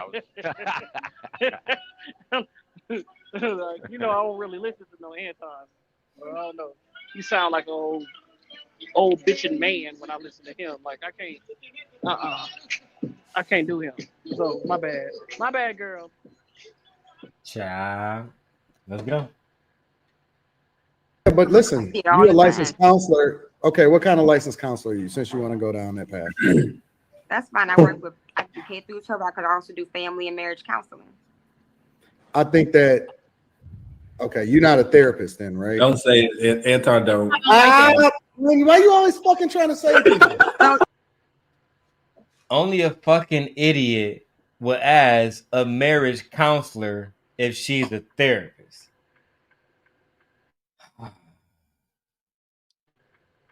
This is why I know sometimes the white people just look at us and be laughing. Look at these stupid motherfuckers.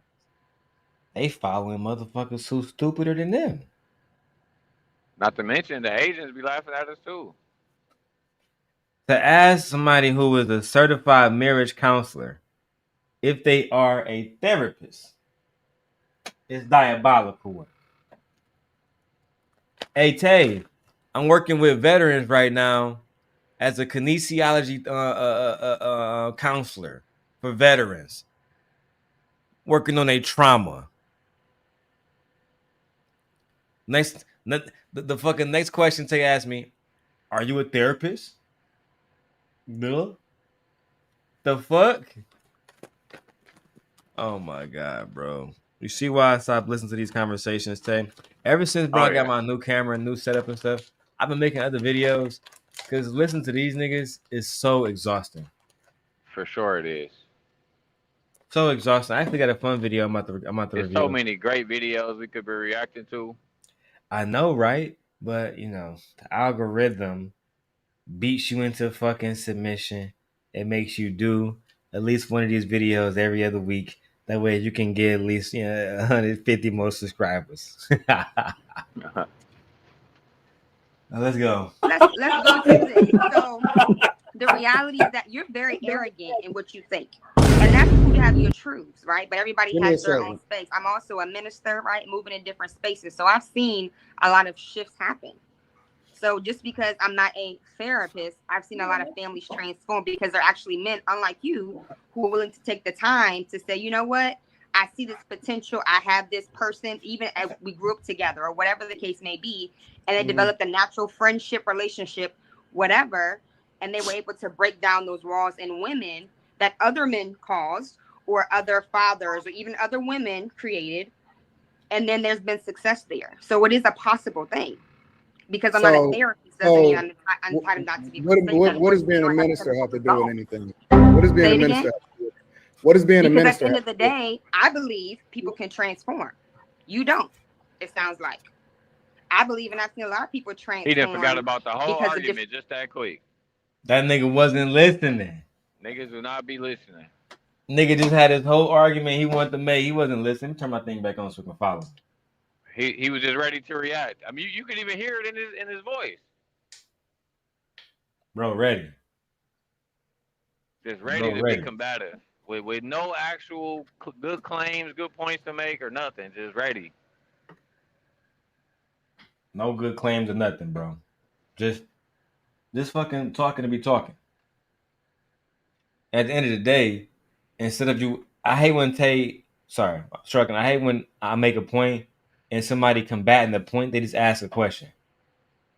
How are you a Christian and ask me, what does me being a minister, a person of God, a person of faith, have to do with anything?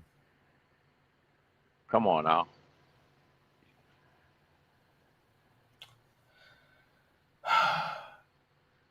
Okay, let's go.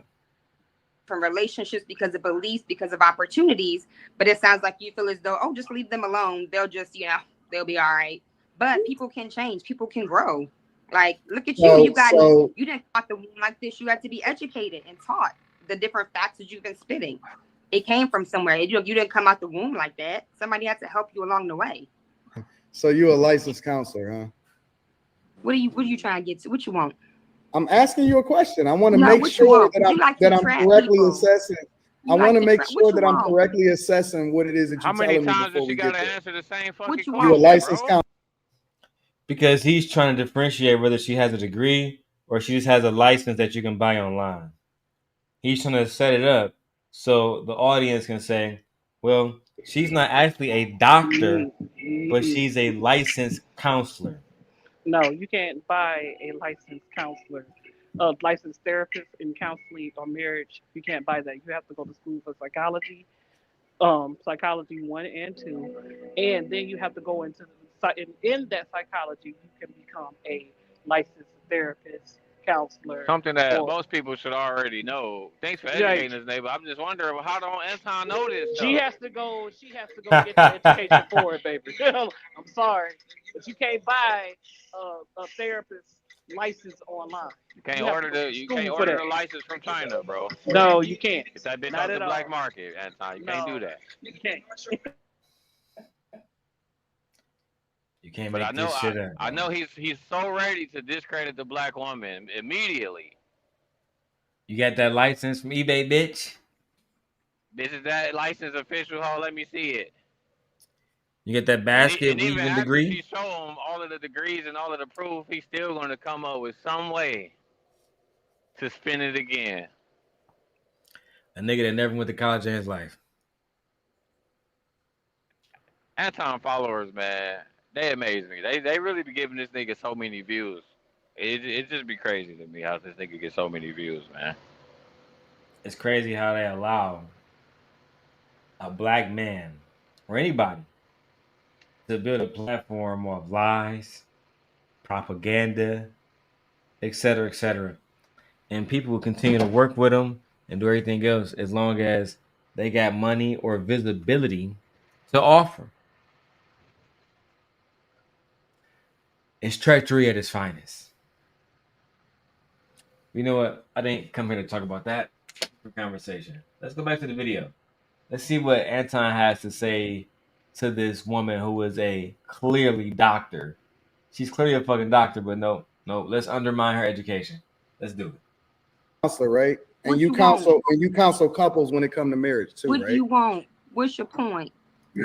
So what makes you think that you have the remedy or the solution for fixing people in relationships versus what it is that what my method is.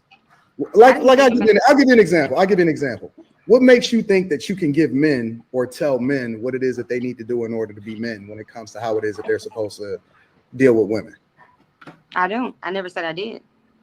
Do you counsel men? Do you counsel men? Do you counsel men? Yes. So how can you say that you don't feel like you should be able to do that, but you do it? If some men, just like women, are open to getting advice, counsel, then they can have some different opportunities, different ideas. We call it schemas. So based on your idea and your life, these things, just like Monica, our topic, certain things trigger people. But when you're able to have a conversation, are you qualified to give men advice on how it is that they're supposed to deal with women? I don't teach a man how to be a man. I'm a woman. I can't do that. What the fuck are you talking about, Anton? Right, that's what I was just thinking. Like, come on, bro. It amazes me when you got a few dollars in your pocket and a few numbers behind your subscriber count, how much stupidity can come out your fucking mouth, and nobody ever say, "Shut the fuck up." I swear to God, I sit here in utter amazement. Jazz just came into my chat and said, Anton was over there talking about something. 60% of recipients of SNAP is undocumented illegal immigrants. I feel like niggas just turn on the fucking live stream at no research, no nothing goes behind some of this content that people be making on YouTube, bro. They just come on this motherfucker and get busy. No reading, bro. No nothing. And truthfully, that shit low key disgusting. But I appreciate you coming up here. You know they basically blackball me. So they tell other people who even like I believe people like Jazz want to come on my channel. Because I know Nate said she wanted her to come up here and explain herself. The reason why I think she won't is because whether it's Anton or somebody else, I guarantee they have come to her already and said, if you come on his channel, we're not gonna work with you no more. No. We're not gonna support you ever again. And we're gonna blackball you like we did that nigga. So now, trucking house long, we gotta rule by ourselves. It's always been a battle between real and fake, bro. And the real niggas been losing for a long time now. Unfortunately, you might be right. Oh, shout out to Vixen. Shout out to Vixen for her $10 Cash App. I just saw that Cash App come through. Let's go.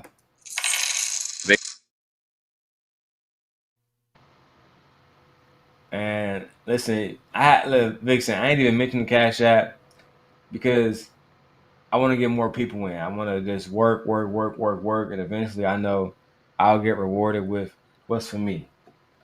Just like this opportunity fell back into my arms, into my lap. Now, other opportunities will fall back into my lap as well. Amen.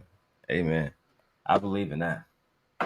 So I appreciate you, Vixen. Whether it's $10, $5, $100, no matter what it is, I appreciate every dollar that goes back into the Sim Nation.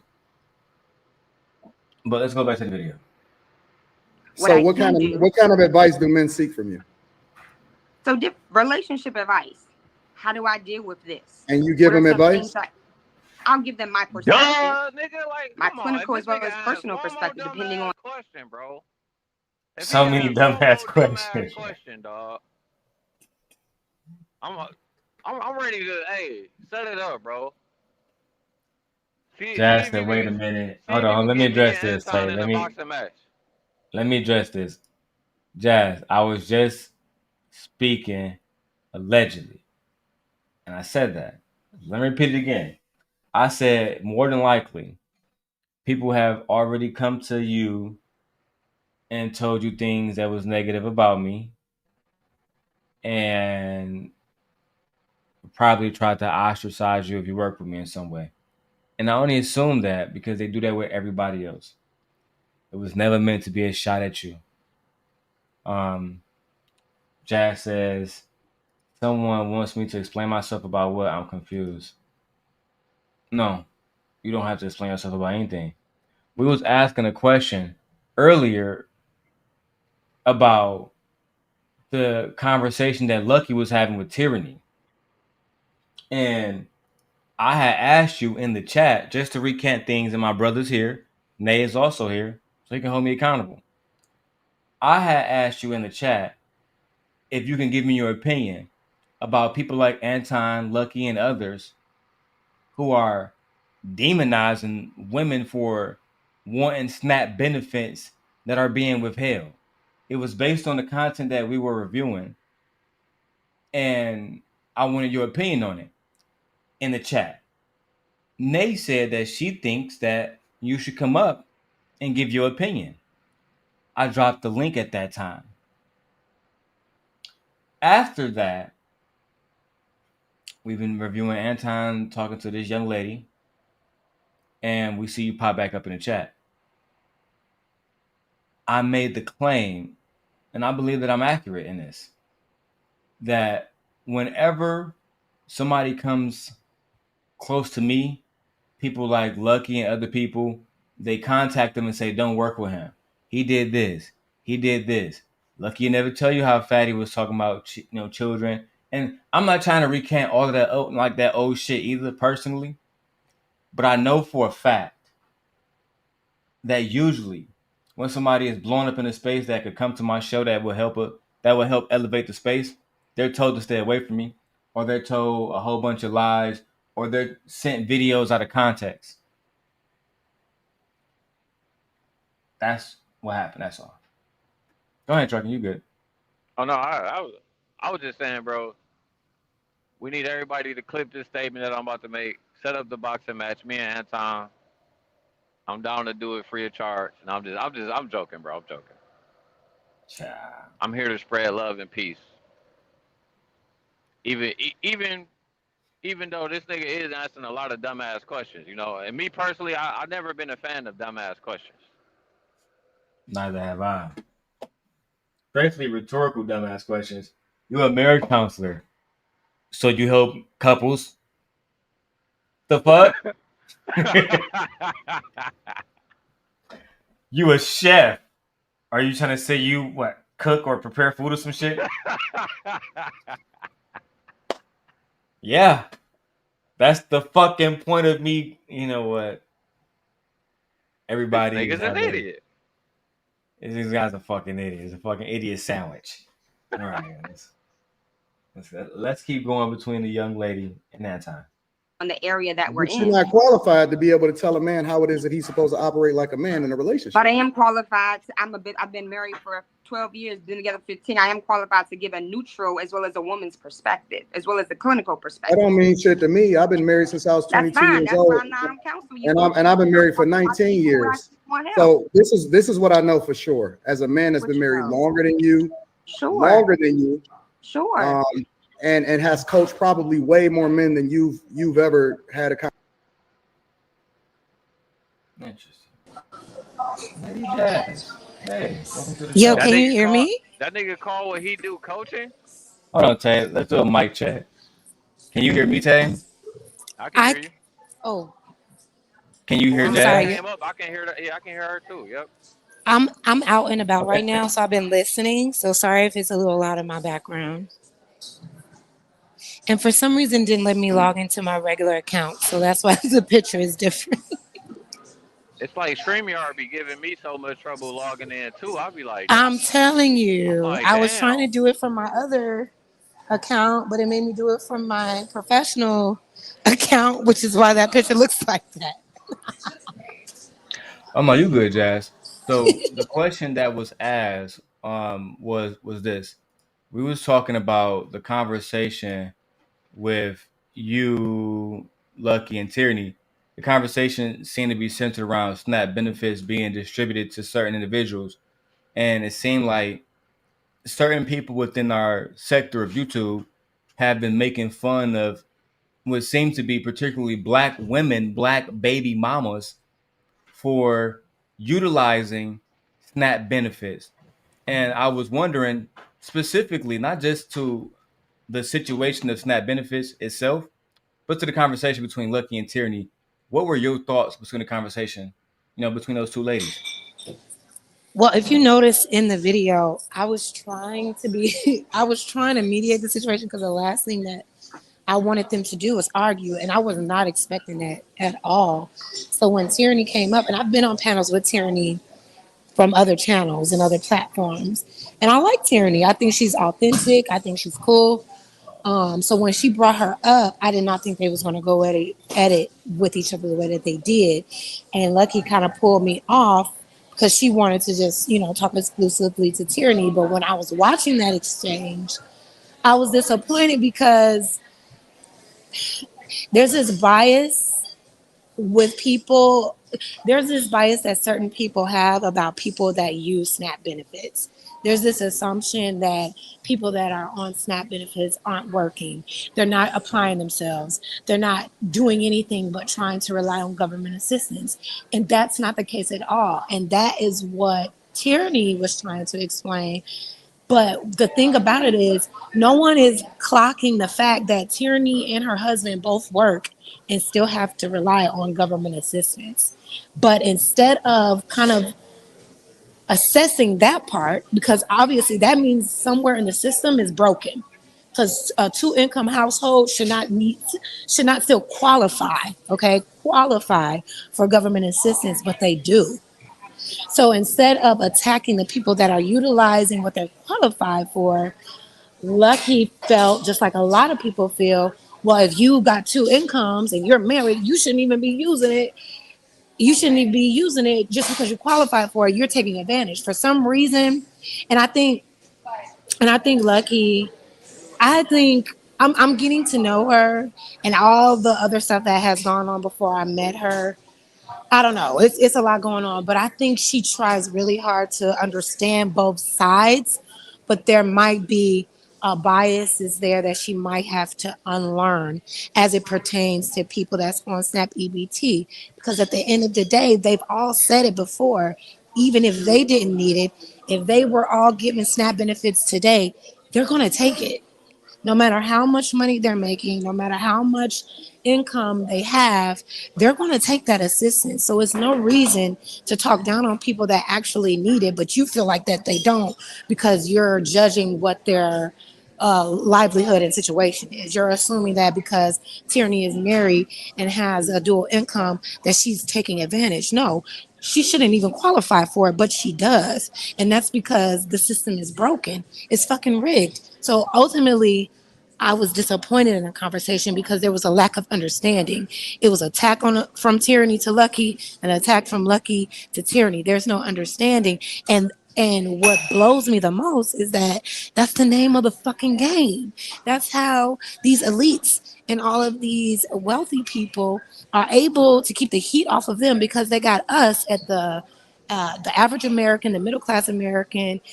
We're looking down on the people below us, fighting each other when they're the ones that's scamming us. They are the ones that's exploiting every other class outside of the wealthy, the super wealthy. So for me, it's just disappointing. And then with the Anton panel, they were just flat out lying. Like they played a video about someone saying illegal immigrants are getting this amount of SNAP assistance. That's just a flat out lie. You're not eligible for any type of SNAP assistance unless you are a naturalized citizen or you might be an immigrant seeking asylum, right? If the government brings over all of these immigrants, those people, yes, there is not a loophole, but it I can't think of the word right now, but that there is a way for illegal quote unquote immigrants that are coming over here seeking asylum that can qualify. But illegal immigrants that are coming over here illegally, not trying to get naturalized, going through the due process, they don't. But the propaganda wants to put it as if they want to demonize the poor. They want to make it seem like poverty is a personal choice, and it's not. And that's what frustrates me about this entire conversation. And I think with like Lucky and Anton, a lot of people, there's a lack of compassion. And I say that to everybody that I speak to about this. There's a lack of compassion and understanding because sometimes people feel that if they can kind of downplay others, even if they're not trying to, it validates their efforts. It's like the pull yourself up from the bootstrap type of mentality. Well, I did it, why can't you? Not understanding the nuance and all the other things and all the other factors that play into why people are in the position they're in. So those are my thoughts. But I do want to say we could talk about that on another time. People have hit up other people about not working with me, right? Because for whatever reason, there has been situations where people would say certain things about your platform, but nobody is threatening me like that. That's what I wanted to make clear. Like nobody's threatening me. Like if I work with you or so and so and so and so. Now, if I'm working with that person and y'all have a situation, and if we're doing something in that moment that makes them uncomfortable, I will respect that space. Do you know what I'm saying? Like I will respect that space and say, you know what, this is our situation right now. If this person is making you uncomfortable, I will go ahead and make sure that you are respected in this space.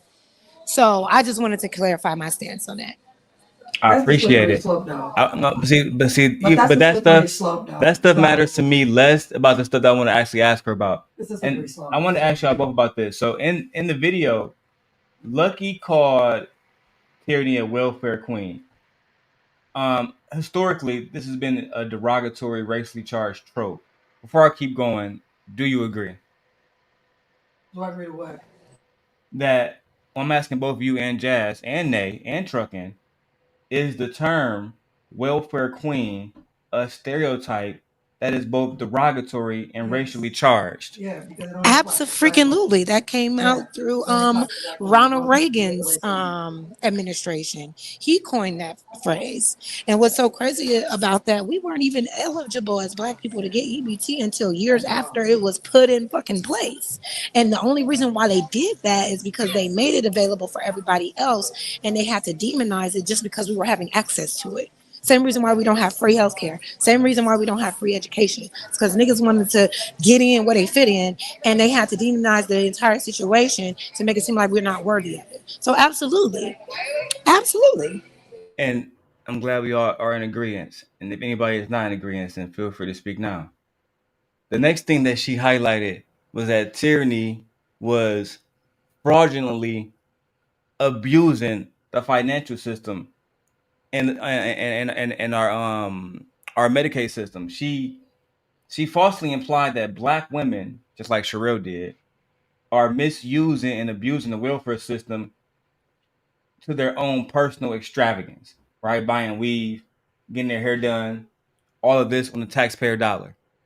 To that, y'all say what? I'm gonna let you go, Jenny, because that shit's stupid as hell to me. Stamps don't even pay for none of that. And I don't understand why people No, Jenny, go ahead. No, you're right. It's like I'm with you. It's so ridiculous that I don't even want to give much thought to it because it's not like you could take an EBT card with snaps and slide it for weave and nails. It's just so It's stupid. only for food. It's literally only for food. Right? Literally. Yeah. I don't understand Literally. the logic. Like Is they're that getting their Jazz? hair Hey, in. Jazz. Hey, how are you? I love your voice, by the way. You and Jen Lee, like I can listen to y'all talk all day. No joke. So why would somebody say that Black women are using SNAP benefits to buy weed? They probably thinking that it's bartering.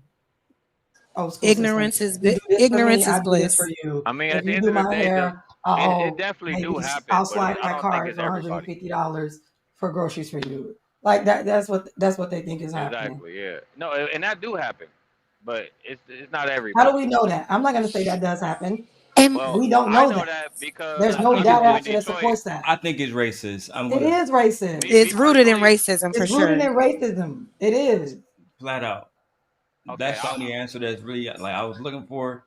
It's a racist trope meant to further perpetuate negative stereotypes about Black women. 1000%. I mean, the image of it's just the Can image I of the say something, welfare bro? queen was painted, Whenever gently get done. by black single mothers to Yes, manipulate laziness and dependency on the government. That's literally what it was. And we know that. How can we be lazy and dependent on the government when we just came out of Jim Crow, when we just came out of slavery? Like, how can we say that black people are lazy when we literally have documented evidence of black people working so much to their literally muscle peeled from their bone? Literally. Because they was working that much. And the gag is, what pisses me off is that you gotta have some type of work going on to even qualify for these benefits. Exactly. You can't just be out here unless it's like very special circumstances, like disabled, mentally unstable, whatever the case may Right. be. And that falls on a different category. Exactly. Yeah, like you gotta have some type of something. The way that they there's a whole vetting process that happens. I don't know where people get this idea that people can just choose not to work and do anything and then go apply for these benefits and then be granted these benefits without showing they're at least applying themselves. They at least have some type of income going on. That's what frustrates me the most, is because people are working their asses off and still can't afford to not only cover their bills with the money they're getting from work, but it's not covering their groceries as well. And then people want to get mad at the people that apply and get this assistance. It doesn't make any sense to me. It's like your beef is misplaced. I mean, I definitely agree with you.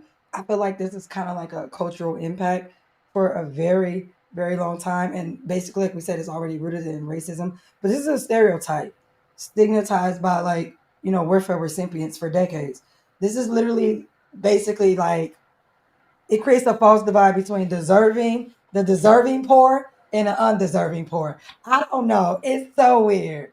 But it's mostly on like the racial lines of like black women. And my thing is, I do agree it's with a that, mess. and I'm also say this: it sounds like they don't want black women or black people in general to receive anything from the government. And if we supposed to be able to always pull ourselves up from the bootstraps, work and survive on our own without receiving any type of health care, any type of food, or any type of housing. Y'all made it here in shackles. We want you to continue to be in shackles. We don't want to help you in no way, shape, or form. They think that food stamps is reparations for black women, black people. They think that's enough for See, them. Nate, and that's that why I is want some to. fucking bullshit. And Nate, that's why I like to call out the individuals first. Before we get to the big one, the big fish, we got to take care of the ones that's on the ground spreading this misinformation. In the video, I know Trucker wanted to speak, so Trucker, and I'd like to get a chance to speak Oh about no, this no, next it's one. all good. It isn't already passed, bro. You just keep going. Just keep going. All right, cool. In the video with Lucky and Tyranny, she also spoke about irresponsibility and black women being immoral. She suggested that whether it's, intentional or unintentional, that black women are having multiple children by multiple different random men to maximize their SNAP benefits, to be promiscuous, and to lack structure and avoid structure because they don't want to, be submissive to black men. And ultimately, they don't want to work. I'm not even going to waste Gemini time to ask if black women are working. I'll let anybody tackle that. We working the Black most. The women's hell? labor literally built the nation. Like be so fucking for real. Like, are y'all serious right now? Do y'all hear my music in the background? Where you think I'm at? I'm at work. Hello, somebody.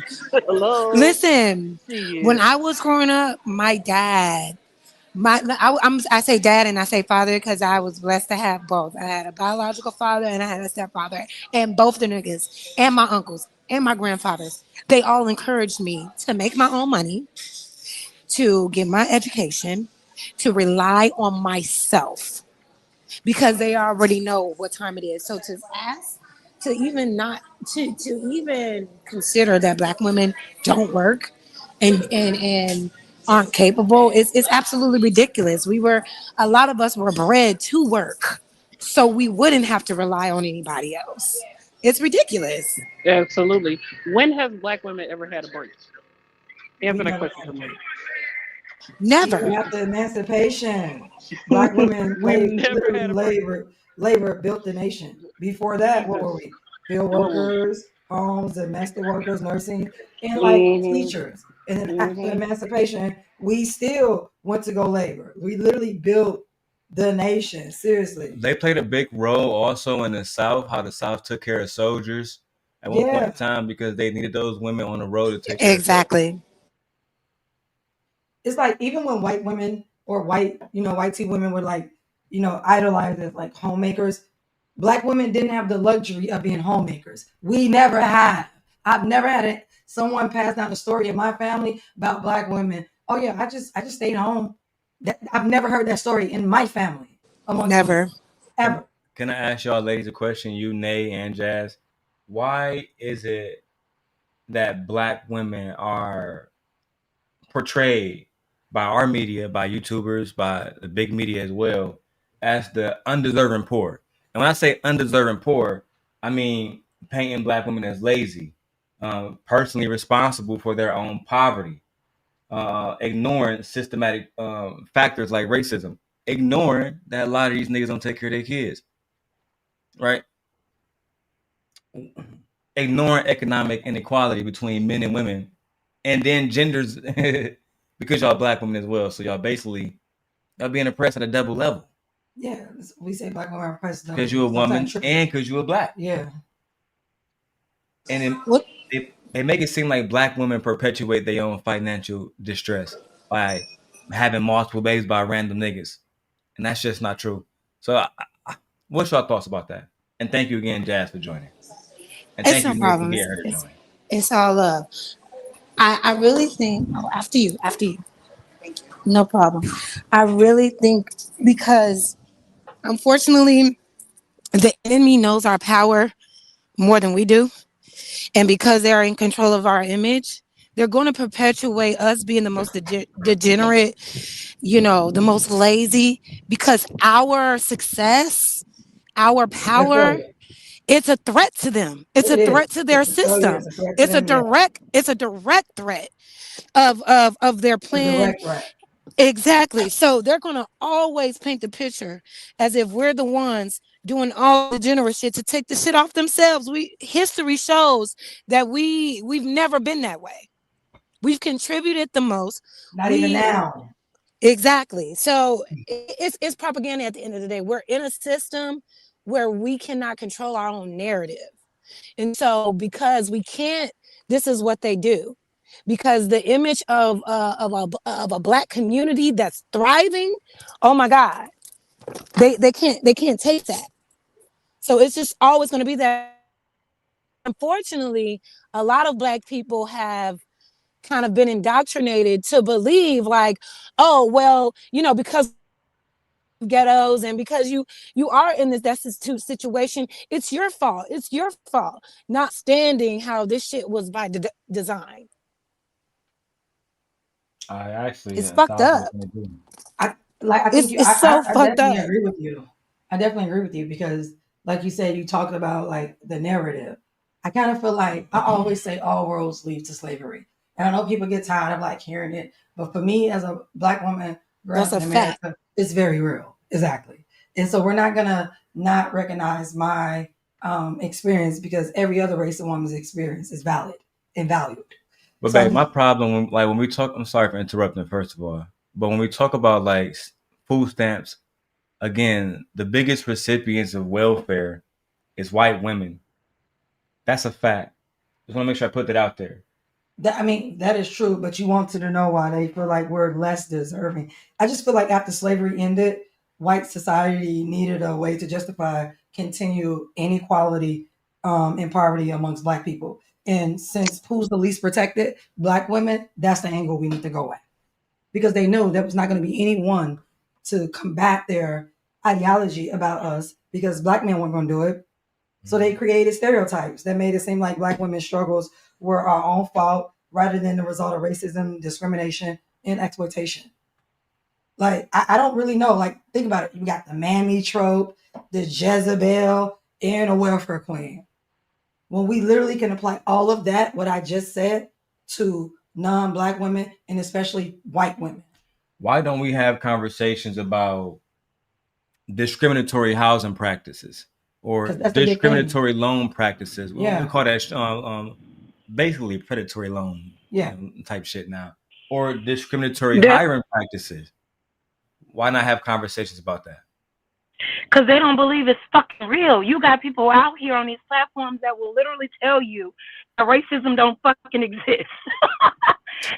Racism doesn't exist. You know, systemic racism, it's a psyop, it's a fallacy. These people are saying that. These black people are saying that. And calling that stuff out on these platforms is not profitable. Tearing down black people is profitable. So they're never going to call out the truth. They're just going to align with that bullshit because it's giving them a check. Because again, that other side is what rules right now. And it's too many niggas out here that are complicit with it and will rather align with the bullshit for a check because they're only concerned about their individual success as opposed to speaking out and uplifting their own community and thinking more on the communal level. That's why they believe the lie. They believe the lie. That's why you have these conversations. No, I mean, I really agree with you. I just feel like, you know, Black women's independence has always been a threat. Think about it. When you hear other races of men speak, they don't even talk about Black males. They laugh when anybody say, oh, the Black male is a threat to you. No, they're not. But when they talk about a Black woman, what happens, Jazz? They get real upset, girl. Oh They my get God. real bothered. And y'all ever seen a white man be so bothered by a Black woman on meritocracy? Child. They be in their feelings because they know that the best person that can compete against them in a Black race is a Black woman. It is just what it is. And I'm not speaking at that. So like, yeah, I'll come after the Black woman too because I need to dismantle her. Because if she comes into power, it's going to be a problem. She's going to challenge the status quo. Yeah, they already do. That's what I'm like. We are challenging the status quo. Well, we are in the same system that Black males are in, and yet we are still navigating it better than the mediocre white boy. We got bigger balls than they do. Exactly. Hey, what's that noise though? Oh, sorry. That's me. My bad. It's raining. It's my windshield wiper. So for me, and one of the things I want to focus on before I go back to the video is really how do we have genuine conversations about how do we have genuine conversations about helping Black women?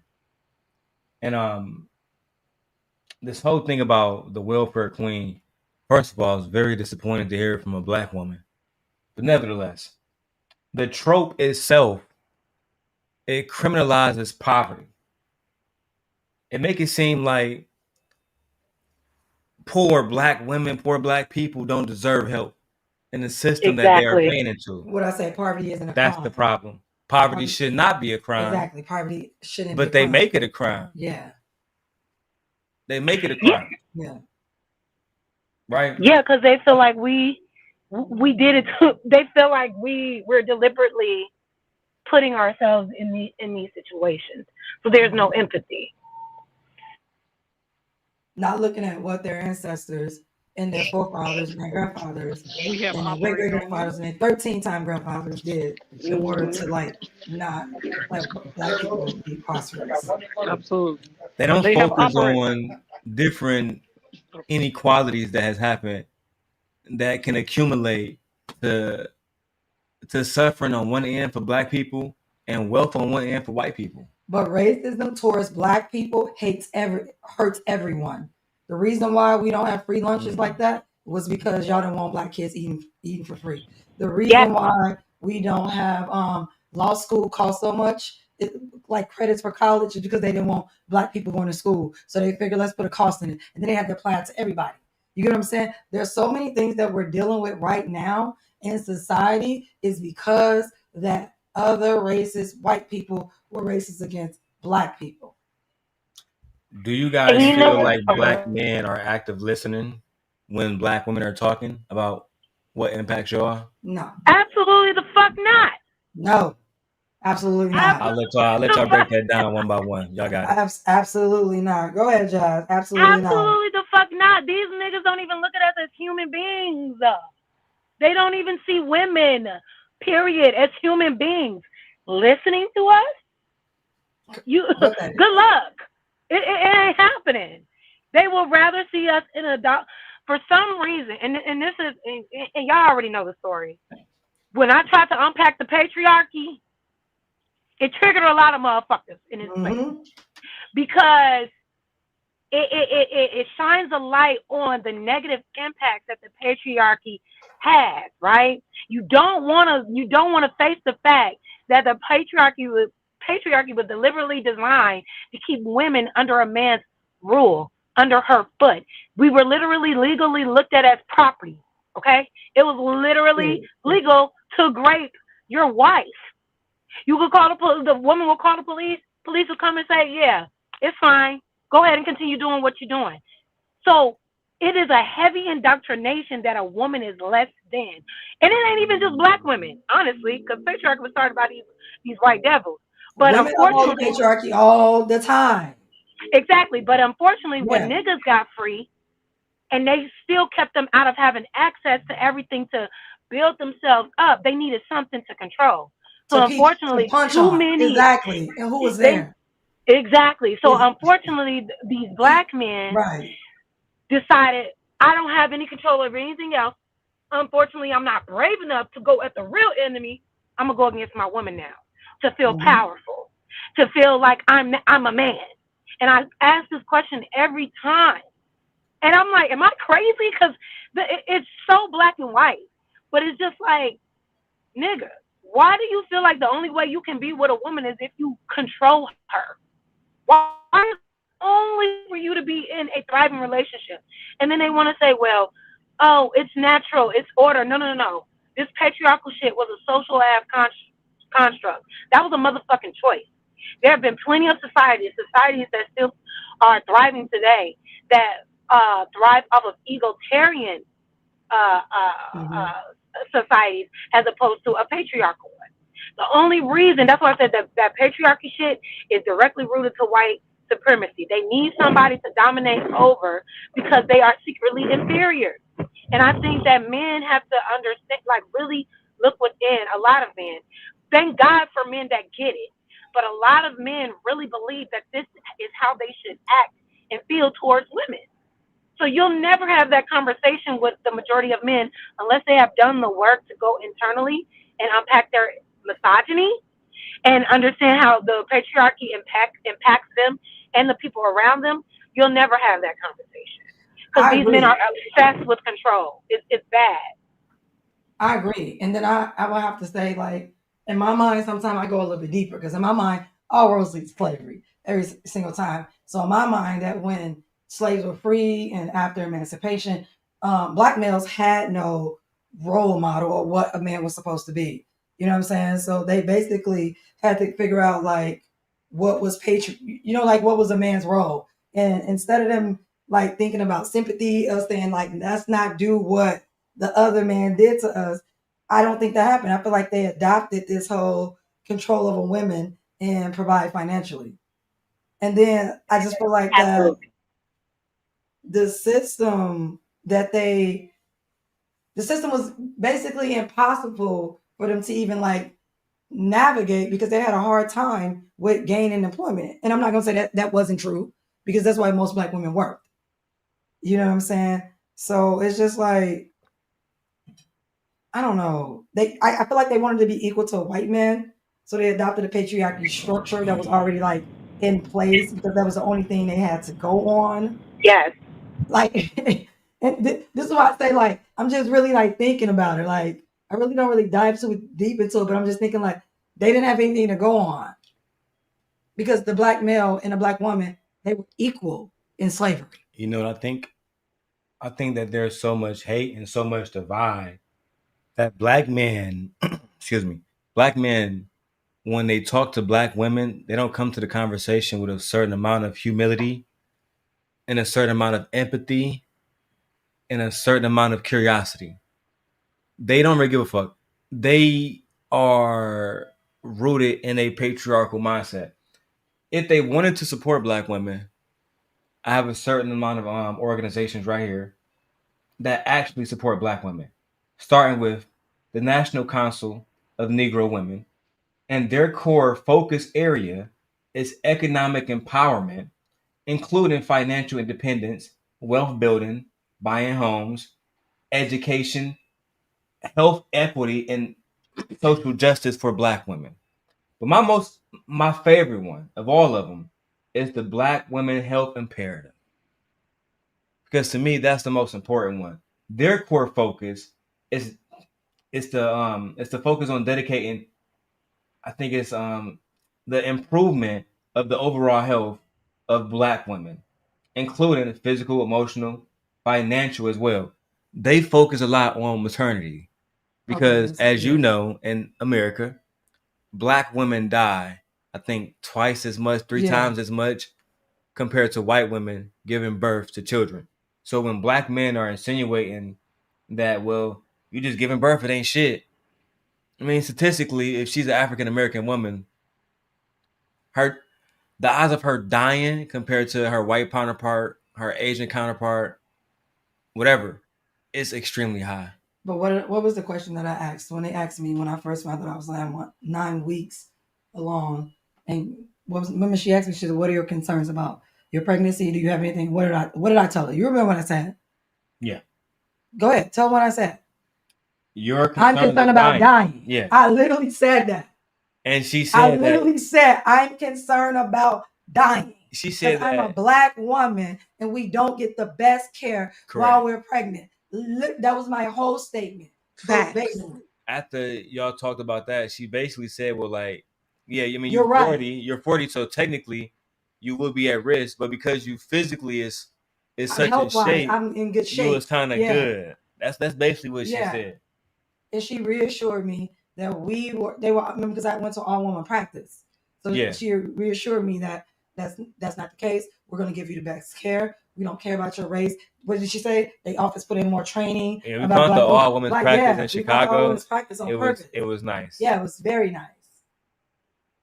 But I'm saying, babe, I feel like the problem, before I get back to the video with Anton and the young lady, is men have become so arrogant that they don't just want to just actively listen. Like sometimes when you talk, whether I think that you're right or wrong, whether I think you're loud or sometimes I just listen. Because no matter what you're yelling about or just speaking about, I try to get the point of what you're saying, right? And then address that point. I feel like a And I lot have of to vouch men, for they y'all don't because give a fuck. I see y'all work through that dynamic. Like generally is very passionate and as she should be, you know what I mean? Like she's getting her point across, but in those moments, instead of like tearing her down or trying to humble her, you're actively listening. You're displaying patience. Do you know what I'm saying? And I do commend y'all for that because that is something that's lacking. But a lot of these men feel that they have to tear down their women and humble their women in order for them to feel validated in themselves. They don't want to listen to women because they don't think we're right about anything. I just saw another guy say, women don't know shit. Y'all don't know nothing. Y'all don't know anything. And then the girl was like, oh, well, men don't know anything either. And of course, his response was, yes, we do.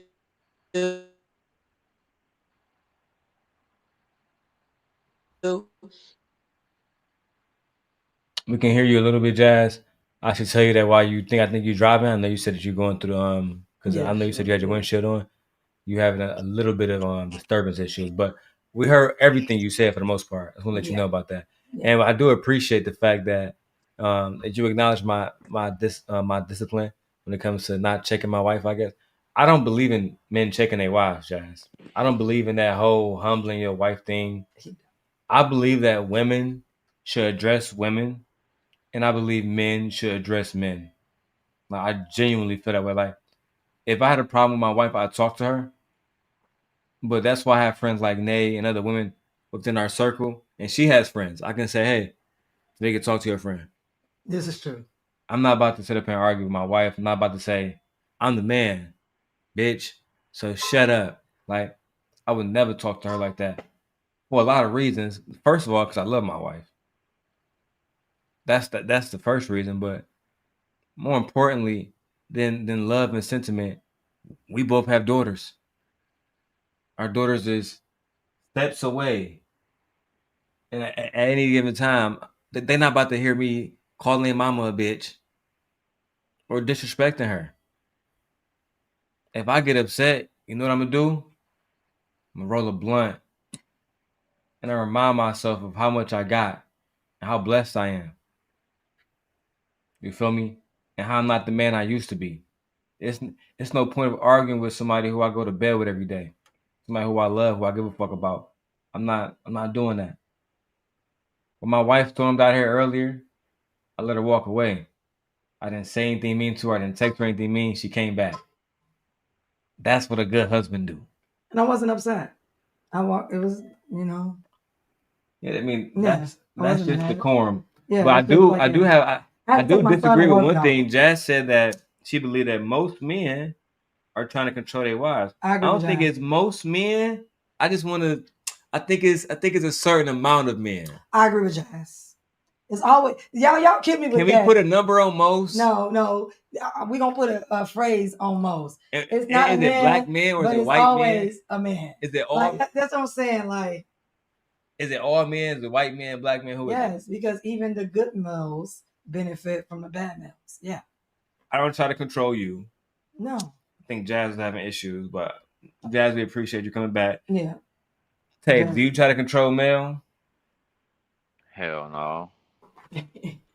Why you say it like that? Nay, I'm pretty sure your husband don't try to control you. So that's 3 men right there. And 4, You know what's if I best can for get you, won't. Jazz to confirm her man don't control her. That's 4 men right there that don't try to control their women. If you know what's best for you, you won't try to. And that's Right? that's the exact point I was gonna make, Nate. Like, men, a lot of men ain't gonna try to do that shit because it's literally a waste of time. It's a waste of energy. You can't control a woman, whether she's your wife or not. There's nothing you can do. Unless you a goofy. Yeah, I mean, we do have goofies out here, but I just don't. The point I was making, I don't think it's most. That's the only point I was making. I think that there's a certain amount of men trucking that be like, hey, look, my wife, she can't post fucking pictures on Instagram. Blah blah blah blah blah blah blah blah blah blah blah blah blah. But I've never heard you say that. I've never heard any of my homies say that. So for me, that's non-existent. No, I tell Melissa that shit. You post your ass on Instagram, that's your ass. You back to the Hold streets. on. What'd you say, Tay? Hold on. Oh shit. Yeah, no, I just have to go ahead and clear that up. But that's not me controlling her. I'm letting her know you can do it. I don't know. You can do what you want to do. I've I'm seen that just ass a not gonna couple be of around to times. entertain it. All I gotta say is Okay, I we ain't gotta seen have a that. conversation about this one. Hold on. I'm gonna say, 'cause I ain't. Let's go one by one and welcome back, Jazz. So Tay, just to be clear, did you say, for the record, because I'm gonna have to clip this one, did you say that you tell Mel that she can't post certain photos of herself? Like I just said, I tell her you can do what you want to do. I'm not gonna entertain it. I got standards for myself. Right. So you could do what you want to do, but I have to lay my standards out to you and let you know. If I wake up in the morning, see you got your ass on IG, that's not for me. I'm sorry. I'm not gonna judge you. I ain't gonna shame you. I ain't gonna belittle you. But that's not who I want to be with. You know what I'm saying? That's all it is for me. I'm not trying to control her. Do what you want to do. But just if you love me and you want to be with me, you ain't gonna do some shit anyways that I don't approve of in the first place. Just like men ain't gonna do that to their wives. Okay. Call it control, call it whatever you If I want. so, well, all I gotta say is this: if I pull up Mel's Instagram right now, I won't see a picture of her twirling around a certain pair of tights and showing some flowers. Which male are we talking about? So, my brother has a girlfriend, and her name is Mel.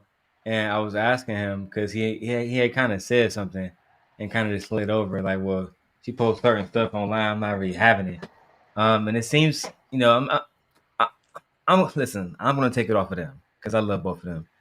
But in thought y'all my talking about opinion, somebody else, so never mind. okay, okay, okay.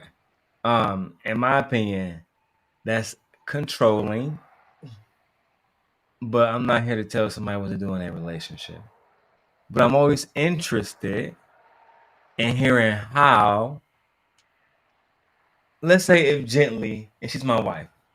If my wife got in her bikini and posted just ass dangling, right?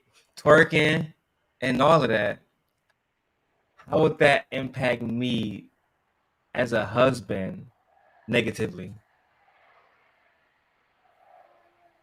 Anybody can care to answer. Trucking, you specifically. As a woman, it doesn't. But like I Unless said, for you me, like it's just branding standard, bro. something. The internet, this Yeah. internet shit lasts forever. You never know who screenshotting your shit, who video recording your shit.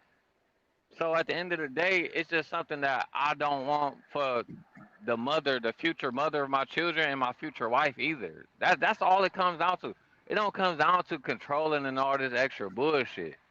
She could easily say, okay, you know what? I want to post naked pictures, so I don't want to be with you no more. Am I going to be there to stand in front of the door and say, no, you can't leave and you got to do what the fuck I tell you to do? No, I lay out my standards. If she rocking with it, she rocking with it. If she's not, she not. I don't see that as controlling at all, bro. Women do the same shit to us, do they not? Because it ain't about your kids, nigga. It ain't about your kids. First off, hold on. You calling me a nigga? Oh, my bad. That's Or just you how I just talk. speaking in general? I'm just speaking in general. That's just how I talk. I use nigga a lot. My bad. No take offense. I don't mind being called nigga, but it's just the way that one came out. It was My almost bad. rubbed me the wrong way. My bad. Don't tea no shade. No tea no shade. I was just saying, like, when I hear a lot of men say that, they try to use it's about the kids thing. It's not. It's not. It's about the fact that you feel that your woman is overexposed to other men, and you feel like that she's doing it to get attention from other men, and you don't want other men to look at you like a goofy. So you want to make sure that you tell your woman how she should present herself, so you can avoid looking like, I don't know, a guy that's not in control of his relationship or something. Can I say something after she done, Oh, y'all? thank you. Oh, thank you. I'm done, Cause babe. boy, thank you. Cause So, boy, you said it before I did. and Thank this you. is the problem that I have with some women. Like, men can literally say what we think and what we feel, and automatically it get turned to some other shit. We was just talking about listening. For me personally, maybe you was talking about somebody else, right? And I can see that being the case with other guys. But for me personally, that's a big deal for me. Like, my kids not being able to look back and see their mom sucking a dick or titties out, ass out. That's a big deal. If it ain't a big deal for another guy, that's cool. I'm not shaming nobody for what they want to do and how they want to run their household, how they want to run their family legacy. Do what you got to do. But for me, it's all about the kids. Because you set an example. I'm not going to be on no sassy man shit around my sons. Why? Because I have to set an example. So, Okay. and that's the point I was making. If she want to do that, she can do it. I'm not going to tolerate it. We made a lot of different. What's the problem with that? Can It's somebody please tell me what the problem with that? You just told you. You You literally just just no problem told. with told, We that. just If that told works for you. you. That's how we but just he proved. literally just confirmed what That's she how. said. But wait a minute. Like, We just proved why Because she was men talking don't about listen to attention women. from other men. Melissa That's get what it attention is. from other that's what it men is. That's every what it You day. just is. said the look of That's what it it. is. That's what you That's just what it So is. said. let's go one by one. Who want to talk to Deontay first God, about bro. it? Look, Honestly, all I I don't gotta even want to say. talk about it, bro, because it ain't. Oh, I No know. matter what I We say, know. it ain't gonna come out right. So No, I said we know. We know. We about to say some bullshit. But anyway, yeah. it's just amazing I. how women be listening though. It shit is it's But you crazy to don't me. listen to us because you just did verbatim exactly what Jasmine just said. But You just sat Renee, here. Wait, pause. Let me get it. Because we just sat here just not even 10 minutes ago and said that men don't listen to women. And you did exactly just that. You didn't listen to nothing what the fuck she just said. Nay, I was literally quiet for like 40 minutes straight, listening to everything all of y'all say. I didn't even say nothing one time. Didn't cut nobody off. Anything. The moment I tell y'all one of my standards, now all of a sudden, Okay. you know what I'm saying? I'm the bad guy. That's crazy. Okay. So Shit crazy. if she wearing the same shit and she around you and you walking outside together holding hands and she wearing that little crop top with her little sports bra and some tights and the man looking at her, you still gonna be mad? No. Why? I specifically said if she's posting it. What's the difference? She outside. Whether she posted it on the internet or she outside with it, what's the difference? I think that he already had made the point that the difference is it's like something like one of his kids can come back and see it in the future. Okay, the internet lasts forever. Hold on, but no, let's That's what I really was think saying about about it. listening. Thank you, bro, for at least helping me out. Okay, so let's I'm just going to attack the argument. Yeah, let's really think about it though. The fact that I still agree with Jazz. I'm sorry, I still agree with y'all. I know, but the fact that like you're assuming what the children are gonna think. You don't know what these imaginary kids that don't even exist. You don't know what they're gonna think. They may say, "Oh, my mom had a life."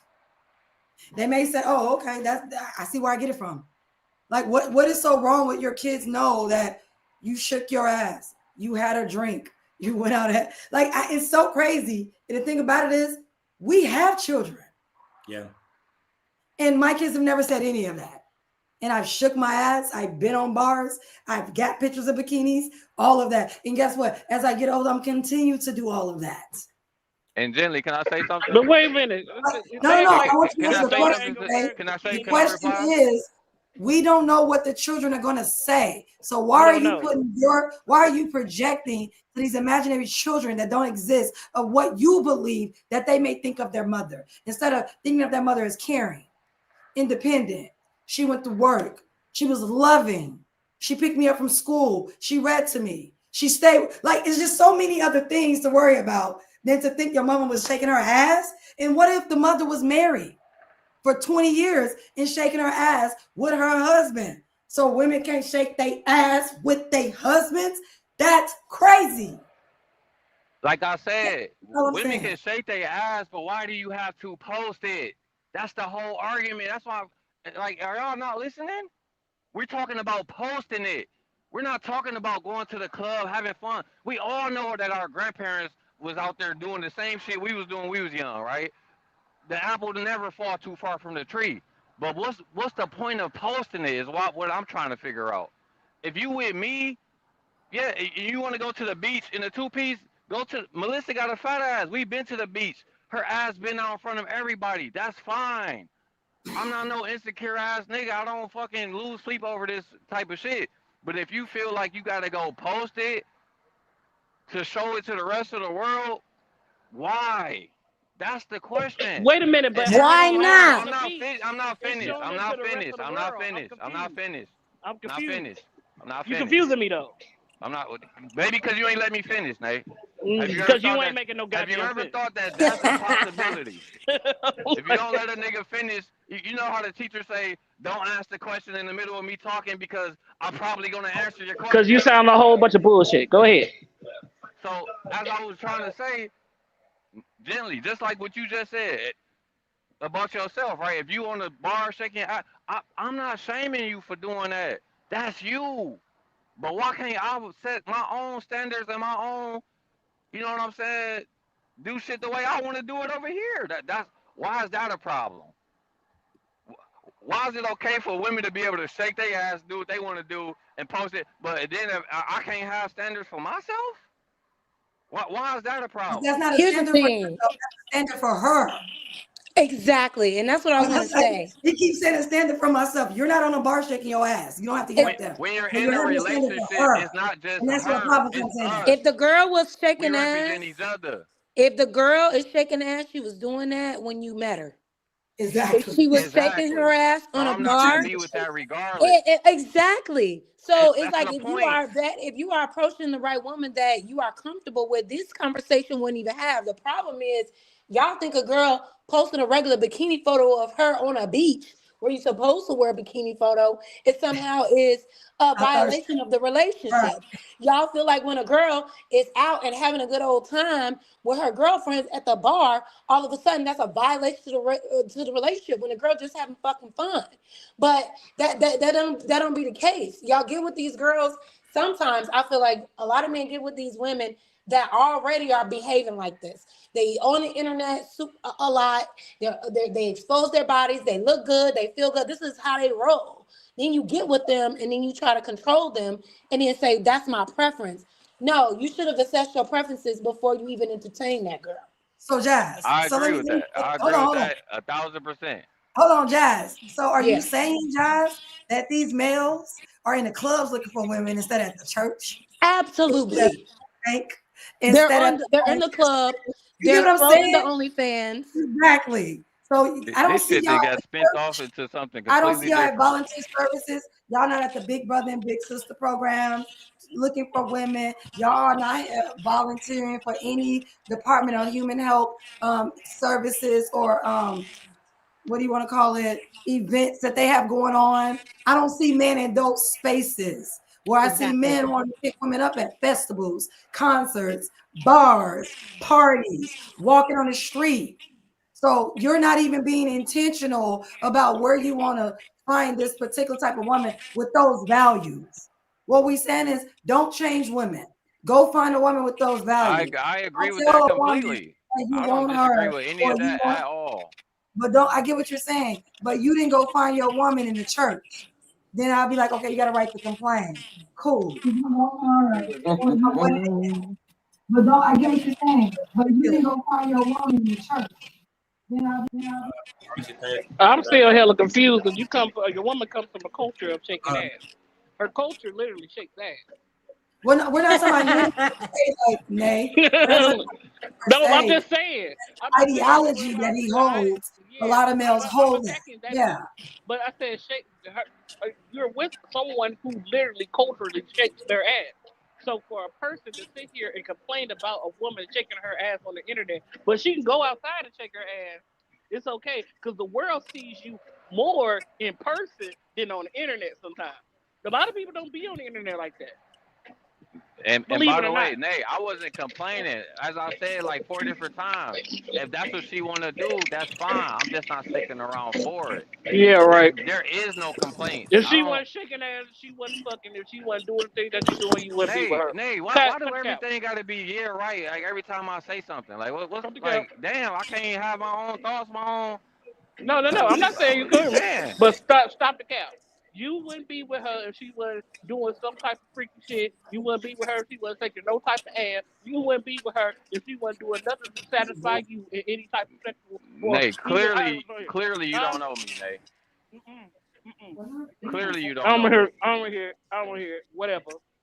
It's, I love you. You're using your predisposed I love you. fucking ideas about men to judge me. I don't appreciate that I shit. love you. When I met my husband, my husband knew I was shaking ass. And he don't have a problem with shaking ass now.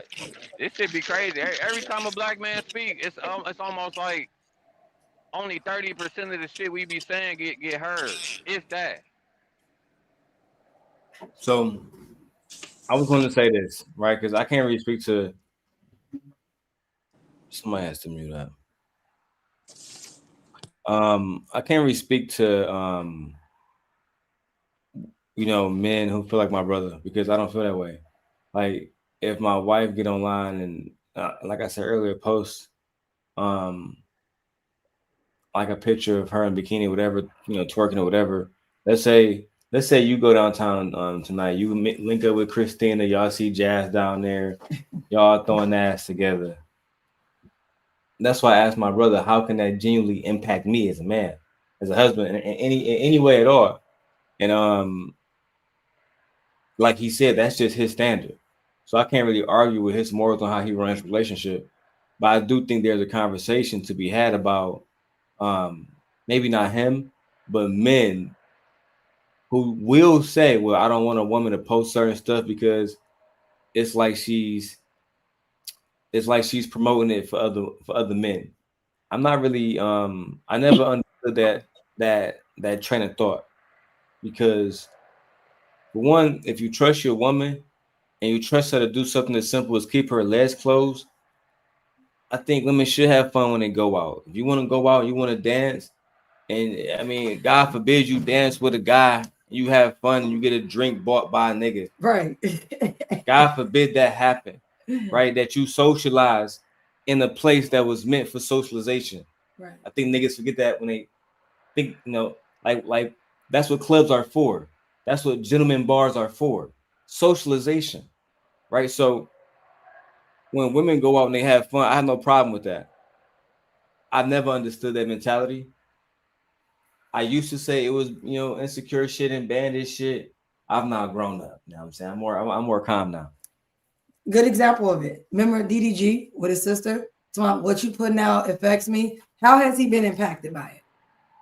Nowhere. He hasn't. He was never impacted by his little sister. By his little sister shaking ass online. And see, the thing is, a lot of this shit, it's not about your preference. It's about how other men look at y'all. It don't have really anything to do with, she's this. No, you don't want to get like clocked by your homeboys. You don't want your homeboys making you feel like you with That's a the girl most that's childish shit ever, though. Like that.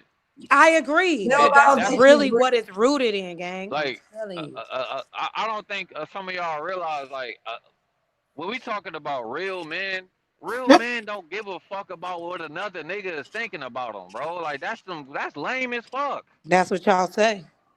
How's that shit lame? lame as fuck. Hey, everybody. I don't wake up, go to sleep ever thinking about what another nigga was thinking about me.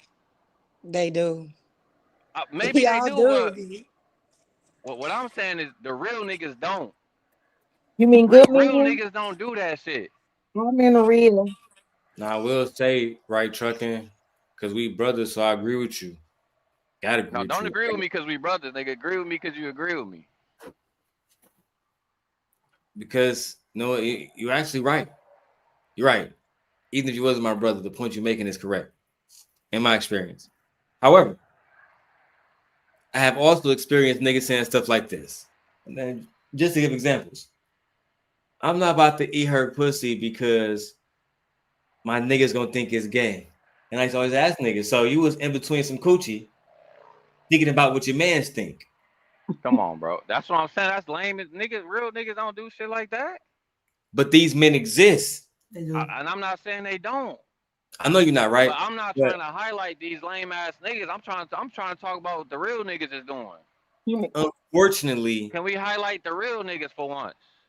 We gotta always highlight lame ass niggas. We can, but when we talk about things in the general, like, totality sense, the niggas that would say, "Hey, I'm not gonna eat her coochie," or tell people, let me make a better example, right? Marcy, are you up here, Marcy?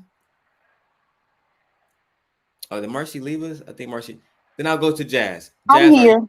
Sorry. Hey, Marcy. Hey, baby. How you doing? I'm good. Marcy, do you remember a movie called Grease? I do. One of my favorites. Do you remember Danny? I do. And do you remember Sandy? Danny I Zuko? do. Do you remember when Danny Zuko was telling his homies? Oh, you mean you? Oh, yes. Oh, yes. Oh, yes. He was just fucking on Sandy. And when her friends like, we got a surprise for you, they shoved her in front of them, and he was like, "Sandy, what you doing here? Oh my god!" Blah, blah, blah, blah. And then, as soon as the fellas looked at him like, "What you doing?" He was like, "Oh yeah, baby, that's cool." I don't really love her. The whole time he in love with Sandy. But Marcy, I say that to bring that to my brother is because, as you know, I'm a student of art, and that movie at the time depicted how, because it was written by adult men, but it was meant to appeal to young men. Mm-hmm. So across the broad ages of 17, let's go all the way up to 50. That's how the men felt. Yeah. In front of the homies. Mm-hmm. I'm not gonna be romantic. I'm not gonna be vulnerable. I'm not gonna be none of those things. Yeah, his summer was great. He had a great summer with Sandy. Okay. Yeah. It was happy as hell to see her. Happy as hell. Soon as he got back around the homies, he had the lie. Soon as they looked at him and he was like, "Oh well, yeah, baby, you know that's cool. What's the matter with you? What's the matter with me? Acting a zip damn fool." Soon as he got back around the homies, he had to perpetuate a false sense of masculinity Mm-hmm. in order to maintain. Because remember, he was the leader of their little crew, so he had to maintain that false sense of masculinity.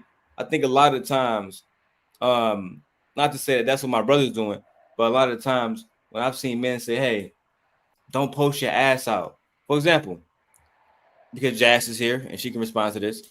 I saw Jazz on the panel the other day, and she was talking about, you know, like how her man don't mind her doing stuff. I think the dude was with her, right? And I noticed because I follow Jazz on IG. She posted a picture. I don't know what she was wearing, but her ass cheek was definitely out. And she said her nigga had no problem with it at all because it's probably not something that's really impacting him. You know what I'm saying? I feel like that's I don't know. Josh, you got any thoughts about that? The thing is that okay, so like I'm with a man. We both be in the gym, right? My man trains me. He likes my body. So it's like he's like, yeah, post that shit. You look good. So I feel like it just depends. Obviously, I'm not overtly trying to show my tail to try to get male attention, but I know that I look good. And my man knows that I look good. He's not pressed if I showcase a leg or I don't know what. You said a picture of my ass cheeks out though? Not ass cheek, but it was like a bikini. Oh, well, yeah. Hold on. Pull this picture up. I need to see what she's talking Oh about. my God. You have a girlfriend, right? And she has This is for a conversation purpose. I'm just trying to get full context on what's going on. Look, the whole band that came out. Let me see this. All I'm saying is this: I'm not.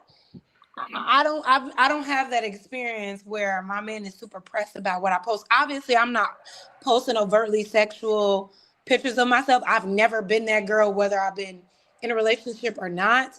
But if I look good, I'm gonna post it. You know, I don't know. I've never had that issue.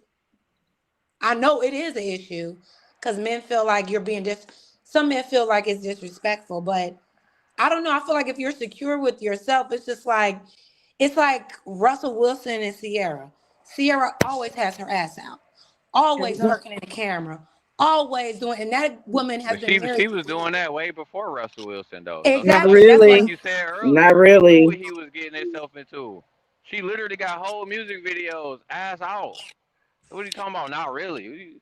Like, Nate, do you just want to disagree with everything? That's not Nate. That was me, baby. Don't attack her. That was me. I'm just so used to Nate be on my ass. You first of all, you know I had loved it me some you. Okay, first of all, I loved it. I did. I loved it. Damn, you don't love me no more. So let me ask y'all this Mm-hmm. before I'm gonna eventually go back to video. Let me ask y'all this, man. Do y'all think that black men need to figure out how they can come to a conversation outside of themselves and genuinely resolve issues with black women? Because I think a lot of shit that niggas talk about on here is absurd. Okay. That's what I'm doing the content, and I was trying I try to have daily conversations, and then as you know, I do the Gemini fact check because I hope that these people would see it and say, you know what, maybe I'll stop saying stupid shit like immigrants are taking up 60% of the fucking SNAP benefits, right? Which is so not true. Which is, or maybe I'll stop trying to have control over black women and saying things that only perpetuate negative stereotypes about black women. Yeah. That shit is frustrating as a father who has daughters. I have two sisters growing up in Detroit. Just like the man that had to walk back that statement. I think he got a lot of backlash, and I think he also the dude about the $40 coochie. Yeah. But I was doing it. Stupid mother. That's just so in that lame, situation, bro. why would somebody want $40 coochie? I start with trucking first before I go to jazz. Trucking. Why would a man tell a woman that due to the government shutdown and lack of access to SNAP benefits to feed her children, that she has to now lower the price of her vagina to $40. What are your thoughts about that? I mean, first off, bro, I don't know why lame niggas do what they do, bro. I just don't. How the fuck am I supposed to know why these niggas do what the fuck they do? I don't know, bro. You have to bring some lame niggas up on the panel. Maybe they can help break this shit down to you. And you know some lame niggas. You know some lame niggas. Oh, come on, Tay. I couldn't suffer through that. You would make me do that. Oh no, please don't. I said, next phase is where you at, nigga. Okay, like, hey, no, I do not suffer fools. Nay, we are not doing that. Don't call up that demon. Don't you call up that demon. Anton, explain this to us, okay? We need to know. Why do we gotta still have $40 cookies? Since we don't have no samples. First of Tell all, us, please tell us. First of Let's all, go one by one. Let's get one by one. Cause I want to have scattered thoughts. I want to be able to clip this, right? Jazz, what are your thoughts about the $40 coochie situation? It's tired. It's lame. It's corny. And I don't think men realize how lame they look by saying shit like that. Like, it's not a flex that you're excited for a woman to be in her most brokest, destitute position to come to you. Now she's looking for you. Like, bro, she didn't like your ass before then. It was, she didn't even, when she was on Samson, was doing the thing that she was doing, she wasn't even checking for you then. She's not going to check for you now. And I said this already, like, you've already showed that you are unreliable, that you don't really care. And now you're trying to exploit women when they are like in a desperate situation for $40. What is $40 even covering? $40 isn't even half a tank in my fucking car. Thank So you. it's ridiculous. And they think that it's a flex. They think they're making women, they think, I honestly don't understand the logic, because saying this shit out loud, do y'all really think this is going to make women be like, you know what, let's go ahead and go on back. Let's go ahead and give them our vaginas. Absolutely. They Let's go ahead and absolutely give us do. our bodies, because they said they got $40 for us. The Yes. girls are going to look for every resource before they come calling back to a nigga that they know that it was never there for them in the first place. So it's just tired. It's lame. And just like that dude came out and said, I was just doing it for likes. I was just doing it for laughs. Liar. Again, Liar. you did it for men's validation. Thank you. That's what a lot of this shit is rooted in. You did it for the shits and giggles of other men. Like, why are you gay? But anyway. Let me get the collection plate so we can go and have church this evening. My question is, why do we always focus on what these losers be doing so much? Losers. Because they too fucking loud. Hey, I got a question. I've been wanting to ask you this question since I came up. What is your definition of a real man? That's a good question. My definition of a real man, first of all, a man that take care of his family, take care of his wife, take care of his kids, take care of himself. A man that has some type of belief in the higher powers. A man that knows how to be humble, right? A man that knows how to work hard and persevere, right? I mean, I could go on and on and on. You know, men that don't seek validation from other men. I never been that nigga ever. Not even when I was a kid, I never been that nigga. So like, then certain things I just don't understand. I do understand that it do exist. I don't deny that. But if you a man and you seeking validation from another man, that's automatically, for me, you gonna fall out of the real nigga category automatically. Cause So we never did that where I come from. We never did no shit like that. I do want to say this before I go back to my iMac, right? Because I'm on a MacBook just chilling right now. So, in my opinion, if women came across more men like the one that you described as real men, then we will only be having conversations about real men. The problem is, more often than, you know, they come across fuck niggas. They come across fuck niggas who wish to control women. No, not Daryl. Let them tell it. They don't know fuck niggas. Maybe that's because they choose to focus on these fucking niggas so much instead of focusing on the niggas who ain't fuck niggas. Well, but you Maybe can't that's the act like solution. they don't exist because they do. I mean, we all know They're they everywhere exist, but why focus on them though? That's what that's what I'm still trying to figure out. because they won't shut the fuck up. That's why. No. Still, Okay, that's it's a still lot not of a good reason. They won't shut the fuck up. Look, let me No, answer this question. I got let's be real. He said, why focus on those particular type of men, right? Sure. But if the community is 95% of those men, is it the women's problem, or is it just there's just too many fuck ninjas in the community? That's what I said. Can't nobody control somebody else focus on though. That's my point. No. That's not what we're saying. That's not the answer. That's not the answer, Tay. You said don't focus on the men, and I'm letting you know that the community is saturated and overran by those particular type of men at a 95% rate. Now, what is the woman supposed to do? Don't focus on them niggas. It's just like so again, here's Okay. Hold on. I got another question for you. Hold on, Daryl. I want to ask you, how do you vet a liar? Marcy, hold on. Before you guys take a question, I want to let the lady speak, and Jazz is a guest, so I want to get a chance to allow her to jump in, if you don't mind. Sorry. I'm going to remember that question too. I'll answer it, by the way. Mm-hmm. Nay?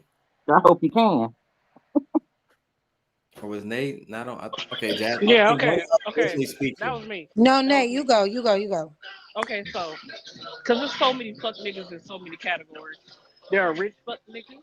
There are poor fuck niggas. There are copacetic fuck niggas. You got fuck niggas that's worried about other fuck niggas. So what category do we need to put them in? Because we try not to concentrate on you because we try to wean ourselves away from you. But for some odd reason, even when we go to a different category, it's fuck niggas there. So then we start to go to another category, it's the fuck niggas there too. So where can we not pay attention to the fuck niggas? Because fuck niggas in a lot of categories. The problem is these fuck niggas don't want to do the work to unfuck themselves. So we're left with a bunch of men that aren't doing the work to be better human beings, not only for themselves, but for the people around them. So we're just left to what's out here. Not enough men, the fuck niggas don't realize they're fuck niggas. A lot of fuck niggas think they're good men. And then they go around these other women and behave like cold-verted fuck niggas and then wonder why the women are leaving them because you're a fuck nigga disguised as a good man and you're not. They love to throw out the stat like women are the ones that are on the most antidepressants. And why is that? Because women are going to fucking therapy. Women are going to therapy and trying to unpack their shit. And sometimes antidepressants help them to unpack their shit. Let men start going to therapy at the same rate women go through. You will surpass us in how much y'all are on antidepressants. The problem is y'all don't want to face your shit. You don't want to face your shit. And we are, and that's where the disconnect is coming from. And I'm not just saying, I'm not pulling this out of my ass. You can look at the data. The women are in therapy. The women are seeking higher spiritual understanding. They're doing it. But the men are telling other men, man, therapy ain't shit. You don't need no therapy. Just get some more money. And you're wondering why you keep getting the results you are. So until the fuck niggas face their fuck ass ways, this is what we're going to have. This is what we have to focus on. Too many fuck niggas got microphones. Too many of them got all these staunch ass ideals. And then they're indoctrinating younger men. Just look up the motherfucking stats on the red pill. And I bet you a lot of those men that are heavily indoctrinated by the red pill will all claim they are good men.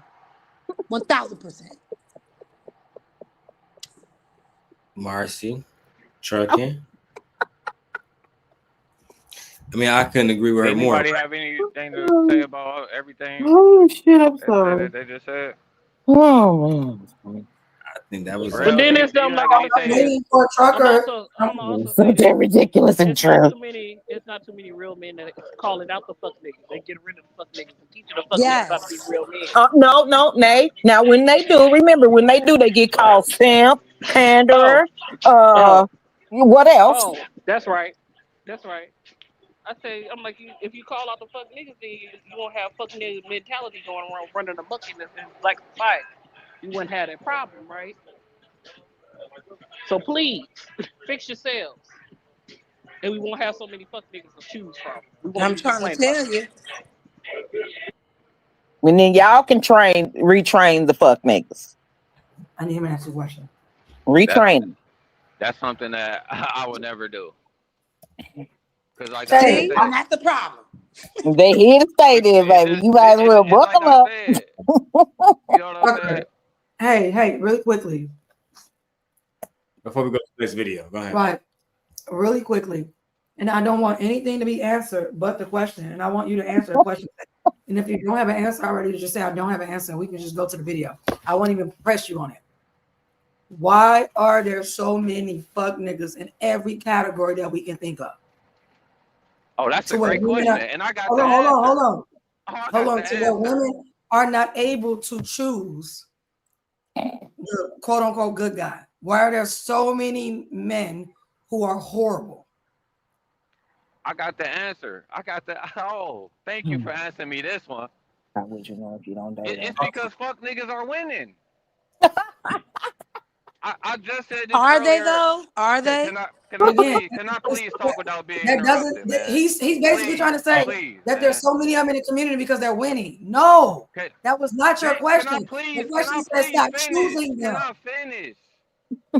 I No, don't I'm not gonna let you understand. finish. We was I'm just gonna let talking you finish. about listening. Hold But on. every time a man talk, I can't finish a sentence. I'm You not gonna ask let me a you question, finish. I can't even answer the question. Hey, I don't want nobody to say nothing. I just want this between me and Tay right now because I really need him to understand what I'm asking you. If your question, you cannot tell me, oh, that's because. Do not put it on the women. Why are there so many men in the community who are horrible that women don't have a good, healthy pool to pull from? And do not say women. Do not say women. Because I'm tired of males faulting the facts of males' shortcomings on women. Stop that. Why are there so many men in the communities who are terrible? So first of all, let me say this. Did Jazz not just say niggas need to work on themselves so we can have better niggas to choose from? So even if I was to use that point, is that not the same point she just made?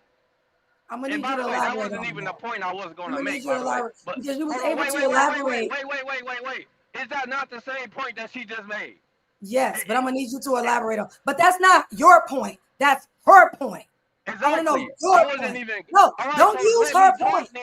No, if you want to know my point, let me talk without interrupting. Points. No, I'm not gonna stop because this is some bullshit here. Because I'm tired of males sitting up and talking about women need to choose better. When there is it's almost saying that, you know what, there's a supermarket of rotten food, and you keep asking people, why are you bringing home rotten food? Why the fuck is the supermarket full of rotten food? Why is the dating pool full of rotten men? Just because the supermarket is full of rotten food, that don't mean your dumb ass gotta buy it. Here we go again. We're not gonna say. We can move on to the video. Thank you. I got my answer.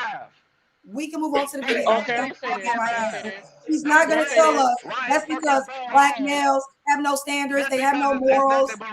He's not gonna say that black males are broken bucks. He's not gonna say that black males want to use women. He's not gonna say that black males have to work on themselves and they won't. He's not gonna say anything. Hey, one mic at a time. One mic at a time. That's the dumbest shit ever. It's rotten food on the fucking shelf. Okay. So I gotta bring rotten food home. Make it make fucking sense to me, man. Okay. Make it make sense to me though, Nate. Okay, hold on. Y'all so quick to back her up every time she fucking say something. Then the moment I open up my fucking mouth, I get cut off. You don't even know where the fuck I'm going. Okay, so go ahead and give us a cohesive thought. Say your thought. Give your answer. I already said my thought. I already said it. Okay, so your thought it was the same thing as what Jasmine said. No. Okay, so is that fuck niggas have been rewarded for so fucking long. What was the reward?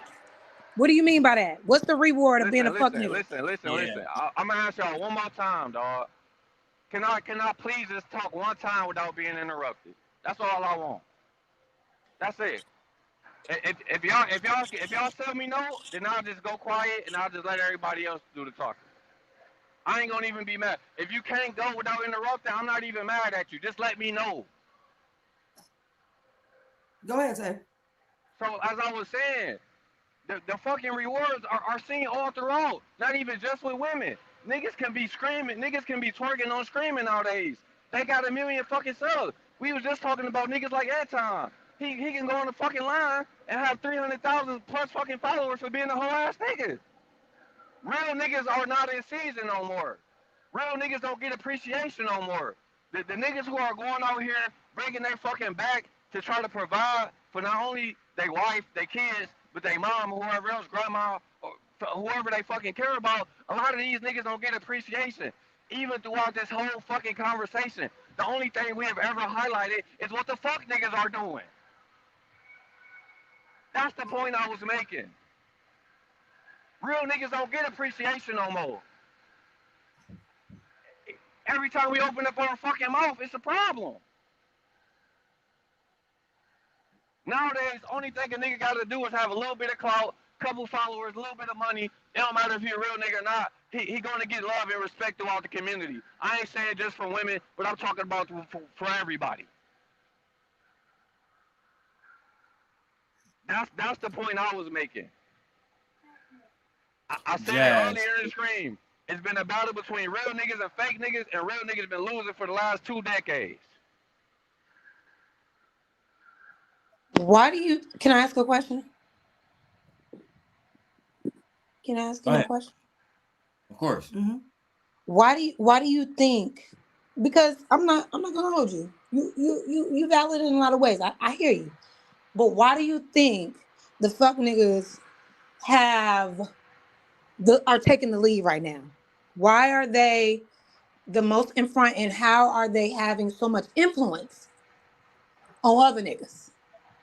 Where are the good niggas, right, that are leading by example, saying the right things, actually walking righteously to combat the fuck nigga shit? Why are the fuck niggas taking lead? You know what, Jazz? I don't have all of the answers to that one, but what I will say is this. The truth hurts. And a lot of people nowadays, they don't want to live in reality. So a lot of people choose to just live a fake life, right? That whole fake it till you make it shit. People have taken that shit to the whole nother level. We ain't even trying to fake it until we make it. We just trying to fake it and keep faking it forever at this point. So I don't have all of the answers. Fuck niggas are winning. I wish I did. I would like to answer that question. Me too. But before I answer it, I want everybody go on mute. That way I can make sure the audio is clean. All right. So in my opinion, the reason why there's some validity to what my brother is saying, and I've always said this, and I'll say the same thing now. I can go to any strip club tonight. I mean, not just strip club. I can go to any club in the country. Chicago, fucking Detroit, Vegas, pick your poison, right? LA, don't matter. I can go around the most gangsters, niggas, killers, robbers, don't matter. And you know what I'm fine in that club while them niggas popping bottles? Bad bitches. This is a fact. It's always been a fact. So I think that we have to, it's like my brother said, we have to live in reality. There's a certain amount of women that choose the bad guy and a certain amount of men that choose the quote unquote bad girl, if we're going to generalize everything to these simplifications. But at the end of the day, I think it's a lot of nuance in those situations, right, Trucker? Why would a woman choose Big Meech over the good guy that is a regular working guy at fucking Chrysler, right, Michi? Why? Maybe it's because it is. Maybe it's because they grew up seeing their father Charles work at the factory and gamble all his fucking money away, which goes back to Jazz's point. What is a good guy? Because when you talk to niggas, whether it's Anton, Fantastic, Tommy, you name it, they all think that they're qualified good guys. Kevin Samuels made $800 a month. Divorced. God rest his soul. If you asked him, he would have said he was a good guy. That's what he would have said. I think it's so much nuance when I it don't comes to really this agree. conversation. I really don't agree. And the reason why I'm going to say, You don't agree with me or you no, agree with I him? don't agree with neither one of y'all. I don't. You don't. Hold on. Before I keep going, can we break it down point by point? So my first point, just let me narrate the show. My first point was that if I go into any city, right, where any club, We've had this argument before. Okay, let me do it for the audience who hasn't heard it. Okay, because we've had this argument before. I understand that. Let me go do it for the audience who hasn't heard it before. So if you go into a city and you get niggas like Big Meech, rich ass drug dealing niggas, right? Niggas like NBA Youngboy, right? Who brought on King Von Murder on stage, right? Are you disagreeing that if I go to the club tonight in Chicago, where it's BDs and GDs and the rest of these niggas at, that I'm not gonna see bad bitches? Do you disagree with that point? I don't really know. Like, I really don't. I just feel like for me, it's like I feel like men want to the real niggas or the real niggas, like he said, I feel like they want to be rewarded for not being the worst. I agree. Okay, and that's my point because I just feel like I was making that point though. Yeah, it's just basically I feel like a lot of men want to. Because in my mind, Charles Flannery is worse than Big Meech. Yeah, absolutely. That was the point I was leading up to. Yeah, these men who are, in my opinion, average, they want to be rewarded for average and say, I'm not as bad as him. I'm as bad as him. And right? So you should give me that's the point I your was time to. and your energy, which is I'm supposed to be the real man. So I just feel like a lot of men equate basic decency, having a job, not cheating or not hitting a woman with, I'm a great partner. And so you should basically choose me. To me, that's just baseline humanity. Like, I don't think you should be rewarded for that. At least I'm not like them. So that you think you're supposed to be rewarded? But see, I'm a realist though. No. When I ask you, if I go to these clubs, you will find beautiful women. Yeah. And there's a reason why though, right? Instead of just saying, well, I don't know, it's yes. Why? Because a lot of these men have access to resources that they can give at a plethora, right? Instead of him saying, I gotta wait till I get paid next week or next 2 weeks, they got it right here, right now. Right? They're able to feed families and do stuff right here, right now. But it's based on like a mindset that women, for men, that because men always trying to say, I'm the prize. No, clearly, if the guy is saying that I'm not like him, so that I should get the prize or the reward for behavior. It's not like men are choosing. I feel like men don't ever think that, oh, she chose him based on a connection and the chemistry in their energy and the vibe. He's just a rich He just thug. thinks that, right. That's all they see. They don't see that. Well, He might be a gentleman. Right. He may have been the only man that's actually treated her well, and that's your perception of him, but that's not who he is to her. And just like on the show Martin, you never really watched Martin. Y'all know what Martin is. When Gina would say, he would throw everybody else out, but don't throw me out. He didn't treat Gina like he treated everybody else. I use Meech as a reference because Meech was also known to be a gentleman. Yeah. Even in the show, in his interviews and talking, I thought he comes off charismatic. He doesn't come off as a bully. He always empowered women into their fullest potential, whether they're singing, whether they're stripping, whether they being in business. He always invested in women's businesses, regardless of what it was. He always looked out for the kids when their daddies didn't. Like, I'm gonna choose Meech. Why would I not choose him? He would be called a simp today. Yeah, he absolutely would be called a simp today. You don't get to have a woman based on because you think that you compare yourself to other men. Well, I'm a good man. That's not what it's about. Okay, you're a good man, but she has no chemistry with you. There's no connection with you. Y'all have nothing in common. There's no vibe. Your expectations is through the fucking roof too. Exactly. You asking for too much. So for me, that's just what it is. I actually agree with you guys. And then also he also said when the question was asked, well, how about y'all real men teach the fuck niggas how to be real men? Well, I don't want to do all that. Right. Why Exactly. the individualism is the reason why we have the pool that we have to choose from. You have real men need to teach fuck niggas how to be real men, so Clock they it. would have. And So you Big don't Meats have was to worry about what? about that Mentorship. Big Meats was mentorship, about what? Cultivating relationships amongst relationships. other men and putting other men on in order for them to feed their families. Right. Why would we not choose Meech? And he wasn't telling women like, if you want to get taken care of, you gotta do pussy. this. You gotta do that. Exactly. Because guess what?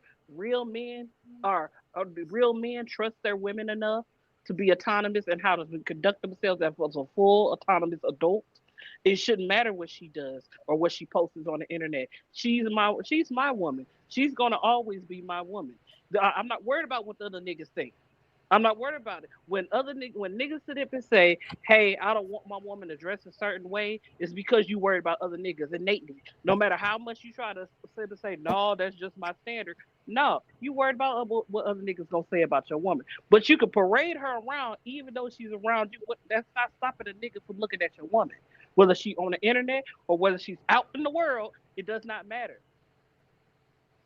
If you got a beautiful woman, men are going to look at it. Period. Yeah, but everybody don't want your woman. Shit. Now let's kick the real. Woman, bro. Like, Everybody don't want your woman. What you think is sexy, another dude might think is not so sexy. So can we add that nuanced part to it? And real men, all men are real. They exist. You can pinch one, they'll scream. They're real. We talk about good men. We talking about good men, versus other dudes. But let's just be real. Patriarchy told these men once they prove through way of dominance and financial and provider, I am promised a woman. That's what patriarchy told them. I am promised a woman. So wait, I can provide, I can protect, and I prove my manhood. I should have a woman. Why aren't these women choosing me? Bro, this is not the 14th century. But that's why they mad, because that's why they mad. That's why they're mad at feminism so badly, because before feminism, we didn't have a choice. So we had to deal with these fucking dickheads. You know what I'm saying? Like we didn't have a choice. We were trapped. Well, women were trapped. You know what I mean? And it's just that is why they're pissed, because just like you said, I've gotten the money, I've gotten all the accolades, I have the body. Why aren't these women still? I should have a woman. And now women are like, yeah, nigga, fuck you. I don't care what you got. Because you're boring. Your character sucks. You're boring. You're mean. You're nasty. You're listening. You're listening to other men tell other men that they don't care about women's orgasms. Baby, do you want the pussy or not? Do you want me? Do you want me like you?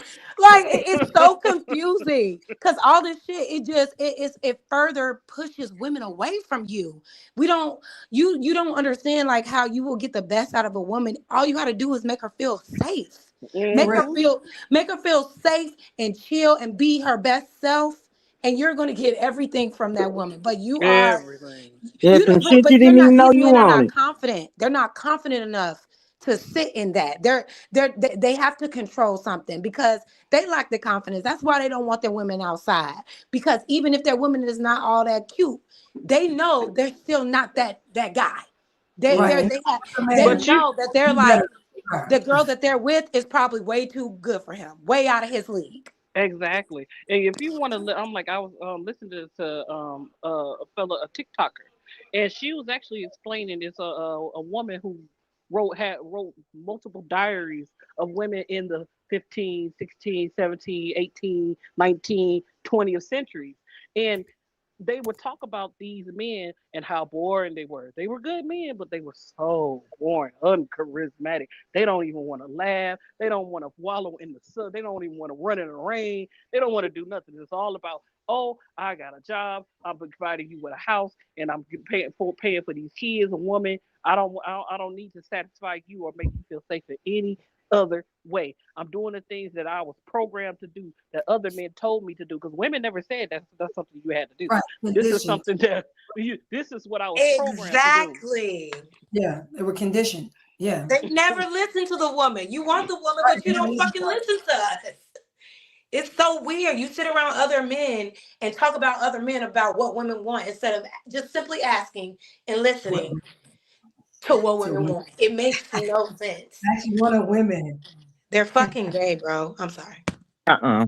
Y'all, I'm 56 years old. So women that couldn't get credit cards till well after I was a kiddo. Wow. Shame. Wow. Like what, 1974? So I probably was like 6, 7. Look. Women didn't even have black women didn't even have access to EBT until the Mm-mm.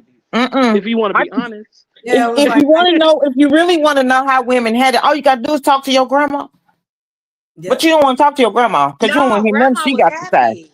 Grandma loved being like that. Shit, I talked to mine, and that is not the case. She had 9 children. Right. That is not the case at all. Do you guys believe that the manosphere has played a crucial role, or the red pill space has played a crucial role in the deterioration of, I guess y'all can call it real man or good man ideology, Marcy, that more men are leaning towards being like Andrew Tate for the white population and No, Kevin Samuels when he was alive for the black ones? No, misogyny has just gotten out of control. That's all it is. Okay. Truckin', what do you think? You think that because I'm about to play a clip soon. And what do you think? Do you think that really the red pill has harmed or been useful for black men? Just interesting. I definitely think it's been both, but I feel like it's been more harmful, mainly because it's just so many lame ass niggas up there, and I feel like they just. Uh, I agree with what the women said earlier. A lot of these niggas are just mad because they can't get the woman that they want. So instead of going out into the world like how real niggas used to do and say, you know what, I want the badass bitch. What do I got to do to get her? That's what the fuck I'ma do. Niggas ain't doing that no more. And now all we seeing is a bunch of niggas on the internet crying about why they can't get the woman that they fucking want. Exactly. Right, That's why I before I said they won't shut How up. about you get off the fucking internet, go run around the block a couple times because we see the gut. You ain't did a fucking sit up or you can't even do a chin up. Oh Lord. You can't. When the last time you He read a telling book? the Not the truth. 10 up. When the Not last the 10 time you up. enrolled in the class? Do something to better your fucking self. Come on, that's all we Because asking, Tay, guess right what? there. Real niggas lead by example. We don't gotta go on the fucking internet all the time and talk about the shit that we trying to do. We just gonna show niggas. That's the shit that we grew up on, real. You know it. We not from the talking nigga to Death City. We from the Yeah, show he me sound state. like my So man. it's like, I feel like it's definitely been more harmful.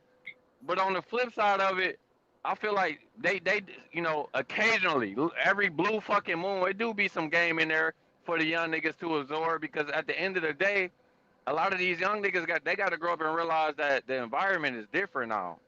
You feel me? And You that say a and lot of, and my bad, I didn't mean to interrupt you because I'm on no, the you laptop. did. You meant to, but it's okay. I still love you. Would you consider Kevin Samuels to be one of those real niggas or one of the fuck niggas with a microphone, as you described?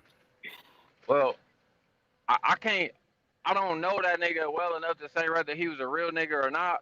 But what I will say is he had a lot of good talking points in his shows. That's all I can really say. As far as I never knew him personally enough to know whether he was a real nigga or not. I don't really know much about him. I don't know his middle name, his last name, none of that shit. So Well, you okay, I can't know his last recognize name. real niggas? Well, I wanted to ask, in a situation that I'm about to review now, Kevin Samuels breaks down the importance of side chicks and why they serve a purpose. I'm sorry. Piss me off. Don't piss me off. I'm sorry. I'm sorry. Yeah, That was that's such a ridiculous. horrible way to try to transition, honestly, bro. If you gonna run a show, you got to do a little bit better. God damn, he hit us with the okie doke. God damn. Not Because Kitten I Boots. hate that he even said that shit. Like what? Not Kitten Boots who was found with a transformer. Not Kitten Boots. Okay, we don't listen to Kitten Boots. Was the girl trans for real? Yeah. So, yeah. It be your own people. He had it coming. Right. I mean, Your own people. video where the man in the bed, but I'm not. Listen, let's review Kevin Samuels saying that. Dario, we heard you say that. Shut up. He ain't lying. Right, like you're not just gonna skate past that. Wait y'all a heard minute. Wait a minute. Wait. First of all, you're not gonna speed past that like you didn't just say what you just said.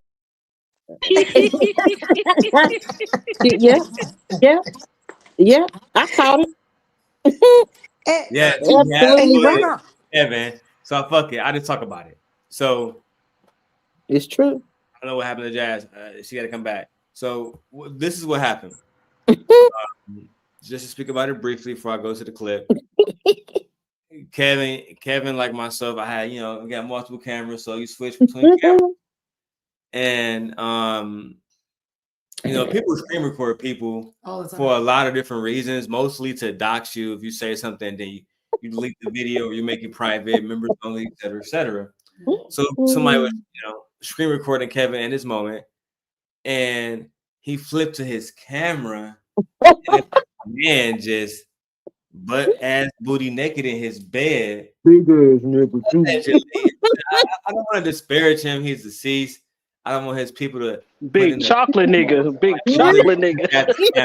Snoring and carrying on. Sorry to the Samuels family. Just facts are facts.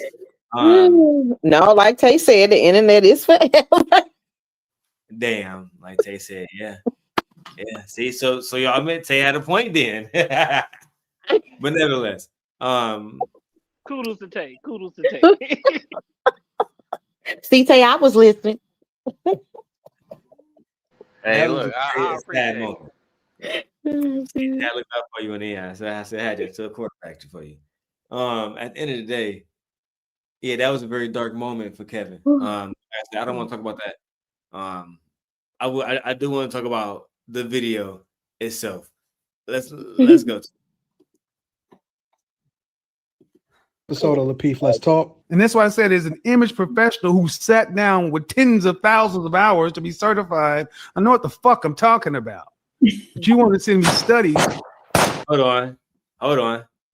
And that's why I said, as an image professional who sat down with tens of thousands of hours to be certified, I know what the fuck I'm talking about. You sat down for tens of thousands of hours to be certified as an image consultant? Really? Stop the cap. Stop the cap right now. Stop the cap. No bullshit, bro. Oh. Tens of thousands of hours. Sir, you spray perfume on people in a mall. This is why the manosphere is at an all-time low. This is why people don't like listening to people within the manosphere, because they don't want to have genuine conversations.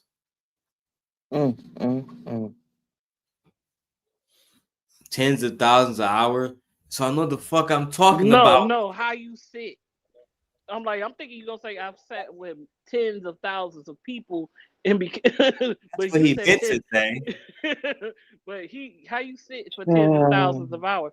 That you wouldn't. Oh, okay, never mind. The only people that can say they've had tens of thousands of hours are lawyers, doctors, and pilots. They go to school forever. Yeah. And he did it to become an image consultant. And an engineer. Let's not forget clinicians.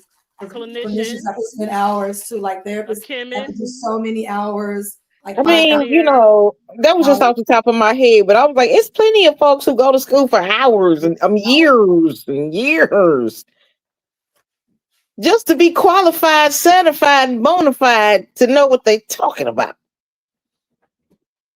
I'm very disappointed, man. You an image consultant. Yeah.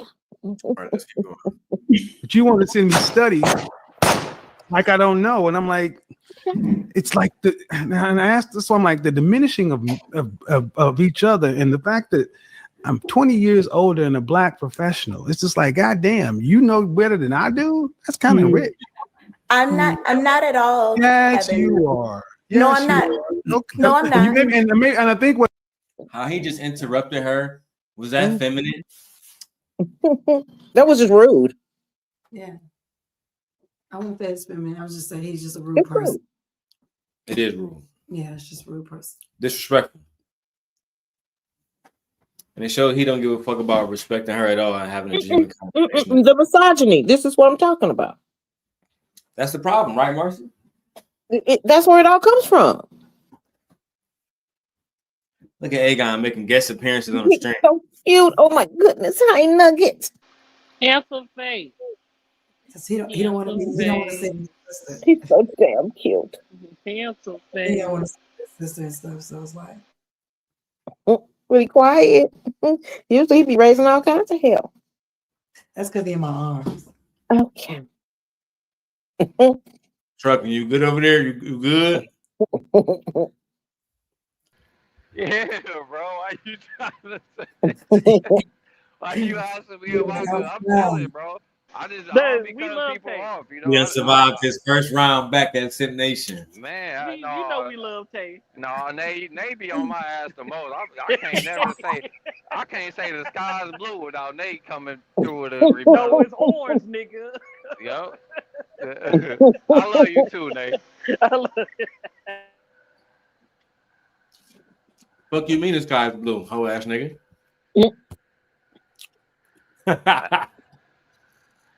So, My bad, y'all.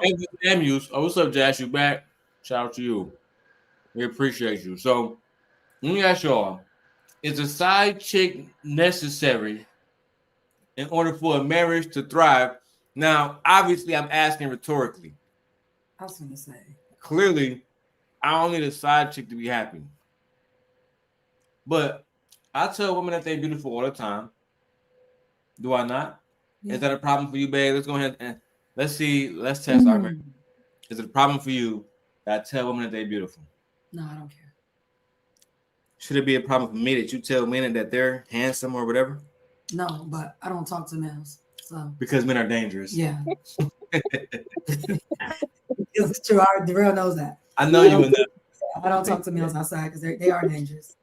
And they take the littlest thing as an advance or invitation to thinking you want them and stuff. So no, I don't talk to males. Especially in proximity where they can actually physically harm. Yeah. Correct. Mm-hmm. Correct.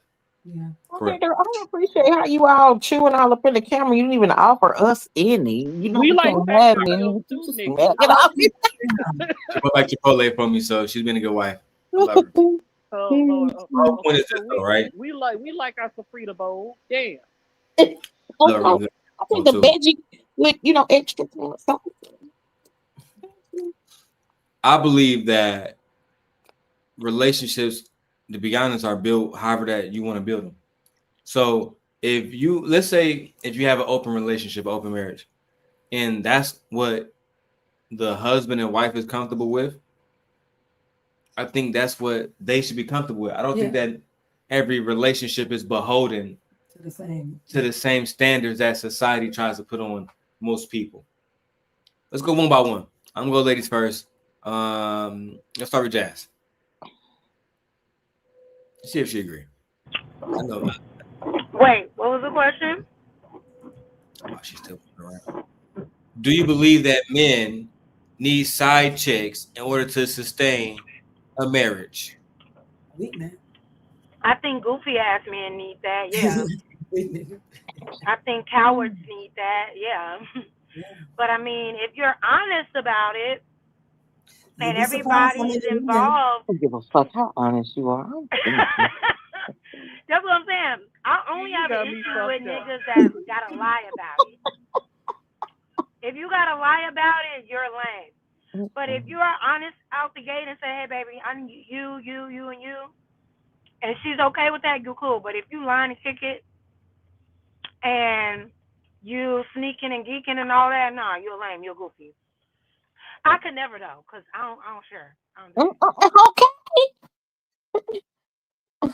But I don't judge anybody does. But I will say, I have known couples that do invite, leave that door open, literally, leave their bedroom door open to explore.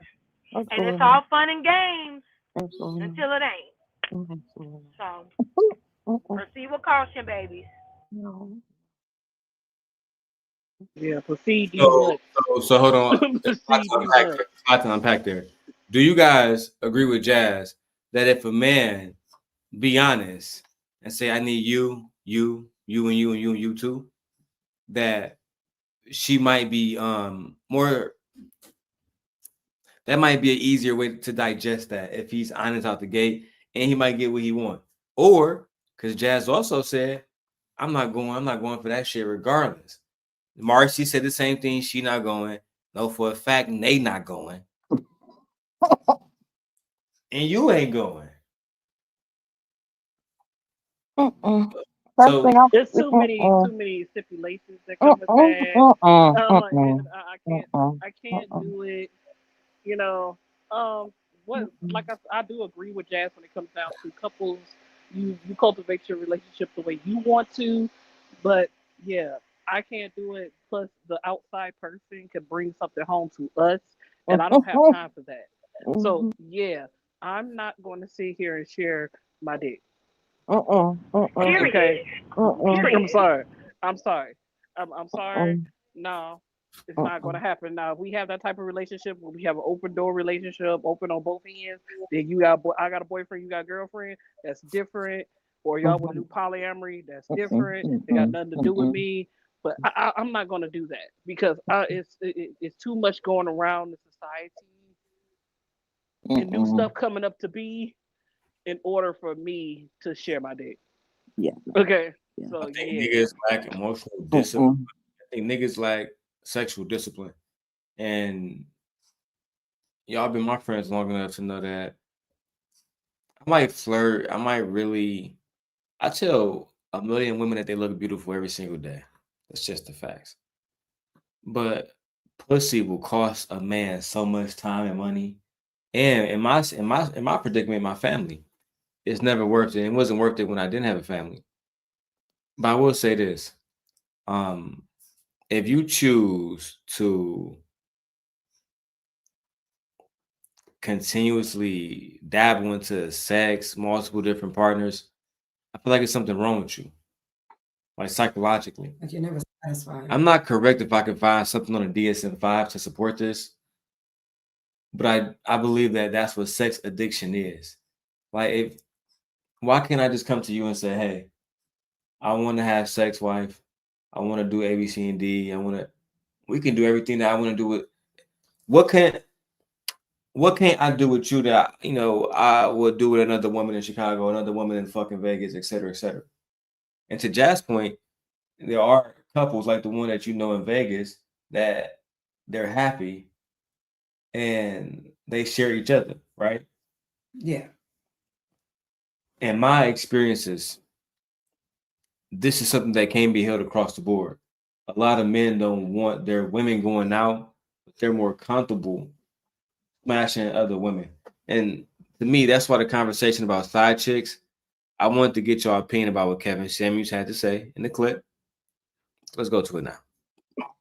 What it is, honestly, what I think it is, you don't see it. But however Anton put it, or Courtney's put it, I put it, we're all feeling the same thing, which is why I said at the beginning, your appearance has one thing to do, but the way you behave and communicate with people in general has more impact on your professional outcomes. You have 3 people that you're in conflict with here. Because I wanted you to chime in on the whole conversation about side chicks. Okay, yeah. And women giving side chicks praise. And I wanted to get your insight on that. Of course. Before I keep going, exactly, Jazz. That is Anton Daniels. Why would a Christian man want to talk about side chicks? Who wants to tackle this first? Anybody? Because men really, I always find that men who solely focus on religion, they are cheaters. They do step outside. The biggest. What? They're bigots. Yeah. And their portrayal. I also think that men who have never had a baddie or multiple women tend to think like this. Anton has a baddie. Anyway, Who was that? The one with the ring, right? I think that Never religion. mind. I Never also think mind. Never that. mind. Go say shit. I also think that men who are like really big on religion use religion as a form of manipulation when it comes to women. Mm-hmm. Absolutely. They So don't this follow is the why I very. say that religion and marriage have women in a chokehold. Mm-hmm. It said, Because let's be clear. most males are not religious. They Not at cherish all. the Bible, specifically parts that benefit them. It's very interesting. Let's keep going. Any other thoughts on why a Christian man like Anton Daniels would be interested in having a conversation about? I mean, and he's faithful to his wife. Christians are liars, though. But not Anton. I'm pretty sure he's completely faithful to Rita. Never lied to her at all. I don't care. What? Christians are liars. What? Yeah. Because they just want to be able to do whatever they want to do without What? Because they're with trying to it find a being. verse in the Bible. Oh, Marcy, I'm pretty sure there's a pretty plausible reason why this faithful man who's faithful to Rita would want to talk to Kevin Now Samuels. you and us both believe. You know you don't believe that shit. Stop talking that shit. You better stop talking that shit. There's Talk no about plausible reason why. He shouldn't have a conversation about those These side niggas are chicks. just He has having a conversation. Look, he having a conversation about side chicks because he has side chicks. Let's be allegedly. clear. No, ain't no allegedly. He's Fuck all trying that. to validate. He's trying to look for validation in his. Want somebody to tell him it's okay. He Damn wants to that. talk. Yeah. He wants to talk to somebody like Kevin Samuels, somebody he respect and revere, to try to rationalize his fucking bullshit. That's all. That's all that shit is. That's all it is. It's called confirmation bias. Exactly. It can't be that bad if so and so said it's okay. They gonna pull the verse in the Bible. I said they will pull a verse up in the Bible where it does say that men can have multiple wives. It's found in the Old Testament. No, it's as many wives as you can afford. Let's not bullshit ourselves here. That's what. But they sit up and say they the Bible said Ain't you pull out Gemini because I don't know the facts about this. And now Then they'll say King Solomon had a bunch of wives. Hello, keyword is what? King. This is why I don't like the Bible. It's Okay. The Bible is a big. we're about to get the facts right now before I go back to the clip. Go ahead. Let me get it now. It says as many wives he can afford. Let me figure it out now. So let me ask Gemini. Gemini, what does the Bible say about men having multiple wives? The Old Testament describes several prominent men, including Abraham and David, having multiple wives, and the Mosaic Law accommodated the practice with regulations. However, the Bible's original creation account, Genesis chapter 2, verse 24, establishes monogamy, one man, one wife, as the ideal, and instances of polygamy in the Old Testament often lead to family problems. The New Testament reinforces the one man/one wife standard, notably for church leaders. So that's my whole point. If you're a church leader, like Anton says, you're a God-fearing man. If you are somebody who other men should lead to try to be like, why would you be interested in talking about having side chicks? Very, very interesting conversation. But nevertheless, I'll hear it out. Let's go.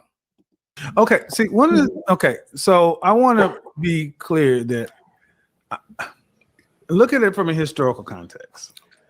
A side chick, mistress, a woman that fulfills roles that your wife may not be as competent to fill in. Because the question was, can you learn anything from your side chick? Something like that. Well, if you look at polygynist or polygamous relationships, oftentimes sister wives coach up other wives how to be better in certain areas. She's just a legal side chick, an acceptable side chick. But if you look back throughout history, men of power, men of resource have always had their principal wife and have had the opportunity to have women who came to their court to play the harp, read poetry, massage. The fuck what is the he hell he talking about? Oh, my bad. Because history, if we want to talk about history, those men were also frowned upon. You cannot have multiple wives if you're sitting following the Bible. The Bible says a monogamous relationship. When you have concubines, yeah, it may show status, but you still a hoe. It don't matter, honestly. I was like, and then black men have never had the opportunity to have multiple wives, especially if they won the king. Not on the continent of America since it's been founded as America. Thank you. And I said, and then in America, it is illegal for you to have more than one wife. How dare you? You can't practice against the law. It's against the law. So even in America, is not recognized. Having multiple wives is not recognized in hardly no not even since the Ming Dynasty. If you want to talk about concubines and stuff like that too, they don't know. So do you believe that men are okay? The men who want side chicks, like for example, do you believe that, I don't know, Rita can have a side nigga, a side husband? Is it okay for women to have side niggas when women have side chicks? You know damn well. What would she be called, Daryl? I said, you know what would she be called, Daryl? This person has been said to say that go ahead, Jazz. Jazz still driving. Is she saying something? I can't hear her. She's still driving. She's probably going in and out. Chicago. Yeah, she's probably going in and out. We're going to wait till she comes back in. Is there ever a situation? I'll go to Marcy until Jazz audio resumes. Marcy, is there ever a moment where a man or a woman deserves a hard pass within their marriage? If that's what they want to do, if they come to some kind of agreement and that's what they want to do, then I guess I don't get it, but hey. I'm not going to put that blanket statement on marriages. For what? I don't yuck people's yum. People can do whatever they want within their marriages, but don't claim, like, I don't claim to be a Christian, and neither do you. No. Because if you claim something, that means you're following like the rules and principles of something. The structure. Right, of something. In the religion. So that's the problem.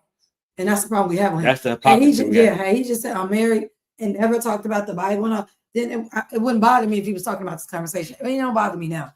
I'm saying it would hold more validity, I should say. Validity, I should say. Validity, yes. Yeah, validity, I should say, yeah. He attacked Jazz for not being married.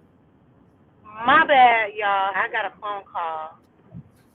But that's fine. What I was saying was that because someone said, could that person's wife have a side dude? That person is the type, and he actually said that even if they break up, that's still his.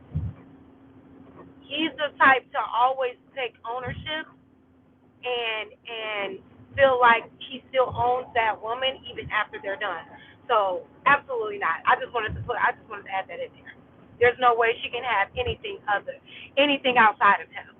Because when you have like a God complex, that's how you operate. I mean, but I get that, but men can't really operate and own a woman. So I can say to my wife, it's gonna be my coochie forever, but if she divorced me and give it another man and he starts smashing, what can I really do about it? But I get what you're saying. I think that's like extreme narcissism. Do we see these traits in most men though? Are most men really that hypocritical? Where they would tell a woman, you can be my only one, but I can have multiple women. You've never seen a situation where it was equal? Equal as far as like, yeah, like she can go out and do her, and the man can do only him. in mutual respect, only in relationships that have mutual respect for the situation. And it has to be real mature. I do know there are men that do exist in those relationships. I mean, I have a whole show about it where there's like 3 men and 3 women, and they're all sharing each other. White people, you haven't seen that? So TLC. There's a whole show about it. But side chicks, I don't think that like to Jazz's point, I don't think Anton would be. Well, she didn't say Anton, but I'm saying it. I don't think that Anton would be okay with Rita having a side chick, but he seems to be comfortable with the idea that within his marriage it's okay to have a side chick. I mean, well, this is part of his brand, so he has to promote degeneracy. Because a lot of the males that he speaks to, they're not married. But that goes against all the Christian We know that. values that he also We know speak that about. he's not a true Christian. We know he's not a real Christian. Okay, I'm glad we're on the same page. Let's go. But also, a lot of men think that if you have a certain amount of money, you can just do whatever. You can do whatever. You're entitled to move how you want to move in a relationship, in a marriage, regardless of your faith, regardless of who you follow in Christ or whatever the case may be. A lot of men think, and I think that's another impact or influence of the patriarchy that conditions a lot of people to believe that if you have money and status and power and respect, then you don't have to give that respect to anybody else. You have it. So you don't, it's not necessary to give because it's always given to you because you have these things. So a lot of that shit that Christianity, it goes out the window. That's why they cherry pick it and pick and choose when they want to apply it. But they only do that when it benefits them. When they can like stand behind it and say, well, God said, you know what I mean? Just using it to justify their bullshit. Even men without money, even men with not like a large amount of, not a large fortune or like rich men. I've seen this with men who just are average and pay all the bills and think they can have another woman. Like I pay all the bills, like, bro, no. Usually when you have a side chick, it's just that men are out here just cheating. That's it. They're just out here cheating.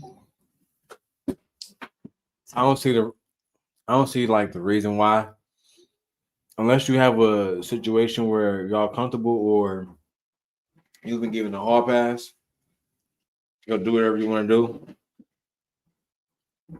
I feel like it's unnecessary. It brings too much chaos. It does. It brings too much chaos. That's like what I told you. Pandora's box. And in a city like Chicago, you have to be intentional because every day you step outside, it's baddies everywhere. You have to be intentional. You have to actually want to be with the person that you with. Otherwise, in my opinion, it's easy to get caught up out here, especially in a city like Chicago, because there's so many beautiful fucking women.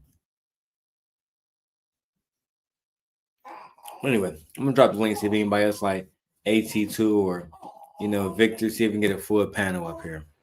Hey, but yeah, I agree with you on that, bro. Chicago built different. I ain't even know Chicago was built like that till the last time we went. I felt like I needed to close my eyes walking around that bitch. I was like, this shit getting crazy. But the shit get real fast around that motherfucker. It's a lot of beautiful women around there. Like they be fit, their hair be looking nice, they dress well. Like my wife. You gotta be ready. You gotta be on your shit if you moving around that type of environment for sure. And you definitely need not to come to Atlanta, boy. Atlanta got it, but Atlanta got a lot of ratchet shit going on too. So it's like, Atlanta don't have a lot of ratchet. No. Like I said, Atlanta. I led with saying Atlanta got it too. I'm not saying they don't got it, but Florida and Texas. I've been to Atlanta, you know what I'm saying? I just felt like what I seen in Chicago was different though. It was different down there. Women are different. They're very pretty. Pretty girls. They're pretty girls. I still think Chicago has beautiful women on this side of the country. Mm-hmm. Yeah, it was a lot of like Midwestern women are pretty. Extraordinary beauty out there for sure. Yeah, Midwestern women are pretty. We can't help it. We can't help it. It's okay. Thank you. We love y'all too. We love you too, man. Let's go back to Kevin Samuels before we get out of here. Dance, whatever. Did they have sexual access to these women? Of course. Did they always choose to opt for it? Sometimes yes, sometimes no. but those women would have been considered side chicks. Now, I think in Black America, we look at, I think our relationships are so basic to where we think we can get everything from one person. And a side chick per se does not necessarily mean it has to be a sexual relationship. Case in point, look at the average CEO of a Fortune 500. Hey, Truckin, are you interested in having a side chick that you don't have a sexual relationship with? To be honest with you, and I'm gonna be honest with you, I understand the point that he's making right now. I don't want to throw myself under the bus because I am in a relationship, and I like to represent my woman well when I'm coming out here. But all I can say is I understand what he's talking about. Yes or no?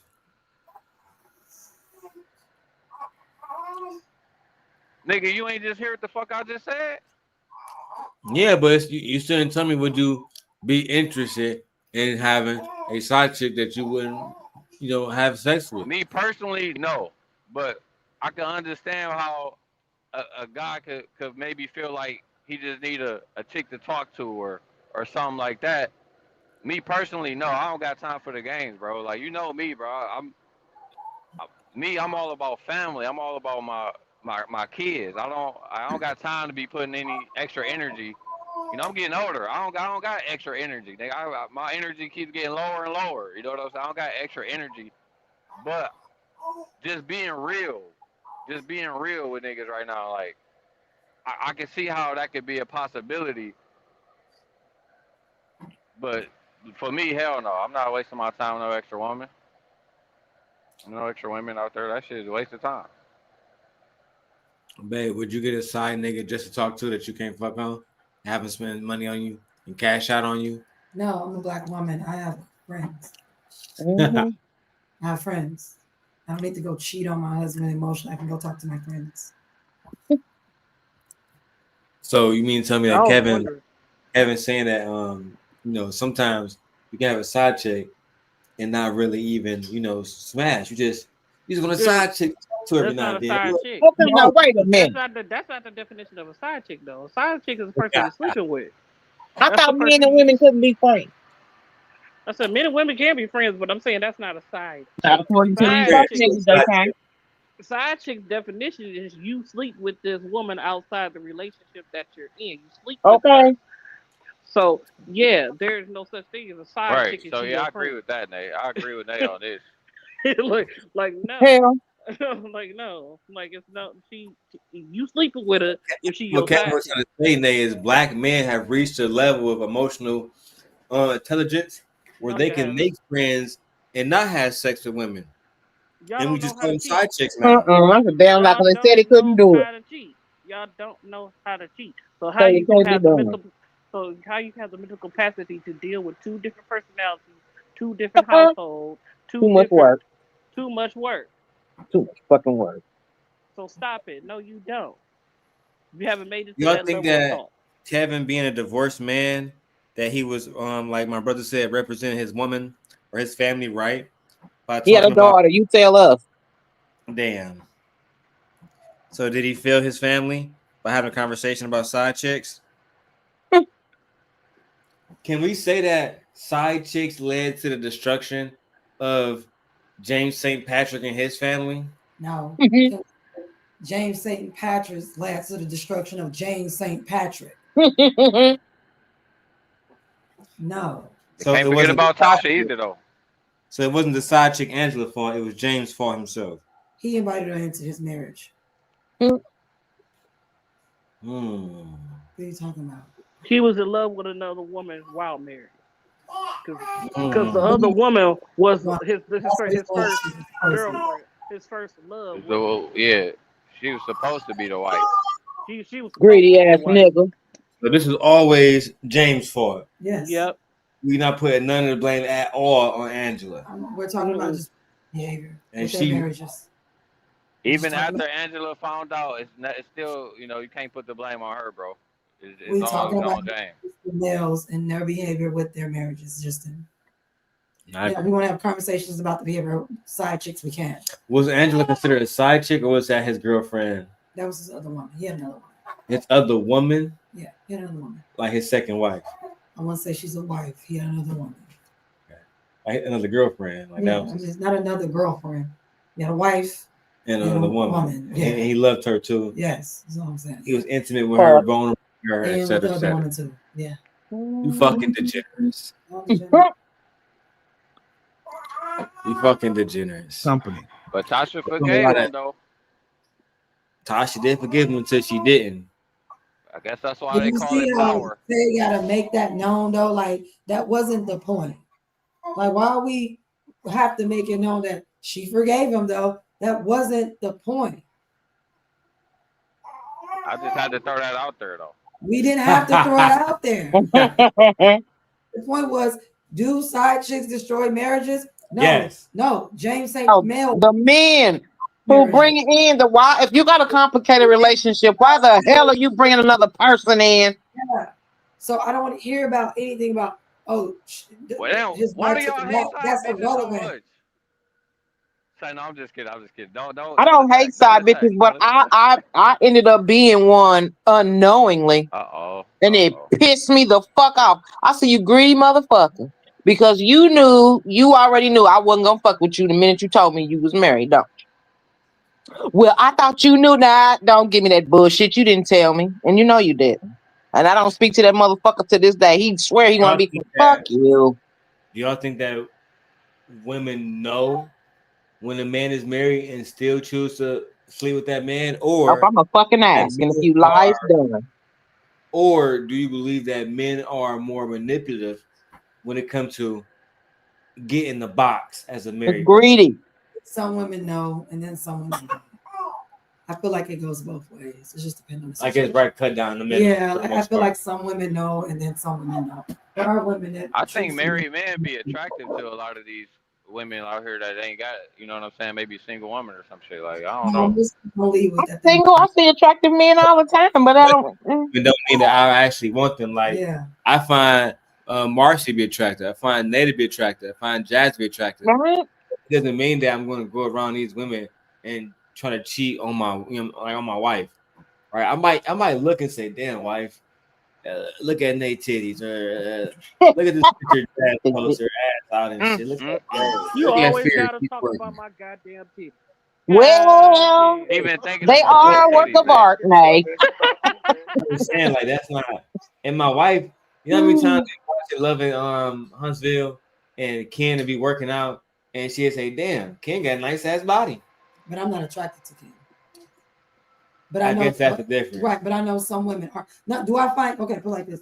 Do I find Ken attractive? Yeah. Am I attracted to Ken? No. He a I think muscle you punk to can me. be attractive and you're not You a be attracted damn to lie. He a muscle punk to No, me. that's I don't, not. No, I that's don't true. like big buff niggas.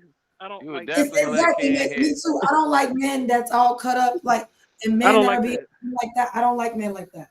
Me either. It seems like You would definitely get Ken some cheeks, Gently. No, I wouldn't. I'm not attracted to Stop it. Hell Stop it. no. like that's what I'm saying. Like Hell I'm no. not I attracted think to niggas Ken. that's I'm not. niggas that's built like that, the penis is small as hell. Mhm, They got a little dick. They mhm, usually have little mhm. dicks. I'm saying it's That like ain't Tell never it, stopped Nate. y'all from giving niggas the cheeks before.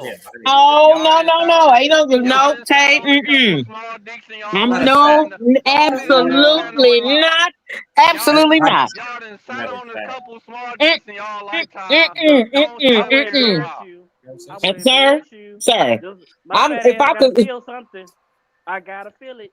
I got too ain't much. no I use got in too both of much. us being mad. Shit.